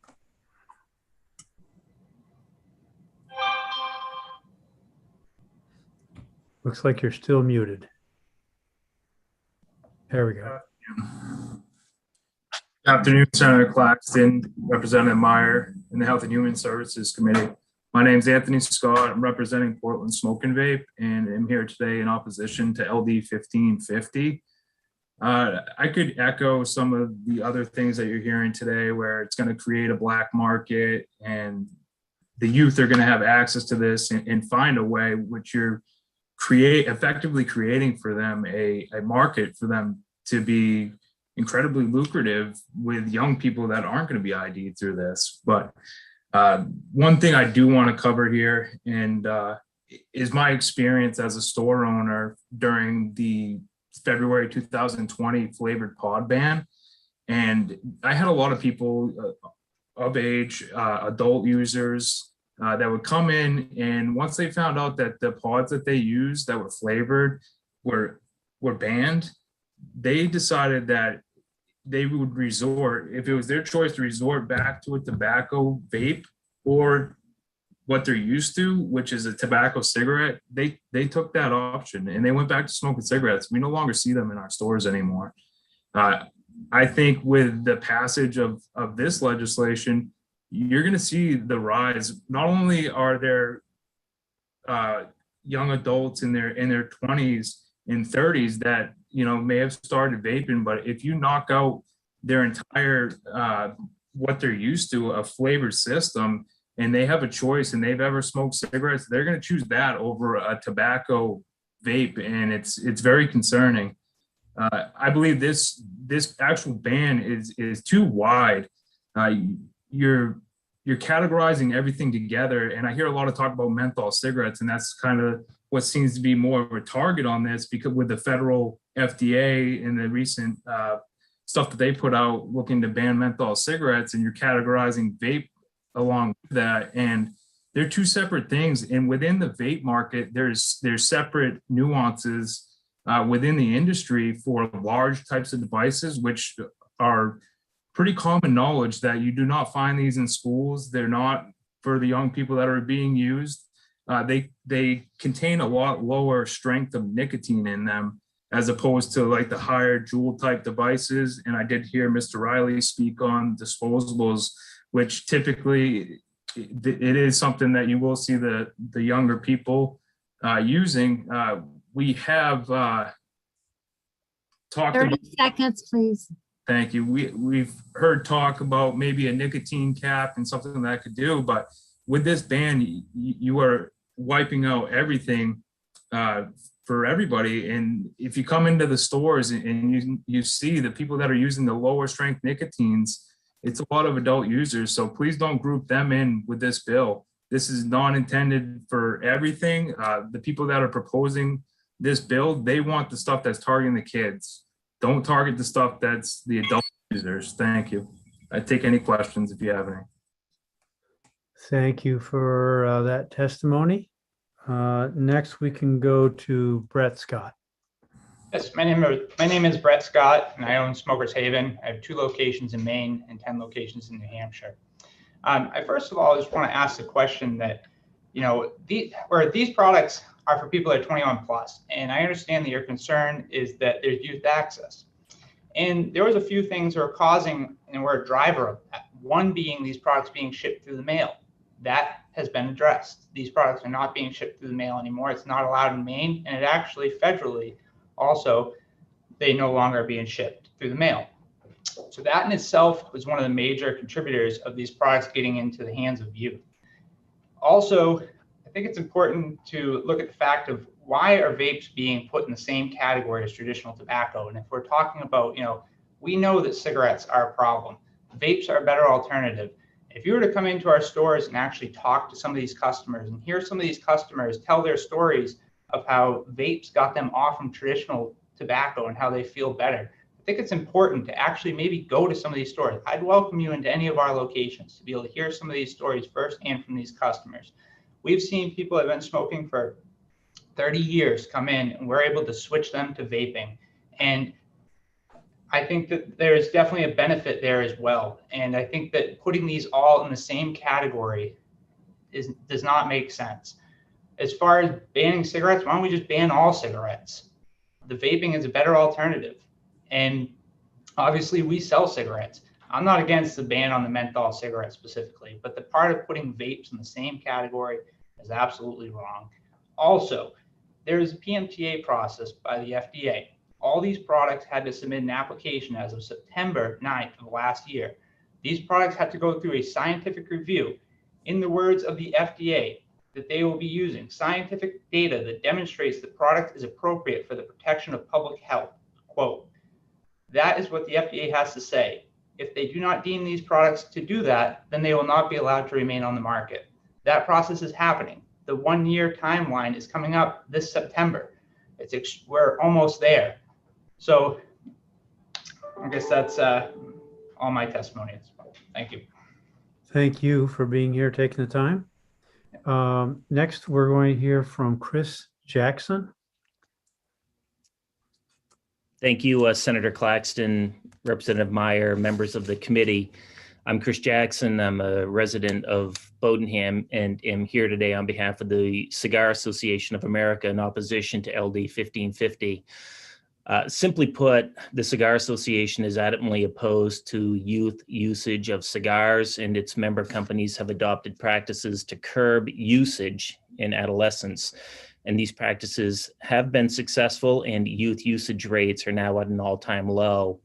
As you have heard, just last week, the FDA announced its intention to issue a proposed product standard seeking to ban all characterizing flavors in cigars. The proposed product standard will be subject to comment, and the Cigar Association of America will absolutely engage in that process. We're adamant that tobacco is an adult product and minors should not use any tobacco product. But this ban would do very little other than to limit choices of adult cigar consumers, as the reason for adding flavors is product differentiation and identification, as is the case for a host of other consumer products such as wine, beer, and spirits that are not intended for underage use. This past Sunday, I read with some disbelief the cover story of the Maine Sunday Telegram, Portland Press Herald, titled Edibles with an Edge. And if you haven't read it, I hope you go pick it up and see if you don't pick up on some irony of this here in a ban flavored cigars, a product that the underage population does not use as a rule, while other industries whip up cannabis infused goodies like gingerbread flavored or sea salt caramel bonbons, pumpkin cheesecake, and chocolate dipped strawberry French macaroon edibles. The subheadline of the article itself states THC infused gummies, candies, and baked goods is making marijuana mouthwatering. I point that out to you, and I hope you consider it. We're strongly opposed to this. I've submitted some written testimony that has more detail from our perspective. And thank you for your time and patience today. Thank you for your testimony. Thank you. Next, we'll go to Christine Peters. Good afternoon. Hi. Thank you for allowing me the opportunity to speak to you. So my name is Christine Peters. I am the Chief Operating Officer for the Maine Smoke Shops. We are an employee-owned company that employs around 80 employees across the state of Maine. It is very disappointing to us that during a global pandemic, trying to keep ourselves and our customers safe, that we must now fight for the rights of our customers and employees to purchase flavored tobacco products that have been on the market for decades, not talking about vape and electronic cigarettes. I feel like the national epidemic of the younger people vaping has opened Pandora's box in terms of the flavor ban. No retail establishment thinks, hey, let's sell tobacco products to minors today. We stand with you and trying to keep underage kids from getting their hands on any tobacco products. I myself, being a former smoker that started when I was 15 years old by taking my mom's cigarettes behind her back. I was not looking for, advertisements to get me smoking. It was my mother that smoked that got me to smoke. I, as a parent, have educated my 2 adult daughters not to make the same mistakes that I did. We have seen in Massachusetts that the flavor ban has created those consumers to find other means to get their products. We see customers coming from Massachusetts buying menthol cigarettes. And so during this pandemic, with so many businesses closing, I would think that lawmakers would not want to cripple Maine businesses more. The state would be at risk of losing $21 million a year in revenue, and the state budget would take at least a $22 million hit. It will create a black market. It will drive business to New Hampshire. I can remember back in 2007 when we banned flavored cigars, we had a store in New Hampshire and our customers would make a trip once a month to get cigars for themselves, their neighbors, and their relatives. I have also seen no scientific proof that menthol cigarettes or flavored tobacco products are any more harmful than non-flavored. And in an environment where it is crucial to follow the science, where is the science in all of this? I want to thank you for your time and please ask you to follow the science. And remember that we're trained to check IDs and prevent underage smoking. The local drug dealer down the street that will be selling menthol cigarettes will not ask for an ID, nor will you collect the excise tax from that sale. Thank you for your time. Thank you for your testimony. Next, we'll hear from Christopher Bollier.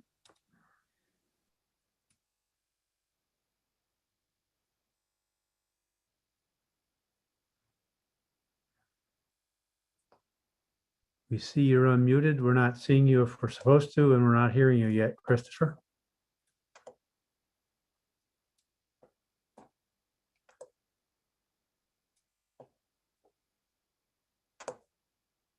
Are you there, Christopher? It's your turn.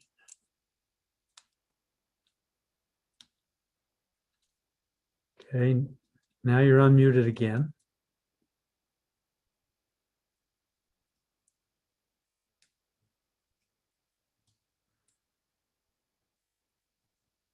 I forgot to mention at the start of the hearing that we have a daily allotment of technical problems that we have to fulfill. This would be one of those. Okay. Christopher, you're unmuted. Now you're muted. Unmuted. Go ahead and speak if you'd like.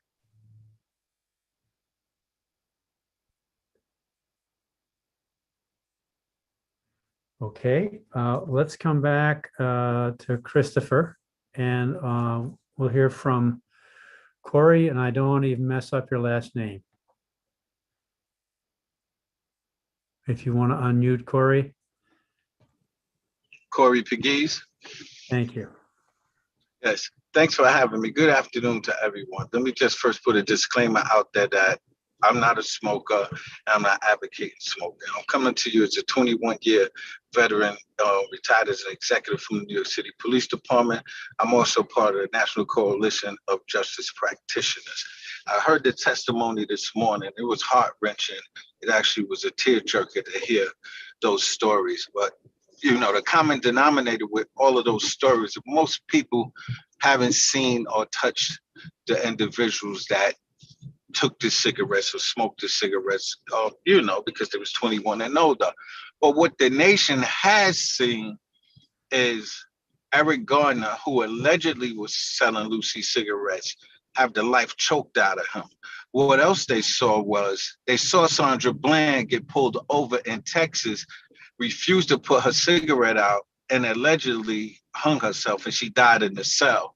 But more recently, what America has seen was George Floyd go into a convenience store with a alleged counterfeit $20 bill to purchase a pack of cigarettes and have the life choked out of him for 9 minutes and 29 seconds. That's what America has seen. That's our common denominator. Actually, the world saw those 3 instances. So as a Black man and being a commander in 2 of the most violent precincts in the city of New York for 21 years, I know that in Black and brown communities, the police hunt, and in white communities, they protect and serve. And the last time the government got involved and was worrying about Black people's health, it was the war on drugs. And we saw what they did with the war on drugs. It took a bunch of Black and Puerto Rican people, put them in jails, and we're still dealing with that right now. Generations, we're dealing with that. Okay, and now there's an opioid crisis, and it doesn't really affect the Black and brown community, but it became a health issue. And I'm happy that America has smartened up. The only way you can deal with somebody that's addicted to smoking is just like opioids. It's counseling, treatment, and education. But when you ban something, it's like prohibition. When they had prohibition, everybody went underground to make liquor. It's going to be the same thing. Already in New York State, the whole state of New York, 50% of the cigarettes are sold underground. So we already know that when you do a ban, the underground is going to be open. And if you think for 1 second that you have health issues now with people smoking, once you enact the ban, you're going to have real serious health issues because people are going to be making cigarettes, menthol cigarettes in their backyards and in their basements. You're not going to know what you're smoking. They're going to be coming from China. They're going to be coming from India. I want to just really leave you with this. I want you to really understand this to the legislators. You can ban it, but you won't stop the sale. Thank you so much for having me. I really appreciate the time. Thank you for taking the time to testify and for your years of service in the New York City Police Department. Thank you. Now we can go to Christopher Bollier. Welcome. You want to unmute? There we go. Are we working now? It is. Awesome. That's terrific. Good afternoon, Chairman Claxton, Chairwoman Meyer, and members of the committee. My name is Chris Bollier, and I am the Director of Retail Operations for Cigarette Shopper. We operate 22 tobacco-only stores in Maine and have some 100 hardworking employees. As virtually all of our revenue is from tobacco products and more than 25% of our sales are from flavored tobacco products, the flavor ban in LD 1550 would be particularly damaging to our stores, removing a significant number of the tobacco products that we sell from store shelves. Protecting youth from access to tobacco products is a goal shared by everyone, including retailers. We train our employees to prevent sales to underage individuals, and we do not allow anyone under the age of 21 to enter our stores. In fact, over the past 10 years, our stores have been inspected by the U.S. Food and Drug Administration to determine compliance 238 times, and we have a 99% passing rating on not selling to underage persons. This means that our stores are not the problem when it comes to youth having access to tobacco products. LD 1550 will not do anything to protect young people and will not have any impact on consumption of flavored tobacco products in Maine. All it will do is drive sales from legitimate Maine retailers like our stores to one of 2 places, to New Hampshire, which has decided not to ban flavored products, or to illegal, unlicensed sellers of products who will bring flavored tobacco products into Maine and sell them to whomever has the cash to buy them. All you are going to accomplish is to take these products away from legitimate Maine stores like Cigarette Shopper and give it to New Hampshire retailers or to criminals. That does not sound like a policy that is in the best interest of Maine, and it certainly is not in the interest of our business or our employees whose jobs would be in danger if this bill passes. If we lose more than 25% of our business, then Hope Gagne, Donnie Woodard, Kayla Libby, Julie Snell, Matt Allen, Julie Parker, Dave Curran, Michelle Parker, Lindsay Gould, Axel Wallingford, and some 90 others could face being laid off. Please do not put us in the position of having to terminate employees when all they have done is work hard and prevented tobacco sales to kids. Please support Maine businesses and youth and oppose LD 1550. I am happy to answer any questions that you may have. Thank you, Mr. Billier. I'm glad we got those technical problems sorted out. As am I. Thank you. Okay. Next, we'll hear from David Daniels III. Welcome, sir, if you want to unmute and join us. Mr. Daniels, are you with us and want to unmute? There we go. Yes, can you hear me? We can. Okay, thank you. My name is David Daniels III. I'm a retired Bridgeport, Connecticut police lieutenant with 25 years plus service. I'd like to thank you for this opportunity to speak today in opposition to Maine's proposed menthol ban, LD 1550. 65 years old, I'm a non-smoker. First 8 years of my career, I taught the DARE program, drug resistance education program in public and rural schools. I did not ever believe that children should have access to such things and I think that we should do everything that we could to make sure that they don't form such habits. Grown-ups are a different story, and that they should be allowed to make their own choice. I think that a menthol ban will do nothing to curb adult usage of menthol products. People of color are large purveyors of these products, have been able to legally purchase them for over 100 years at will. I believe that they will continue to do so, crossing state lines if necessary to get them, or worse, turn to what could be a burgeoning black market, unsafe, unregulated, and illicit. Also, as a retired law enforcement officer, I fear that with the current relationship between police and communities of color will worsen over time. It's bad enough right now that you can hardly turn on the television and see on every network the negative interactions, most or some culminating in death. I know that the people that fashion this legislation profess to only be targeting the seller. But if the desired effect is not what you get, then eventually they'd be forced to go after the buyers as well. I can see officers using this menthol ban as a pretext to stop and engage people of color or target them to see what else is possible for them to discover or glean information for. It's ironic that nationally, most states are embracing marijuana as they try to ban menthol cigarettes. I think more time and energy should be used to educate, formulate cessation programming to battle the problem. Once again, I'd like to thank you for your time and this opportunity to speak. I too would be happy to answer any of your questions.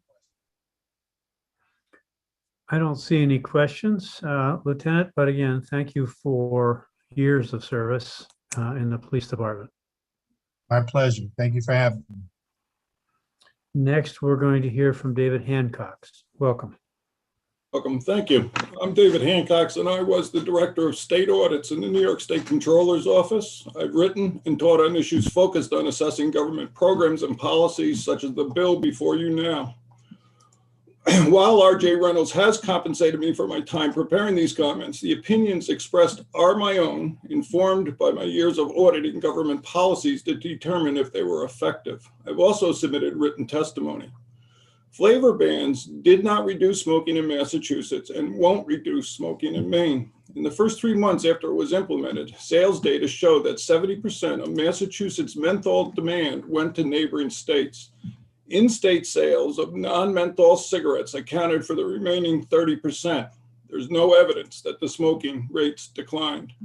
Menthol cigarettes account for $54 million of the $71 million Maine collects in sales and excise taxes on the flavored products this bill would ban.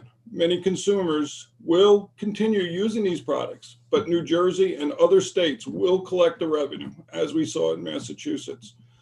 Economic activity, legal economic activity, will decline in Maine. Flavored products account for 43% of tobacco sales in Maine. Tobacco sales also drive retail sales of other goods. This bill could cost Maine retailers more than $310 million. Retailers will try to fill some of this loss by cutting costs, which means cutting jobs and cutting wages. Illegal economic activity will increase as criminal traffickers establish illicit distribution chains for banned products in Maine. Cigarettes are the most widely smuggled legal consumer product, and the U.S. Bureau of Alcohol, Tobacco, and Firearms is concerned about the criminal enterprises and terrorist organizations that move cigarettes across jurisdictional lines. The opportunities for smokers to reduce their risk by switching to less risky tobacco products will decrease. Smoke components, not menthol or flavors, drive the disease caused by smoking. This bill bans products that are not consumed through combustion and therefore present less health risks than cigarettes. Smokers who would switch to a flavored non-combustible product might not switch without the flavor, and this bill will deny smokers access to products the FDA has found and will find to be appropriate for the public health. The FDA, in making this decision, will consider risks to youth and all the other concerns that the proponents of flavor bans hope to address. This process is presently underway. Indeed, the FDA is also 30 considering, seconds, sir. thank you, is also considering whether a nationwide ban on the use of menthol cigarettes makes sense. If a federal ban is implemented, illicit trade will still be a problem, but it will come from Canada and other countries. In any event, a federal ban won't drive the same revenue and market distortions that necessarily arise when menthol cigarettes are legal in one state and banned in another. Thank you for your time. Thank you for your perspective, sir. You have a different one than other folks we've heard from, so I'm glad. Thank you for taking the time. Thank you. Next, we can go to a phone call. Welcome, former Chief John Dixon. Good afternoon, everyone. Can you hear me? We can. All right. First and foremost, I want to thank you all for allowing me this opportunity to speak on this. As stated, I'm a former chief of police. I'm actually a past president of NOBLE, the National Organization of Black Law Enforcement Executives, the second largest police organization in the world. And importantly, black hats as well. I'm a law enforcement professional. I'm a black man that grew up in the inner city in the poor areas. Oh, we're losing your audio, Chief. Two black law enforcement professional. Please be fooled when it's said that law enforcement has limited involvement in enforcing bans. Menthol cigarettes will be used as a precursor stop to lead to where the menthol cigarettes are coming from. And so bans don't work. And we've seen this already. I mean, we have examples of this. If you go back to Prohibition, you know, it came out of Prohibition. You had more speakeasy come about during that time period, you know, to the point where alcohol was, you know, and so as a black man growing up in the inner city, the reason I became a police officer is a man shot and killed over a $13 radio in my neighborhood where we had continuous disproportionate contact from the police, which led to excessive force and police abuse. The more police come in contact with our young people, not just our black and brown people, our young people in general, the more possibility of incidents occurring. And this right here will just be one more reason. Can you imagine your 17-year-old, you know, your 18-year-old, you know, being approached by assuming that they're smoking a menthol cigarette and they're trying to figure out, you know, where they got that menthol cigarette from, and, you know, that interaction going to be. And we've seen across the country where that interaction can definitely end up a negative interaction. And lastly, and more importantly, I'm a father of black children. Even as a law enforcement officer, as a chief of police, I have to have a conversation with my children as they go out there to embark in the world, because, you know, I have to say, you know, son, be careful. If you get pulled over by the police, stick both hands out the window. Please don't make any furtive movements. Please don't say anything, you know, or, you know, even if he is disrespectful to you, you know, as our young people constantly say, they diss me. You know, even if he diss you, please come home to me so I can have that, you know, I can deal with whatever issues need to be dealt with later. You know, I've never tell my son, be careful, because that menthol cigarette may put his foot on your neck. But I have often 30 seconds, sir. If you get pulled over by the police, please let them know who you are right away so that you can come home and you can be safe. So I say to you all, take a look at this. Unintended consequences are real. We had 3 strikes you out, a lot of bad policies out there, and it turns out years later, that it affects a particular community more than it affects anybody else. So I tell you, please take a look at it. Thank you for your time. Thank you, Chief. You've been amazing about hanging in there on the phone. So thank you for that, for your service. Thank you, sir. He joined us at 9 o'clock on a phone call. Next, we'll hear from Hallie Tarenko. Thank you. Good afternoon, Senator Claxton, Representative Meyer, and the members of the Joint Standing Committee of Health and Human Services. My name is Haley Tranko, and I'm a full-time public administration student at the University of Maine, Augusta. I'm also a full-time employee at a glass and vape gallery down in Hollowell, and I would like to present this testimony against LD 1550, an act to end the sale of flavored tobacco products. Vaping has seen increased popularity over the years, and often people are quick to dismiss that popularity as being due to the fruity flavors available to consumers. The benefits of enjoyed by longtime smokers after converting to vaping are often not discussed. Every day at my job, I see lifelong smokers who thought they would never stop quitting cigarettes who are able to convert to vaping. And while they are still feeding their dependency on nicotine by vaping, they're breaking down the social barriers that burden a lot of smokers.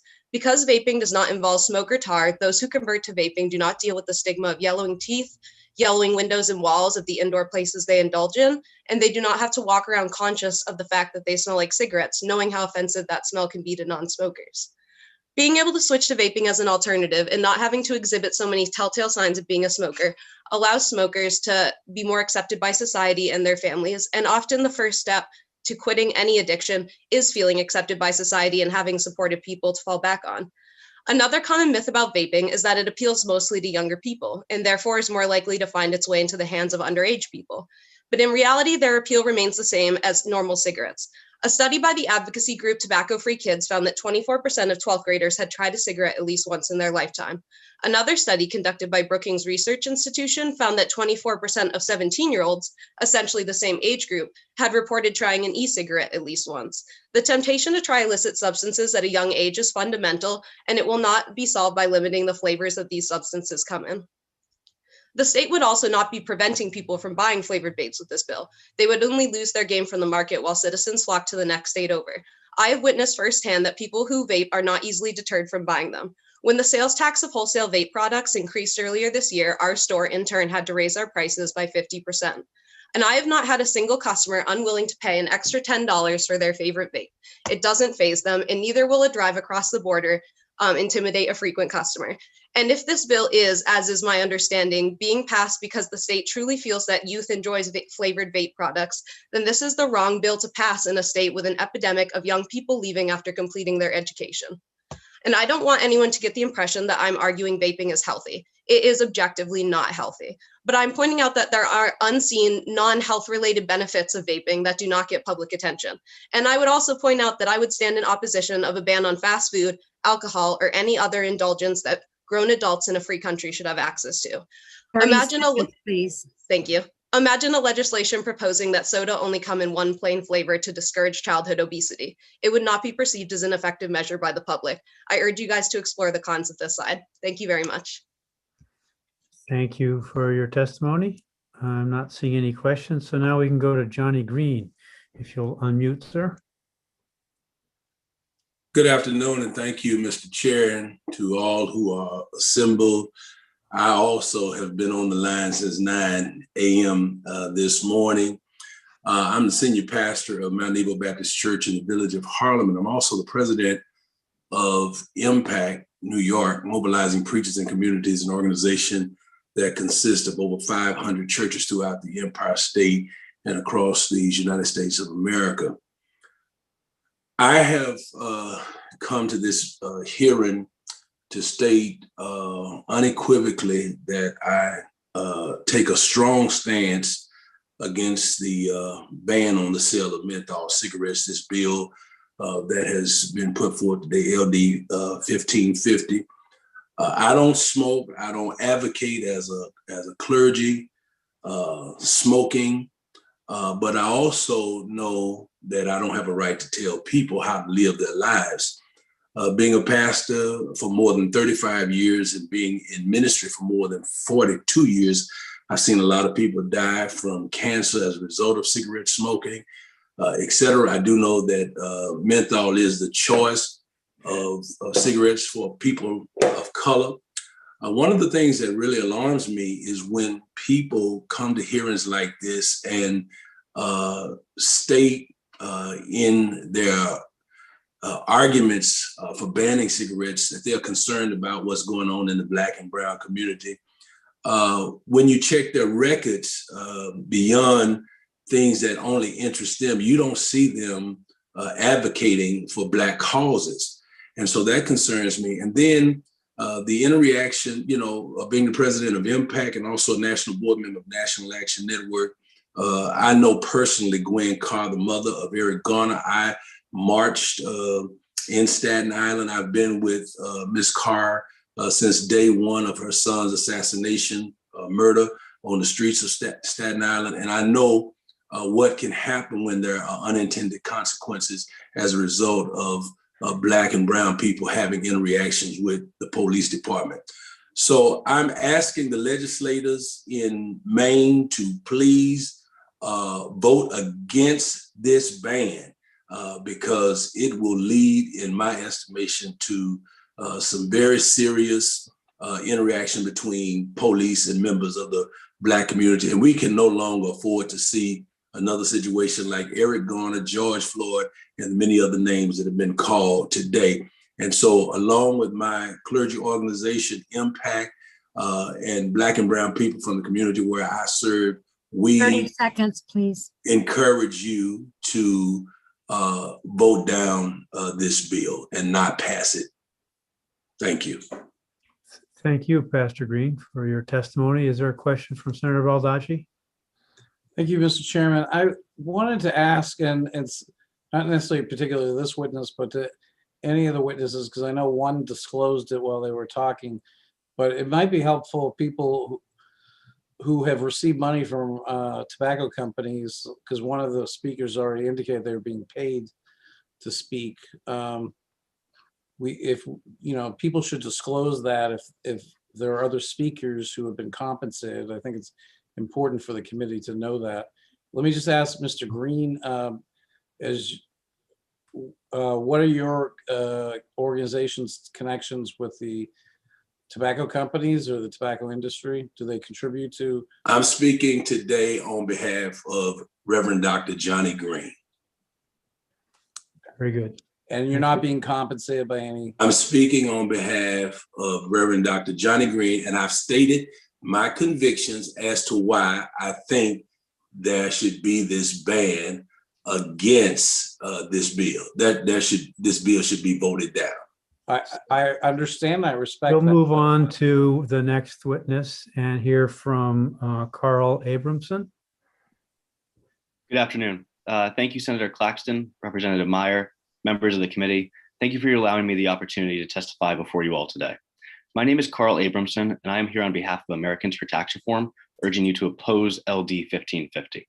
Prohibiting flavors in e-cigarettes will hurt businesses, decrease state tax revenues, keep cigarette smokers using deadly combustible cigarettes, and will do nothing to prevent e-cigarette use among teenagers.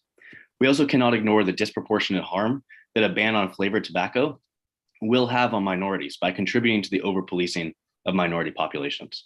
Prohibiting a legal product used primarily by marginalized communities is exactly why the ACLU opposes proposals like LD 1550, because they know that bans on menthol cigarettes will, and I quote, disproportionately impact people in communities of color, trigger criminal penalties, prioritize criminalization over public health and harm reduction, and instigate unconstitutional policing and other negative interactions with law enforcement. If the goal of this bill is to decrease smoking rates, then banning flavored vapes, which are scientifically proven to help people quit smoking, goes against every principle of sound policy. Evidence shows that e-cigarettes are 95% less harmful than combustible cigarettes, and they're more than twice as effective at helping smokers quit than other methods like nicotine patches or gum. As such, vaping has been endorsed by dozens of the world's leading public health organizations as safer than smoking and an effective method of smoking cessation. If a majority of cigarette smokers in Maine switch to vaping, Georgetown University Medical Center estimates that more than 27,000 premature deaths would be avoided. This would save and transform lives. Additionally, flavored e-cigarettes are even more effective for adult smokers who are trying to quit cigarette smoking. There was a study published recently in the Journal on Nicotine and Tobacco that showed that smokers who try to quit with a flavored e-cigarette are 43% more likely to succeed than those who use an unflavored product. And again, I know others have said this, but I really recommend you all look at Massachusetts, which imposed a ban on flavors last year, and they're losing more than $10 million a month in excise tax revenue.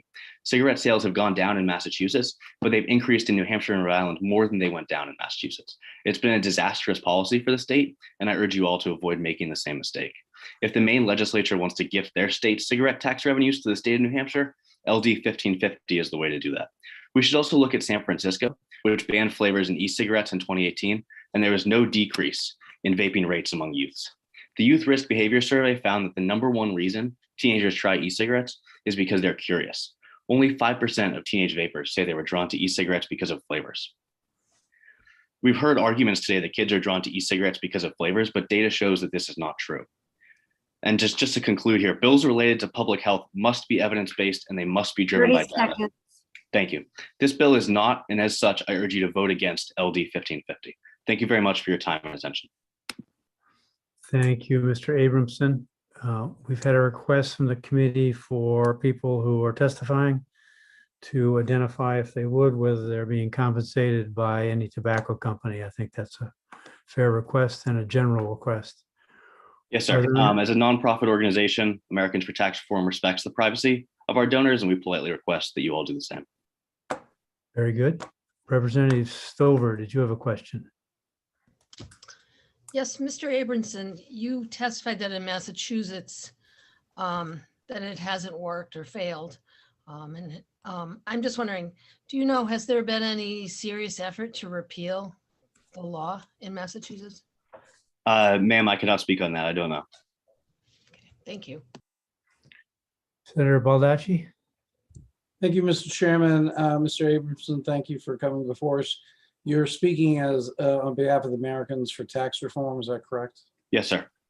Okay, isn't it true and been well documented in the press over the last 20 years that Let's keep the question specific to the bill, Senator, please. Can we keep the Well, question? I think it is relevant for us to know the ties that this organization has been funded by the tobacco industry for 20 years.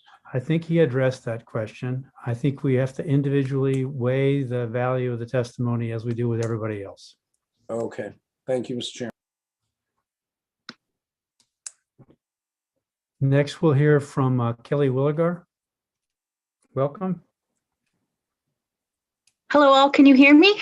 We can, Kelly. Okay, for some reason you can't see me and I'm not going to mess around with that. I am not being paid by a tobacco company to be here. I am here on behalf of, oh no, now I've got a notification. Hang on, how does this work? Okay, here I am. Hi. I am here on behalf of myself and I'm going to represent the folks who are dependent on combustible tobaccos and nicotine addictions. I would also like to point out, just very quickly, I'm taking some of my time to say this. The American Heart, American Lung, and many of our education programs that are in favor of our youth not using vaporizer products or tobacco products are paid for by the big tobacco settlement. So, you know, really that kind of takes that off the table. So anyway, I'm here to represent people who have a horrible addiction today.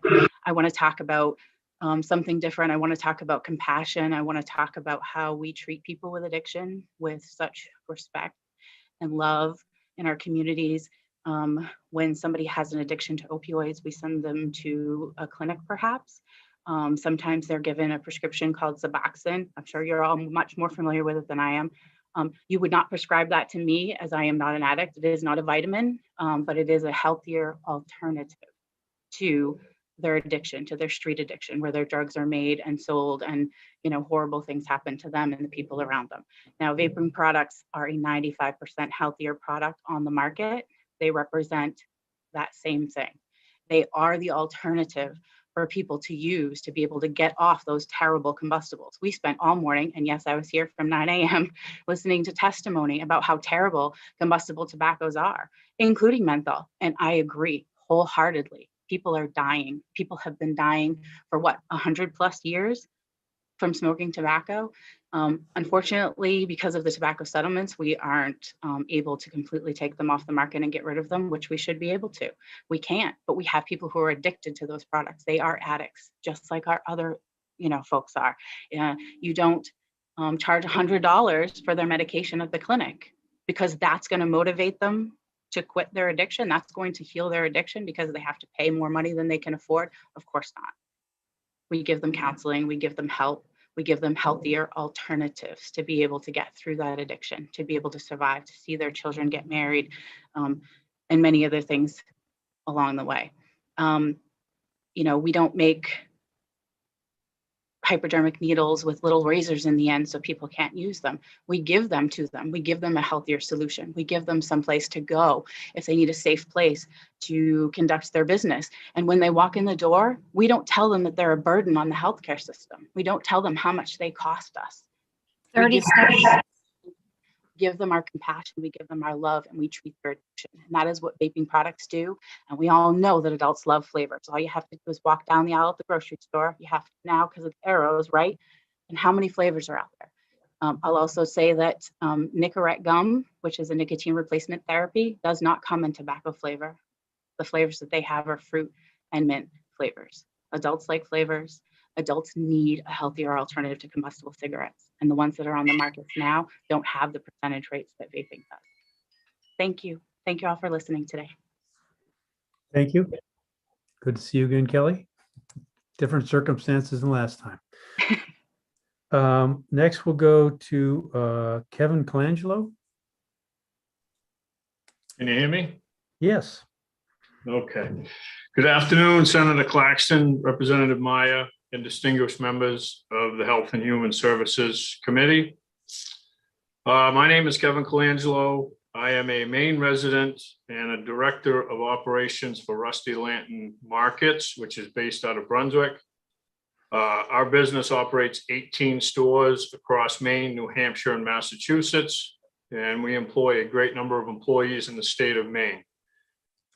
I'm very disappointed to hear that the Maine State Legislature is considering a ban on menthol cigarettes and flavored dip across our state. I urge you to oppose this measure. With that being said, we do agree on one thing. We need to address underage vaping, but banning all flavored tobacco products, including menthol cigarettes, makes no sense. Rusty Lantern employees are all required to watch the No Butts retailer training program even before getting on the register. We also, on a monthly basis, test employees on the policies for checking IDs to help prevent the sale of tobacco to minors. Rusty Lantern takes this seriously and continues to train our employees at all levels to help prevent the sale of tobacco to all minors. Maine small business owners have struggled to keep their doors open during this prolonged economic slowdown. Not only has gas and in-store sales been impacted, but I've also had to invest in additional safety measures resulting in unforeseen costs, negatively impacting our bottom line. As a company, we have truly felt the pain from the ban of menthol products in the state of Massachusetts. When the ban went into effect, our 4 locations saw a drastic drop in our tobacco business of approximately 22%. With that being said, we also felt the positive impact at our store locations in New Hampshire after the flavor ban went into effect, which caused a sales increase of 24% from people crossing the state lines to get their products. We strongly feel the pressure to ban menthol in the state of Maine will directly drive the business to the neighboring state of New Hampshire. Lastly, this broad ban on flavored tobacco products would jeopardize a significant portion of my revenue and, quite frankly, could force my business to reduce labor and, in some cases, close some stores. A ban on these products would put thousands of Maine jobs at risk. I urge you to vote against LD 1550. Please do not move forward with such a broad ban. Thank you for your consideration, and I'll answer any questions. Thank you, Mr. Colangelo. Are there any questions? I don't see any, so we'll move to Kyle Feldman. Welcome. Thank you very much. Good afternoon, everyone. To the Maine Committee on Health and Human Services.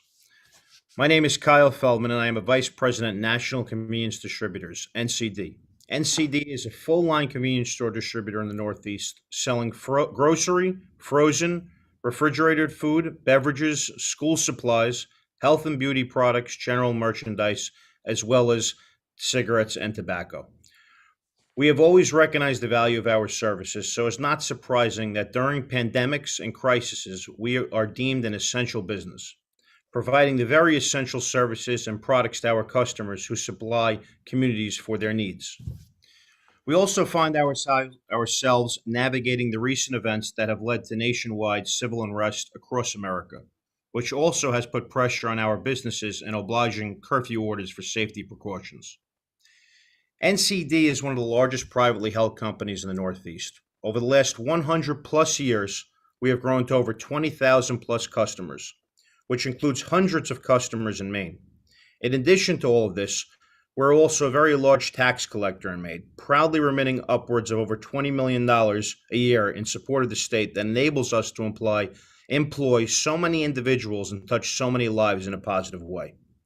This background is necessary for you to understand, and so that you realize I'm not just some fly-by-night individual wanting my voice heard, or we, as an organization, are not only worried about revenue.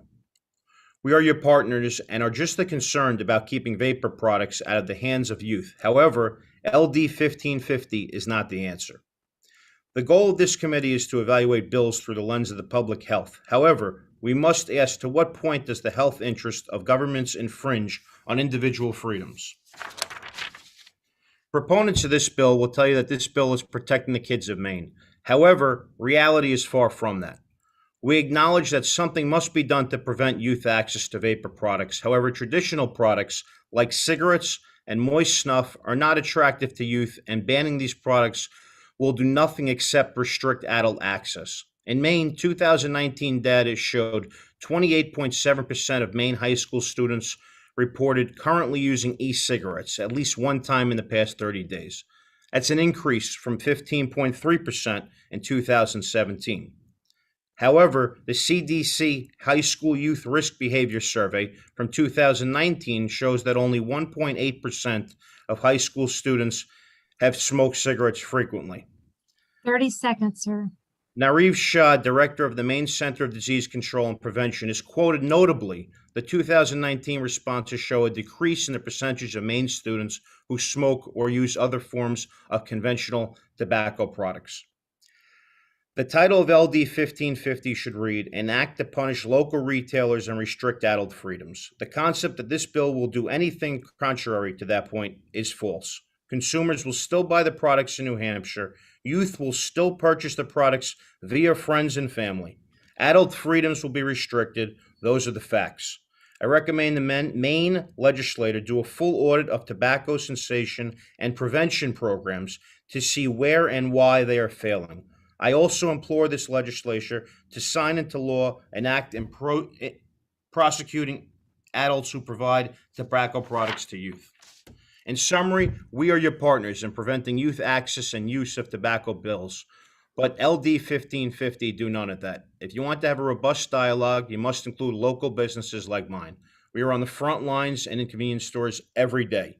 So we have keen understanding of this issue. Vote no on LD 1550, and instead let's create a task force of local businesses, health advocates, and subject matter experts to truly address the issues facing our youth. Thank you very much. I hope everyone has a safe and enjoyable Mother's Day. Thank you, Mr. Feldman. I'm not seeing any questions, so now we'll go to Dr. Madden. Welcome. Thank you very much. You hear me okay? We can. Great. My name is Michael Madden. I'm a family doctor and the former chief medical officer of a multi-state managed care company serving the Medicaid and Medicare populations. I've been practicing medicine for more than 36 years and have worked extensively on issues such as opioid addiction, HIV, and smoking. In following the suggestion from Senator Claxton to make our comments personal, I am passionate about helping adult smokers because my mother died of smoking-related illnesses, but I also care a great deal about youth because I am a grandfather, and it is possible to do both. While Reynolds has compensated me for my time in preparing my testimony, let me be clear that the opinions expressed are my own. I have also submitted more detailed written testimony to the committee, which I urge you to review, as the data presented may be new to you and could broaden your thoughts about these important topics. I speak today in opposition to HB 1155, and I urge you to consider the public health need to balance limiting youth access to tobacco products with the enormous opportunity non-combustible tobacco products present for tobacco harm reduction. Harm reduction is a key public health principle employed to mitigate deadly health risk. Examples include methadone for opioid addiction and condom use to decrease HIV transmission. While not reducing these risks to zero, harm reduction substantially improves safety and saves lives. Smokers die prematurely not because they consume nicotine, which is not a carcinogen, but because of how they consume it in a combustible form. For example, moist snuff users, the majority of whom use flavored products, experience significantly lower risk of disease than smokers. And leading health authorities have agreed that vapor products may substantially reduce smoking's harms. Industry data show that 66% of adult moist snuff users and more than 53% of adults who make the switch from combustible tobacco to e-cigarettes choose non-flavored products for their consumption. And the FDA has recognized the availability of flavored tobacco products may help smokers move away from use of combustible cigarettes. Let's be clear, youth should not use tobacco products of any kind. And Maine's 2018 law, along with the federal government's 2019 law, to ban the sale of tobacco products to those under the age of 21 are the proper tools to address youth access to these products. 30 seconds, please. The 2020 National Youth Tobacco Survey's data suggests that these products may be working since the rate of daily teen smoking has continued to drop and less than 5% of teens, and it's the lowest level ever. And teen experimentation with vaping, any vaping product in the last 30 days, fell by 7 percentage points last year. I also echo the support you've heard for the FDA PMTA process and avoid putting Maine in a contradiction to federal approval of vaping products that will have a net public health benefit. This bill ignores the fact that adults prefer flavored products when making the decision to move from smoking to vaping. True tobacco harm reduction requires a broad array of non-combustible tobacco products be accessible and appealing to current smokers. I urge you to review my written testimony and to reject this proposal that would limit the choices available to Maine smokers. Thank you, sir. Senator Baldacci? Dr. Madden, you're aware that the Surgeon General of the United States issued a report in 2020 calling youth use of e-cigarettes an epidemic. Do you remember that? Yes, I do. Okay. Do you disagree with the Surgeon General of the United States? I don't disagree with him, but the issue is broader than just youth access because we need to provide a broad array of opportunities for smokers. And remember, they're the ones that are dying of tobacco-related illness, of current smokers to have options to move away. I hope you're also aware that the stated federal policy or government policies of Great Britain and New Zealand support tobacco harm reduction. So there is controversy in this area. So you do agree that it is an epidemic, or you don't? I'm not sure from... The definition of an epidemic is a higher rate than it would have been without some other intervention. So yes, the rate of youth use of vaping is a higher rate than it used to be because of a number of different factors. So if you want to use the term epidemic, yes, it is an appropriate term, but essentially that only means that it's at a higher rate than it used to be. Okay, and how many other states have you testified against similar initiatives? Several. I don't have. And they were all paid for by the tobacco. 5, 6, something like that. They're all paid for by the tobacco industry? Yes, but as I said at the beginning, These are my own opinion, and I've reviewed the literature extensively, as have these other entities in other countries. Thank you, sir. Controversy here. You're absolutely right, Senator. And we need to look at all of the data and all of the inputs. Thank you, sir. And as I understand it, Dr. Madden, your testimony includes some additional layers of information that we should review. There is additional information, and it is all cited with information from the literature, published information. Thank you for that. Thank you for being here. Okay. I think at Thank this you. point, since we've been sitting for a bit, a 5-minute break, and then we'll resume. There are a number of other folks to hear from in opposition. There are some who are a couple who are neither for nor against, and then we'll check and make sure everybody feels like they've had a chance to be heard of the folks who've lined up to testify. So we'll take a break until 2:35.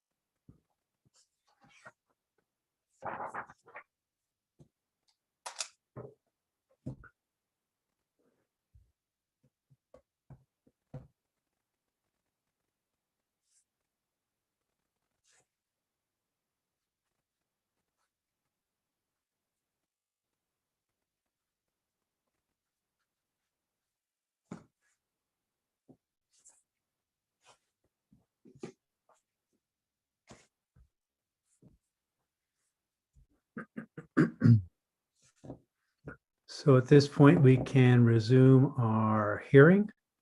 We have about a dozen people to hear from. So let's start with Mike Sherwood. I'm unmuted, but I don't have a picture going. Can you hear me?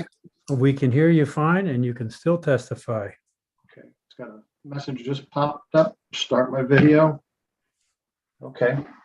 Hi, my name's Mike Sherwood. Good afternoon, everybody. I'm the owner of 2 stores, Norway and Biddeford Smoke Shops, and we are an adult-only store. You must be 21 to enter. We have 17 employees, and I have worked the last 40 plus years in the convenience store and smoke shop field.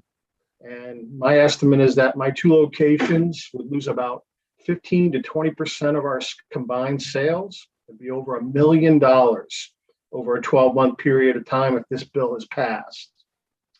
This would be devastating to our profitability and force us to make some tough decisions. This bill just affects too many categories in my stores: cigarettes, cigars, smokeless, e-cigarettes, vapor products. It would be devastating to my locations, and I'm here today to urge you to oppose the bill. And I thank you for your time, and I'm not compensated by any tobacco companies. I'm sitting here at corporate headquarters at my kitchen table. Thank you for that testimony, Mr. Sherwood. Appreciate your being here. I don't see any questions, so then we'll move on to Richard Moranos. Thank you so much. Can you hear me? We can. Thank you. My name is Rich Marianos. I'm the retired assistant director with the Bureau of Alcohol, Tobacco, and Firearms, Department of Justice. I'm currently a professor at Georgetown University and a member of the International Association of Chiefs of Police. During that time, I was given my senior executive service through President Barack Obama. What I wanted to talk about is the criminal implications of a flavor ban and some of the things that I would like you to take into consideration if this legislation were to pass. One, prohibition doesn't work. It's never worked. And an increase in taxes increases crime. A big part of this is the creation of crime, which I've dedicated 28 years of enforcing and trying to put a stop to. Tobacco crimes are about a $10 billion industry along the eastern seaboard. And one of the last times that the state of Maine raised taxes, 18% of the sales moved to the outside criminal market, which is very important to consider. When I talk about the crime area, I was a little disturbed earlier about people calling it a red herring, when we know from activity that's created around the United States in the markets where they're selling Lucy cigarettes for $2 a piece on the street corners to kids, to street gangs getting involved in it, to high value targets such as terrorists. All of these, which I have investigated or put handcuffs on or put in jail, are very important that they're not a red herring. It's fact, truth, and it's a way of life for the criminal environment. Another thing I wanted to bring out is the community effect is right now, law enforcement, and this is what I work on quite a bit in the classes I teach at Georgetown, are the effect with police in the community. And if we give cops one more reason to go in for senseless ordinances and senseless harassment, we're going to create a bridge, like what I call the Ferguson effect, where it's going to be harder for cops to work with the community and try to get information they need to do their jobs better. Finally, it's over $50 million in profits that are at risk right now for the state of Maine, which that can be used for better issues. Earlier, when we talked about the proponents to the bill, not one person, no one, talked about a solution to how we can make the situation better, or gave any proffer about education or treatment. And I think that is very, very important when we're talking about putting out an ordinance or a plan or a law, to have some strategic plan on how we're going to deal with the repercussions. Massachusetts is a disaster right now. They're hemorrhaging 30 seconds, sir. before. And you don't want to be the second state in the United States to be known for being part of this disastrous idea. Public safety has to be part of a public health strategy. and I need you to take that into consideration. We know who the predators are. People have talked to it about the people that are making cotton candy, gumdrops, and the things that are attracting youth. Why don't we go after them? Why don't we seek litigation and work towards protecting the consumers and go after the ones that are being predatory to children? I appreciate your time, and I ask if you have any questions, let me know. Thank you, Mr. Marianos. I have a question from Senator Baldacci. Thank you, Mr. Chairman. Mr. Marianos, thank you for your testimony. You were also been identified as a paid consultant to tobacco companies. Isn't that correct? Oh, I've been paid by the federal government for 27 years. I've been paid by Georgetown University. I've been paid by the industry, the IACP. But what I'm talking about is something that's passionate to the criminal problem of the United States. Well, the question, excuse me, sir, let me finish. Please don't interrupt. So let me finish here. Let's not shame the country in a criminal problem that's of academic proportion to wonder where all I'm getting paid by. Yeah. Does the industry support me? Yes. Does law enforcement support me? Absolutely. Does the educators support me? And right now, when I do a case study on bad policy, the university is going to pay me for my testimony right now. So you know where my money's coming from. Mr. Marianos, thank you for that answer. You're welcome. The fact is, we had asked people to disclose. Are you being paid? Is this a compensation? Yes, I said I'm being paid by industry, yes. Okay, I think that's important for us to know. I was Yes, elected to thank you. represent people in Bangor and Herman, and in terms of this is an important public health issue. Okay, so Yeah, I'm and going to trying ask. represent I'm going to people ask in the United questions. States of America. I was elected to serve, and I'm going to ask questions in order to determine what is the right public health policy. Okay, I'm not going to be lectured by somebody who is paid by the tobacco industry. Do you have a question for Mr. Marianos? No, I think he's answered finally that he Okay. has disclosed Very it, good. even though it wasn't disclosed in his testimony. Thank you So so much for your service. We can move on to Robert Brooks. Yes, good afternoon. Thank you, everybody, for your time. My name is Robert Brooks. I am the Tobacco Category Manager for Nerea Energy Corporation. We are based in Worcester, Massachusetts. We operate 147 gas stations throughout New England. 28 of those stores are in the state of Maine, and we employ over 400 people in the state. Some of those jobs could be at risk if LD 1550 passes. Therefore, we are opposed to this bill. My years spent working in the convenience store industry has afforded me the opportunity to witness purchasing behavior shift as local and state tobacco restrictions take place. And simply put, in my experience, state prohibitions of products that are still legal in neighboring states and legal under federal law don't work. We witnessed this firsthand last year in June of 2020 when Massachusetts passed their similar law to this one. In the months that followed, we monitored our cigarette business closely, and we saw our New Hampshire business increase 12%, Rhode Island business increased 30%, Maine 6%. Massachusetts was down 22%. So the other states offset what we lost. Now, these increases in these other states are typically unheard of in a traditionally declining category. This shift in business happened essentially overnight after the effective date of the mask ban, and those trends are continuing today, almost 1 year later. We saw similar trends in our smokeless tobacco and alternative nicotine categories as well. It was clear very early on that the stated intention of the Massachusetts menthol ban was not working. These products were still finding their way onto the streets and into the homes of mass residents. The main reason for this is that tobacco users want what they want and will find a way to get it. They will get it by traveling to neighboring towns or states and often buy in bulk and resell to their friends and family. This increases the number of private sale tobacco transactions taking place in the community. Collectively, I think we can all agree that we do not want any tobacco sales happening outside of a licensed tobacco retailer's operation. These transactions cost tax revenue, and proper age verification practices are not taking place. To that point, licensed tobacco retailers value their licenses to sell these products. At Nerea, we take great precaution to ensure that the tobacco products we sell are only sold to those age 21 and older. All of our frontline employees are trained extensively on age verification practices, and we are investing in additional technology to utilize ID scanning in our point of sale registers. Lastly, I want to add that while I am here today representing a Massachusetts-based company, I'm also here as a resident of Hollis, Maine, parent of 2 small children, voicing my personal opposition to this bill. My story with nicotine use is an example of how this bill will hurt adults trying to stop using traditional cigarettes. I smoked regular non-menthol cigarettes for 16 years. 30 before seconds. before switching to electronic cigarettes 7 years ago. I used mint, menthol, and flavored e-cigarettes to quit traditional cigarettes because I did not like the taste of tobacco flavored e-cigs.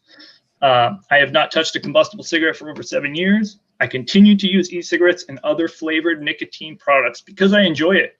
And I firmly believe that my health has improved since quitting traditional cigarettes. In closing, I ask that you please do not pass LD 1550, as it will only hurt essential businesses and adults trying to switch from cigarettes, and do very little to restrict youth access to these items. Thank you all. Thank you, Mr. Brooks.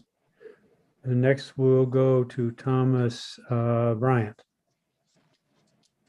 Good afternoon, Mr. Chairman, Chairperson Meyer, and committee members. My name is Tom Bryant, and I am the Executive Director of the National Association of Tobacco Outlets, a national retail trade association with member stores in Maine. The FDA has taken significant actions and is proposing additional prohibitions to remove flavored tobacco products from the marketplace. And for this reason, our association urges you not to support LD 1550. One of those actions was in February of 2020, last year, when the FDA banned the sale of most cartridge-based and pod-based electronic cigarettes because they were attractive to youth. Then, every manufacturer of electronic cigarettes was required to file a pre-market tobacco application called a PMTA, referred to earlier, with the agency by September 9th of 2020, or they had to remove their products from the market if they didn't file. The standard that Congress requires the FDA to apply to these PMTA applications is important because the product has to be, quote, appropriate for the protection of the public health in order to be authorized to remain on the market by the FDA. So with the FDA having scientific knowledge and the resources to review these PMTA applications and apply this congressionally mandated public health standard of being appropriate for the protection of public health, please consider not proceeding with LD 1550, but allow the FDA to administer its regulations to determine which products remain on the market or which are removed. In fact, just yesterday, the FDA announced it issued warning letters to 24 companies requiring them to remove electronic nicotine products from the market because they did not file PMTAs. So the agency is active in enforcing their regulations. Moreover, and this has not been discussed yet, the FDA has a special authorization process for manufacturers to seek what is called a modified risk tobacco product authorization, or an MRTP. This kind of designation for a modified risk tobacco product is reserved for the FDA if the product has a reduced risk or reduced level of toxic exposure to the user. To date, 12 products have received an MRTP authorization. Some of those are flavored, but LD 1550 would even ban the sale of those flavored MRTP products, which the FDA has already determined are beneficial to the public health because they have a lower health risk. Also, with the FDA announcing just last week new regulations to prohibit the sale of menthol cigarettes and all flavored cigars, this federal action should be allowed to proceed, and LD 1550 should be paused, since the FDA regulations will focus on many of the same products that would be banned by LD 1550. Finally, it is important to note that Connecticut, Maryland, and Virginia did not pass bills this year banning all traditional flavored tobacco products because of the many reasons put forth today by the other opponents. Thank you for your time and consideration. Thank you, Mr. Bryan. I'm not seeing any questions. So I think at this point, we should go to the folks who would like to testify neither for nor against. And we can begin with Guy Bentley. Good afternoon, Chair, members of the committee. Thank you so much for allowing me the opportunity to speak, and thank you for your patience. I know it's been an exceedingly long day. So much has already been said, so I won't add too much to it, but just a few facts and figures I wanted to correct that I heard in previous testimony, and then once again emphasize what's happening with flavored tobacco products on the FDA level. I believe I heard it said earlier that the majority of youth smokers use menthol cigarettes.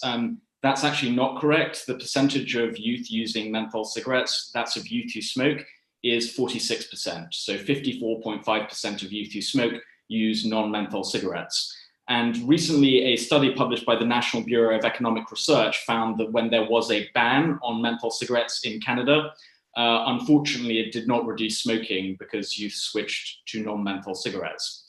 As for flavors in e-cigarettes, which has been a big focus of the committee, it's absolutely true that the majority of youth who use e-cigarettes use flavored products, but that shouldn't necessarily be confused for the reasons why they use it. So the CDC conducted a study to investigate this question and found that 78% of youth who vaped cited reasons other than flavors. And that has already been said, youth vaping has fortunately been going down since last year, and that was prior to the introduction of lockdowns and school closures.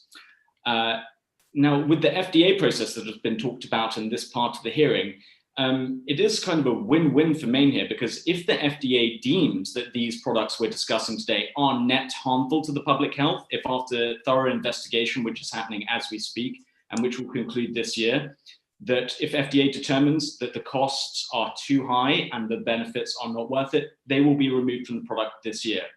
So it should really be left up to the FDA to decide the net harms and benefits of these products after conducting thorough investigation of these products, and decide whether they're going to ban these products or promote a policy like we have in the United Kingdom, where I'm sure it's painfully obvious that I'm from, where the National Health Service, which is our universal healthcare system, promotes e-cigarettes to smokers trying to quit. And I can happily say that my own mother, who recently celebrated her 70th birthday, quit several years ago thanks to switching to vaping. But with that, I will stop it there and happy to answer any questions. And once again, thank you so much for your time. Mr. Bentley, thank you for that. And I see you've submitted your testimony, so thanks for having that available. Did I understand you to say that the FDA would be making their decision and enforcing it in the same by the end of the year? The PMTA deadline for a decision on whether these products are going to be approved or not, the deadline is currently set for September, I believe, this year. So if they look at these, and that includes both the devices and the flavors, it's the whole gamut of these products that you're seeing put in applications. And so if they decide that, for instance, one type of e-cigarette is particularly beneficial or effective, stay on the market, help smokers quit, that's fine. But too many youth are using this one, we're going to take it off the market, no more.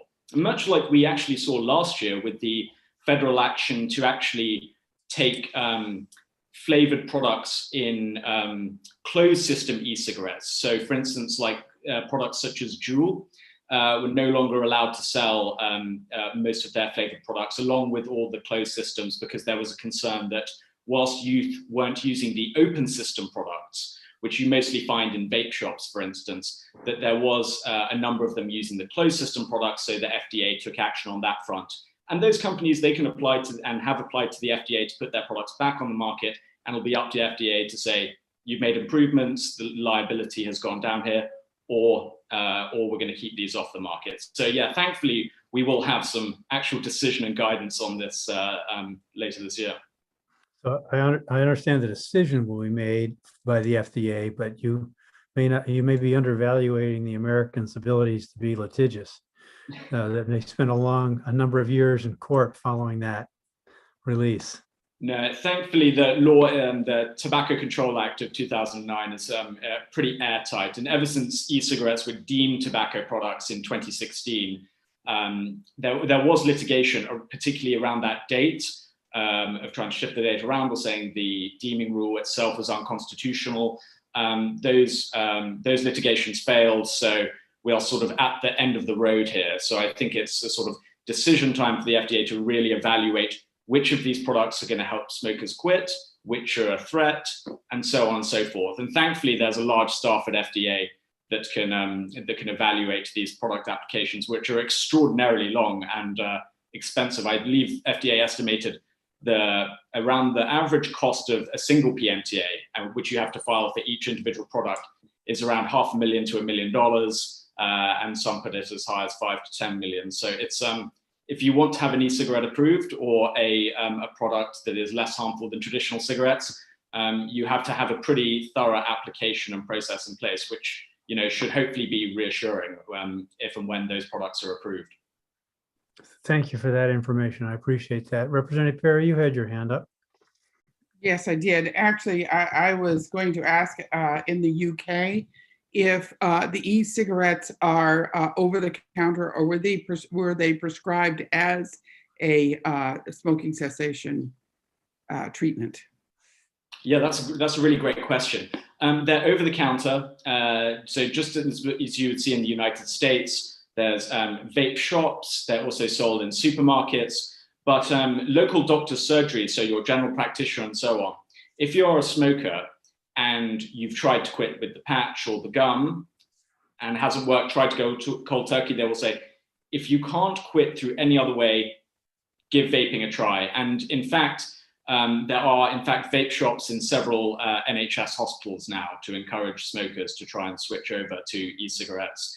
And every year, Public Health England, the UK's main public health authority, reviews the literature around vaping and e-cigarettes. They keep an eye on youth use, which fortunately in the UK, even with a much more, we might say, liberal policy on vaping, the youth vaping rate in the UK is actually significantly lower than in the US. So I completely understand that there's massive concerns when we saw the big uptick in youth vaping in 2018 and so on, that there were concerns around that. Thankfully, that's dropped off a little bit, and hopefully things like Tobacco 21 and FDA enforcement will push that rate down. But I think what is interesting is that it shows that you can have access to these products for current adult smokers and not necessarily increase the youth vaping rate. And flavors there's no regulation, or there is regulation on product safety, but there's no limit on flavors in the UK. Mr. Bentley, can you help us understand, you're obviously well informed in this arena, can you help us understand about the Reason Foundation and how you've come to be knowledgeable about this? Yeah, so the Reason Foundation, we're a 501c3 nonprofit think tank. We conduct public policy analysis on several areas ranging from education to pensions to areas that I work in, like tobacco harm reduction and so on. So we're a nonprofit public policy think tank, much as you would expect from me living in Arlington across the road from DC. So part of that nexus, so spending my days in policy papers and dusty white briefs, that's the focus. We were originally founded in California, but most of our staff work all over the country on various different issues. I personally became interested in this issue when I was back in the UK as a reporter and covering this story in a big way, when it was much more controversial in the UK than it was now. I think we're sort of having the debates the UK had maybe 5-10 years ago on this subject. That's how I became interested, and I moved to the US and started working on these issues. Thank you. There's a question from Representative Craven. Thank you, Mr. Chair. How are you funded, please? We're funded purely through donations. We don't take any government funding whatsoever. We won't take government grants or contracts for any of the work we do. So we, like any other 501c3, we're just funded through voluntary donations. Do you get dollars from the tobacco companies? You would have to speak to our development departments about that. I'm a policy analyst. I do not get involved with our funding mechanism. I believe, however, as a resource, we also publish a magazine called Reason Magazine. It's been around since, I believe it's 1968. And I believe at the end, I think it's their end issue every year, there's a list of list of donors. I could be wrong on that, but I believe that's there as well. But I'm not in the development department, but would be happy to send you the information of our development director. Would you please? Thank you for your information and your testimony. We'll be reviewing that. As we looked around, we found somebody else who wanted to testify who wasn't able to be with us earlier. I'll invite Ron Bailey. Dr. Bailey, do you want to join us? By unmuting and offering your testimony. Yes, so Ron Bailey, can you hear me? Yes, we can. Hi, Ron Bailey, can you hear me? We can. Are you talking to me? Hi, Ron Bailey. We can hear you. All right, Beth Bottom. Yeah, I'll be brief as well, kind of late in the day. I've been moving around in the hospital here, but my name is Ron Bailey. I'm a forensic psychiatrist by training. I think I'm involved in this as a past president of the National Medical Association in 2013. Currently, I serve as the Assistant Dean for Education at UCLA Charles Drew School of Medicine in Los Angeles, and I'm the CMO, the Chief Medical Officer for Kedron Psychiatric Hospital. My comments are very brief. I've been involved in forensic psychiatry for 30 years now. I think that all the comments today, obviously the entire testimony, have been really outstanding. And I think they do pull at your heartstrings in each and every area, especially the personal stories of persons who've had family members who've had difficulty related to access to and use of tobacco products and the health consequences that it can cause. So I often start by simply saying that as a doctor, I certainly treat people for addiction and the like. I think that those issues are relevant. Some of the testimony today has also pointed out that education really is the key to decrease personal behaviors that are adverse in every spectrum.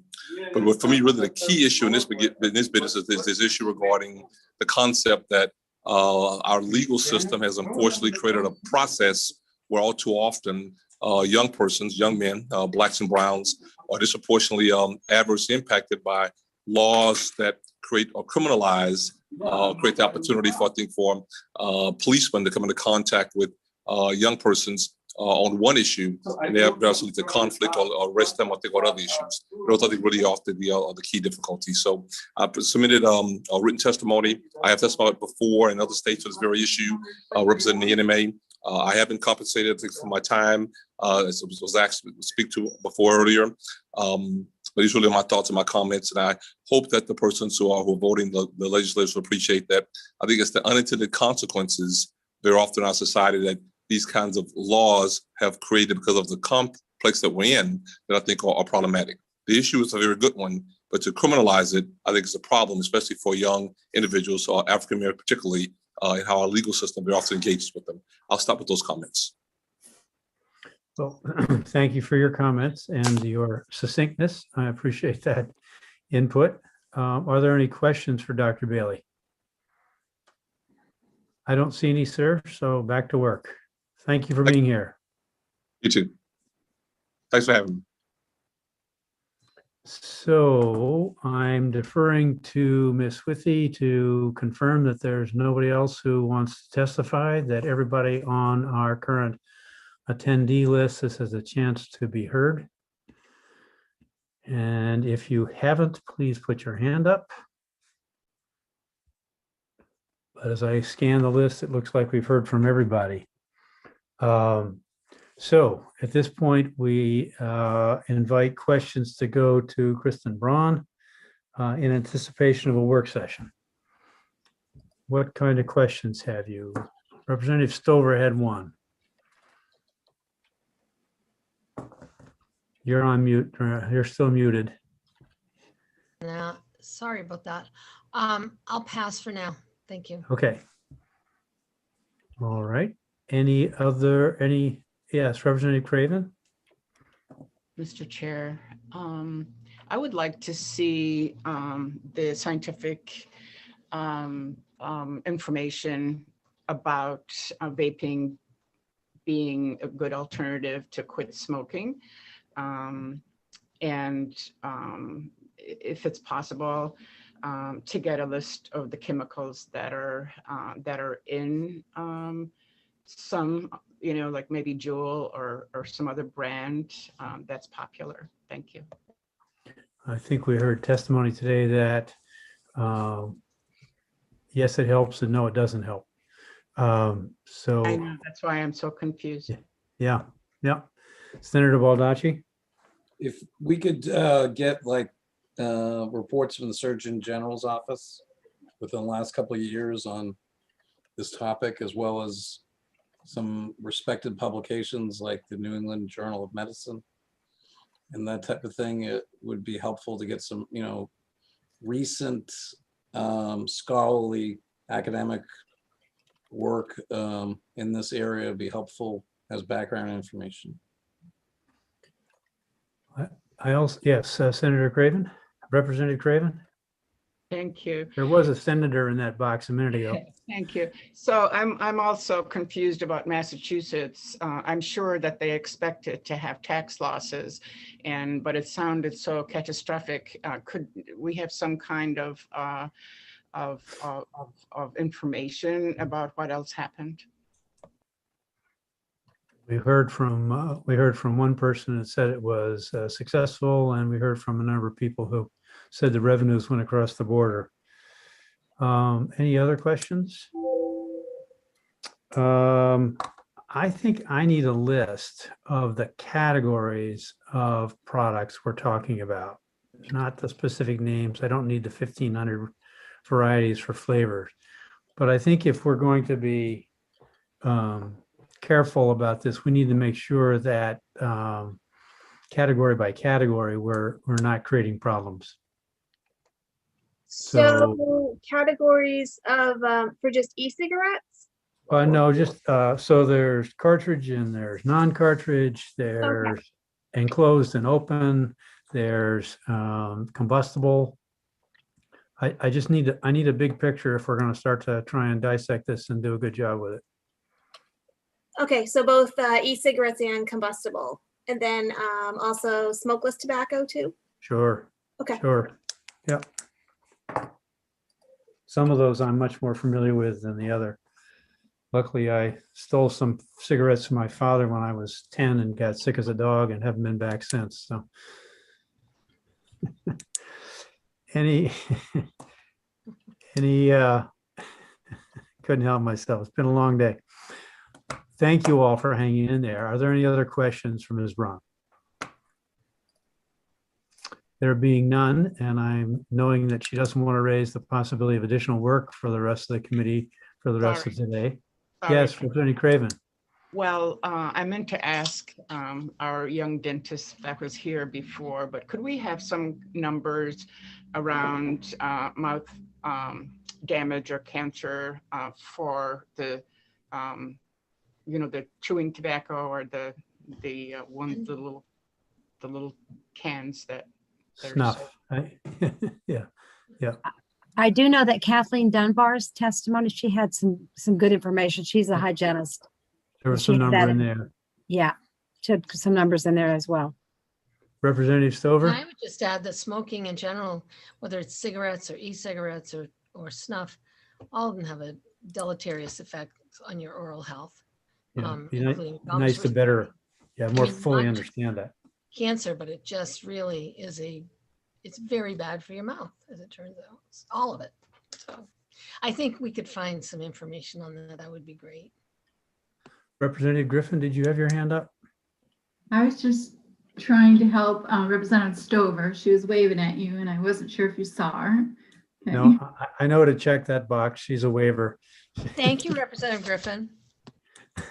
Welcome. A team effort. Are there any other questions to go to Kristen in anticipation of a work session probably next week? There was some discussion about chairs and leads and scheduling after we get all done. Is that something that you are up for, Representative Griffin and Senator Moore? You okay with that, Representative Meyer? Sure. Sure, just to finish up the schedule for next week.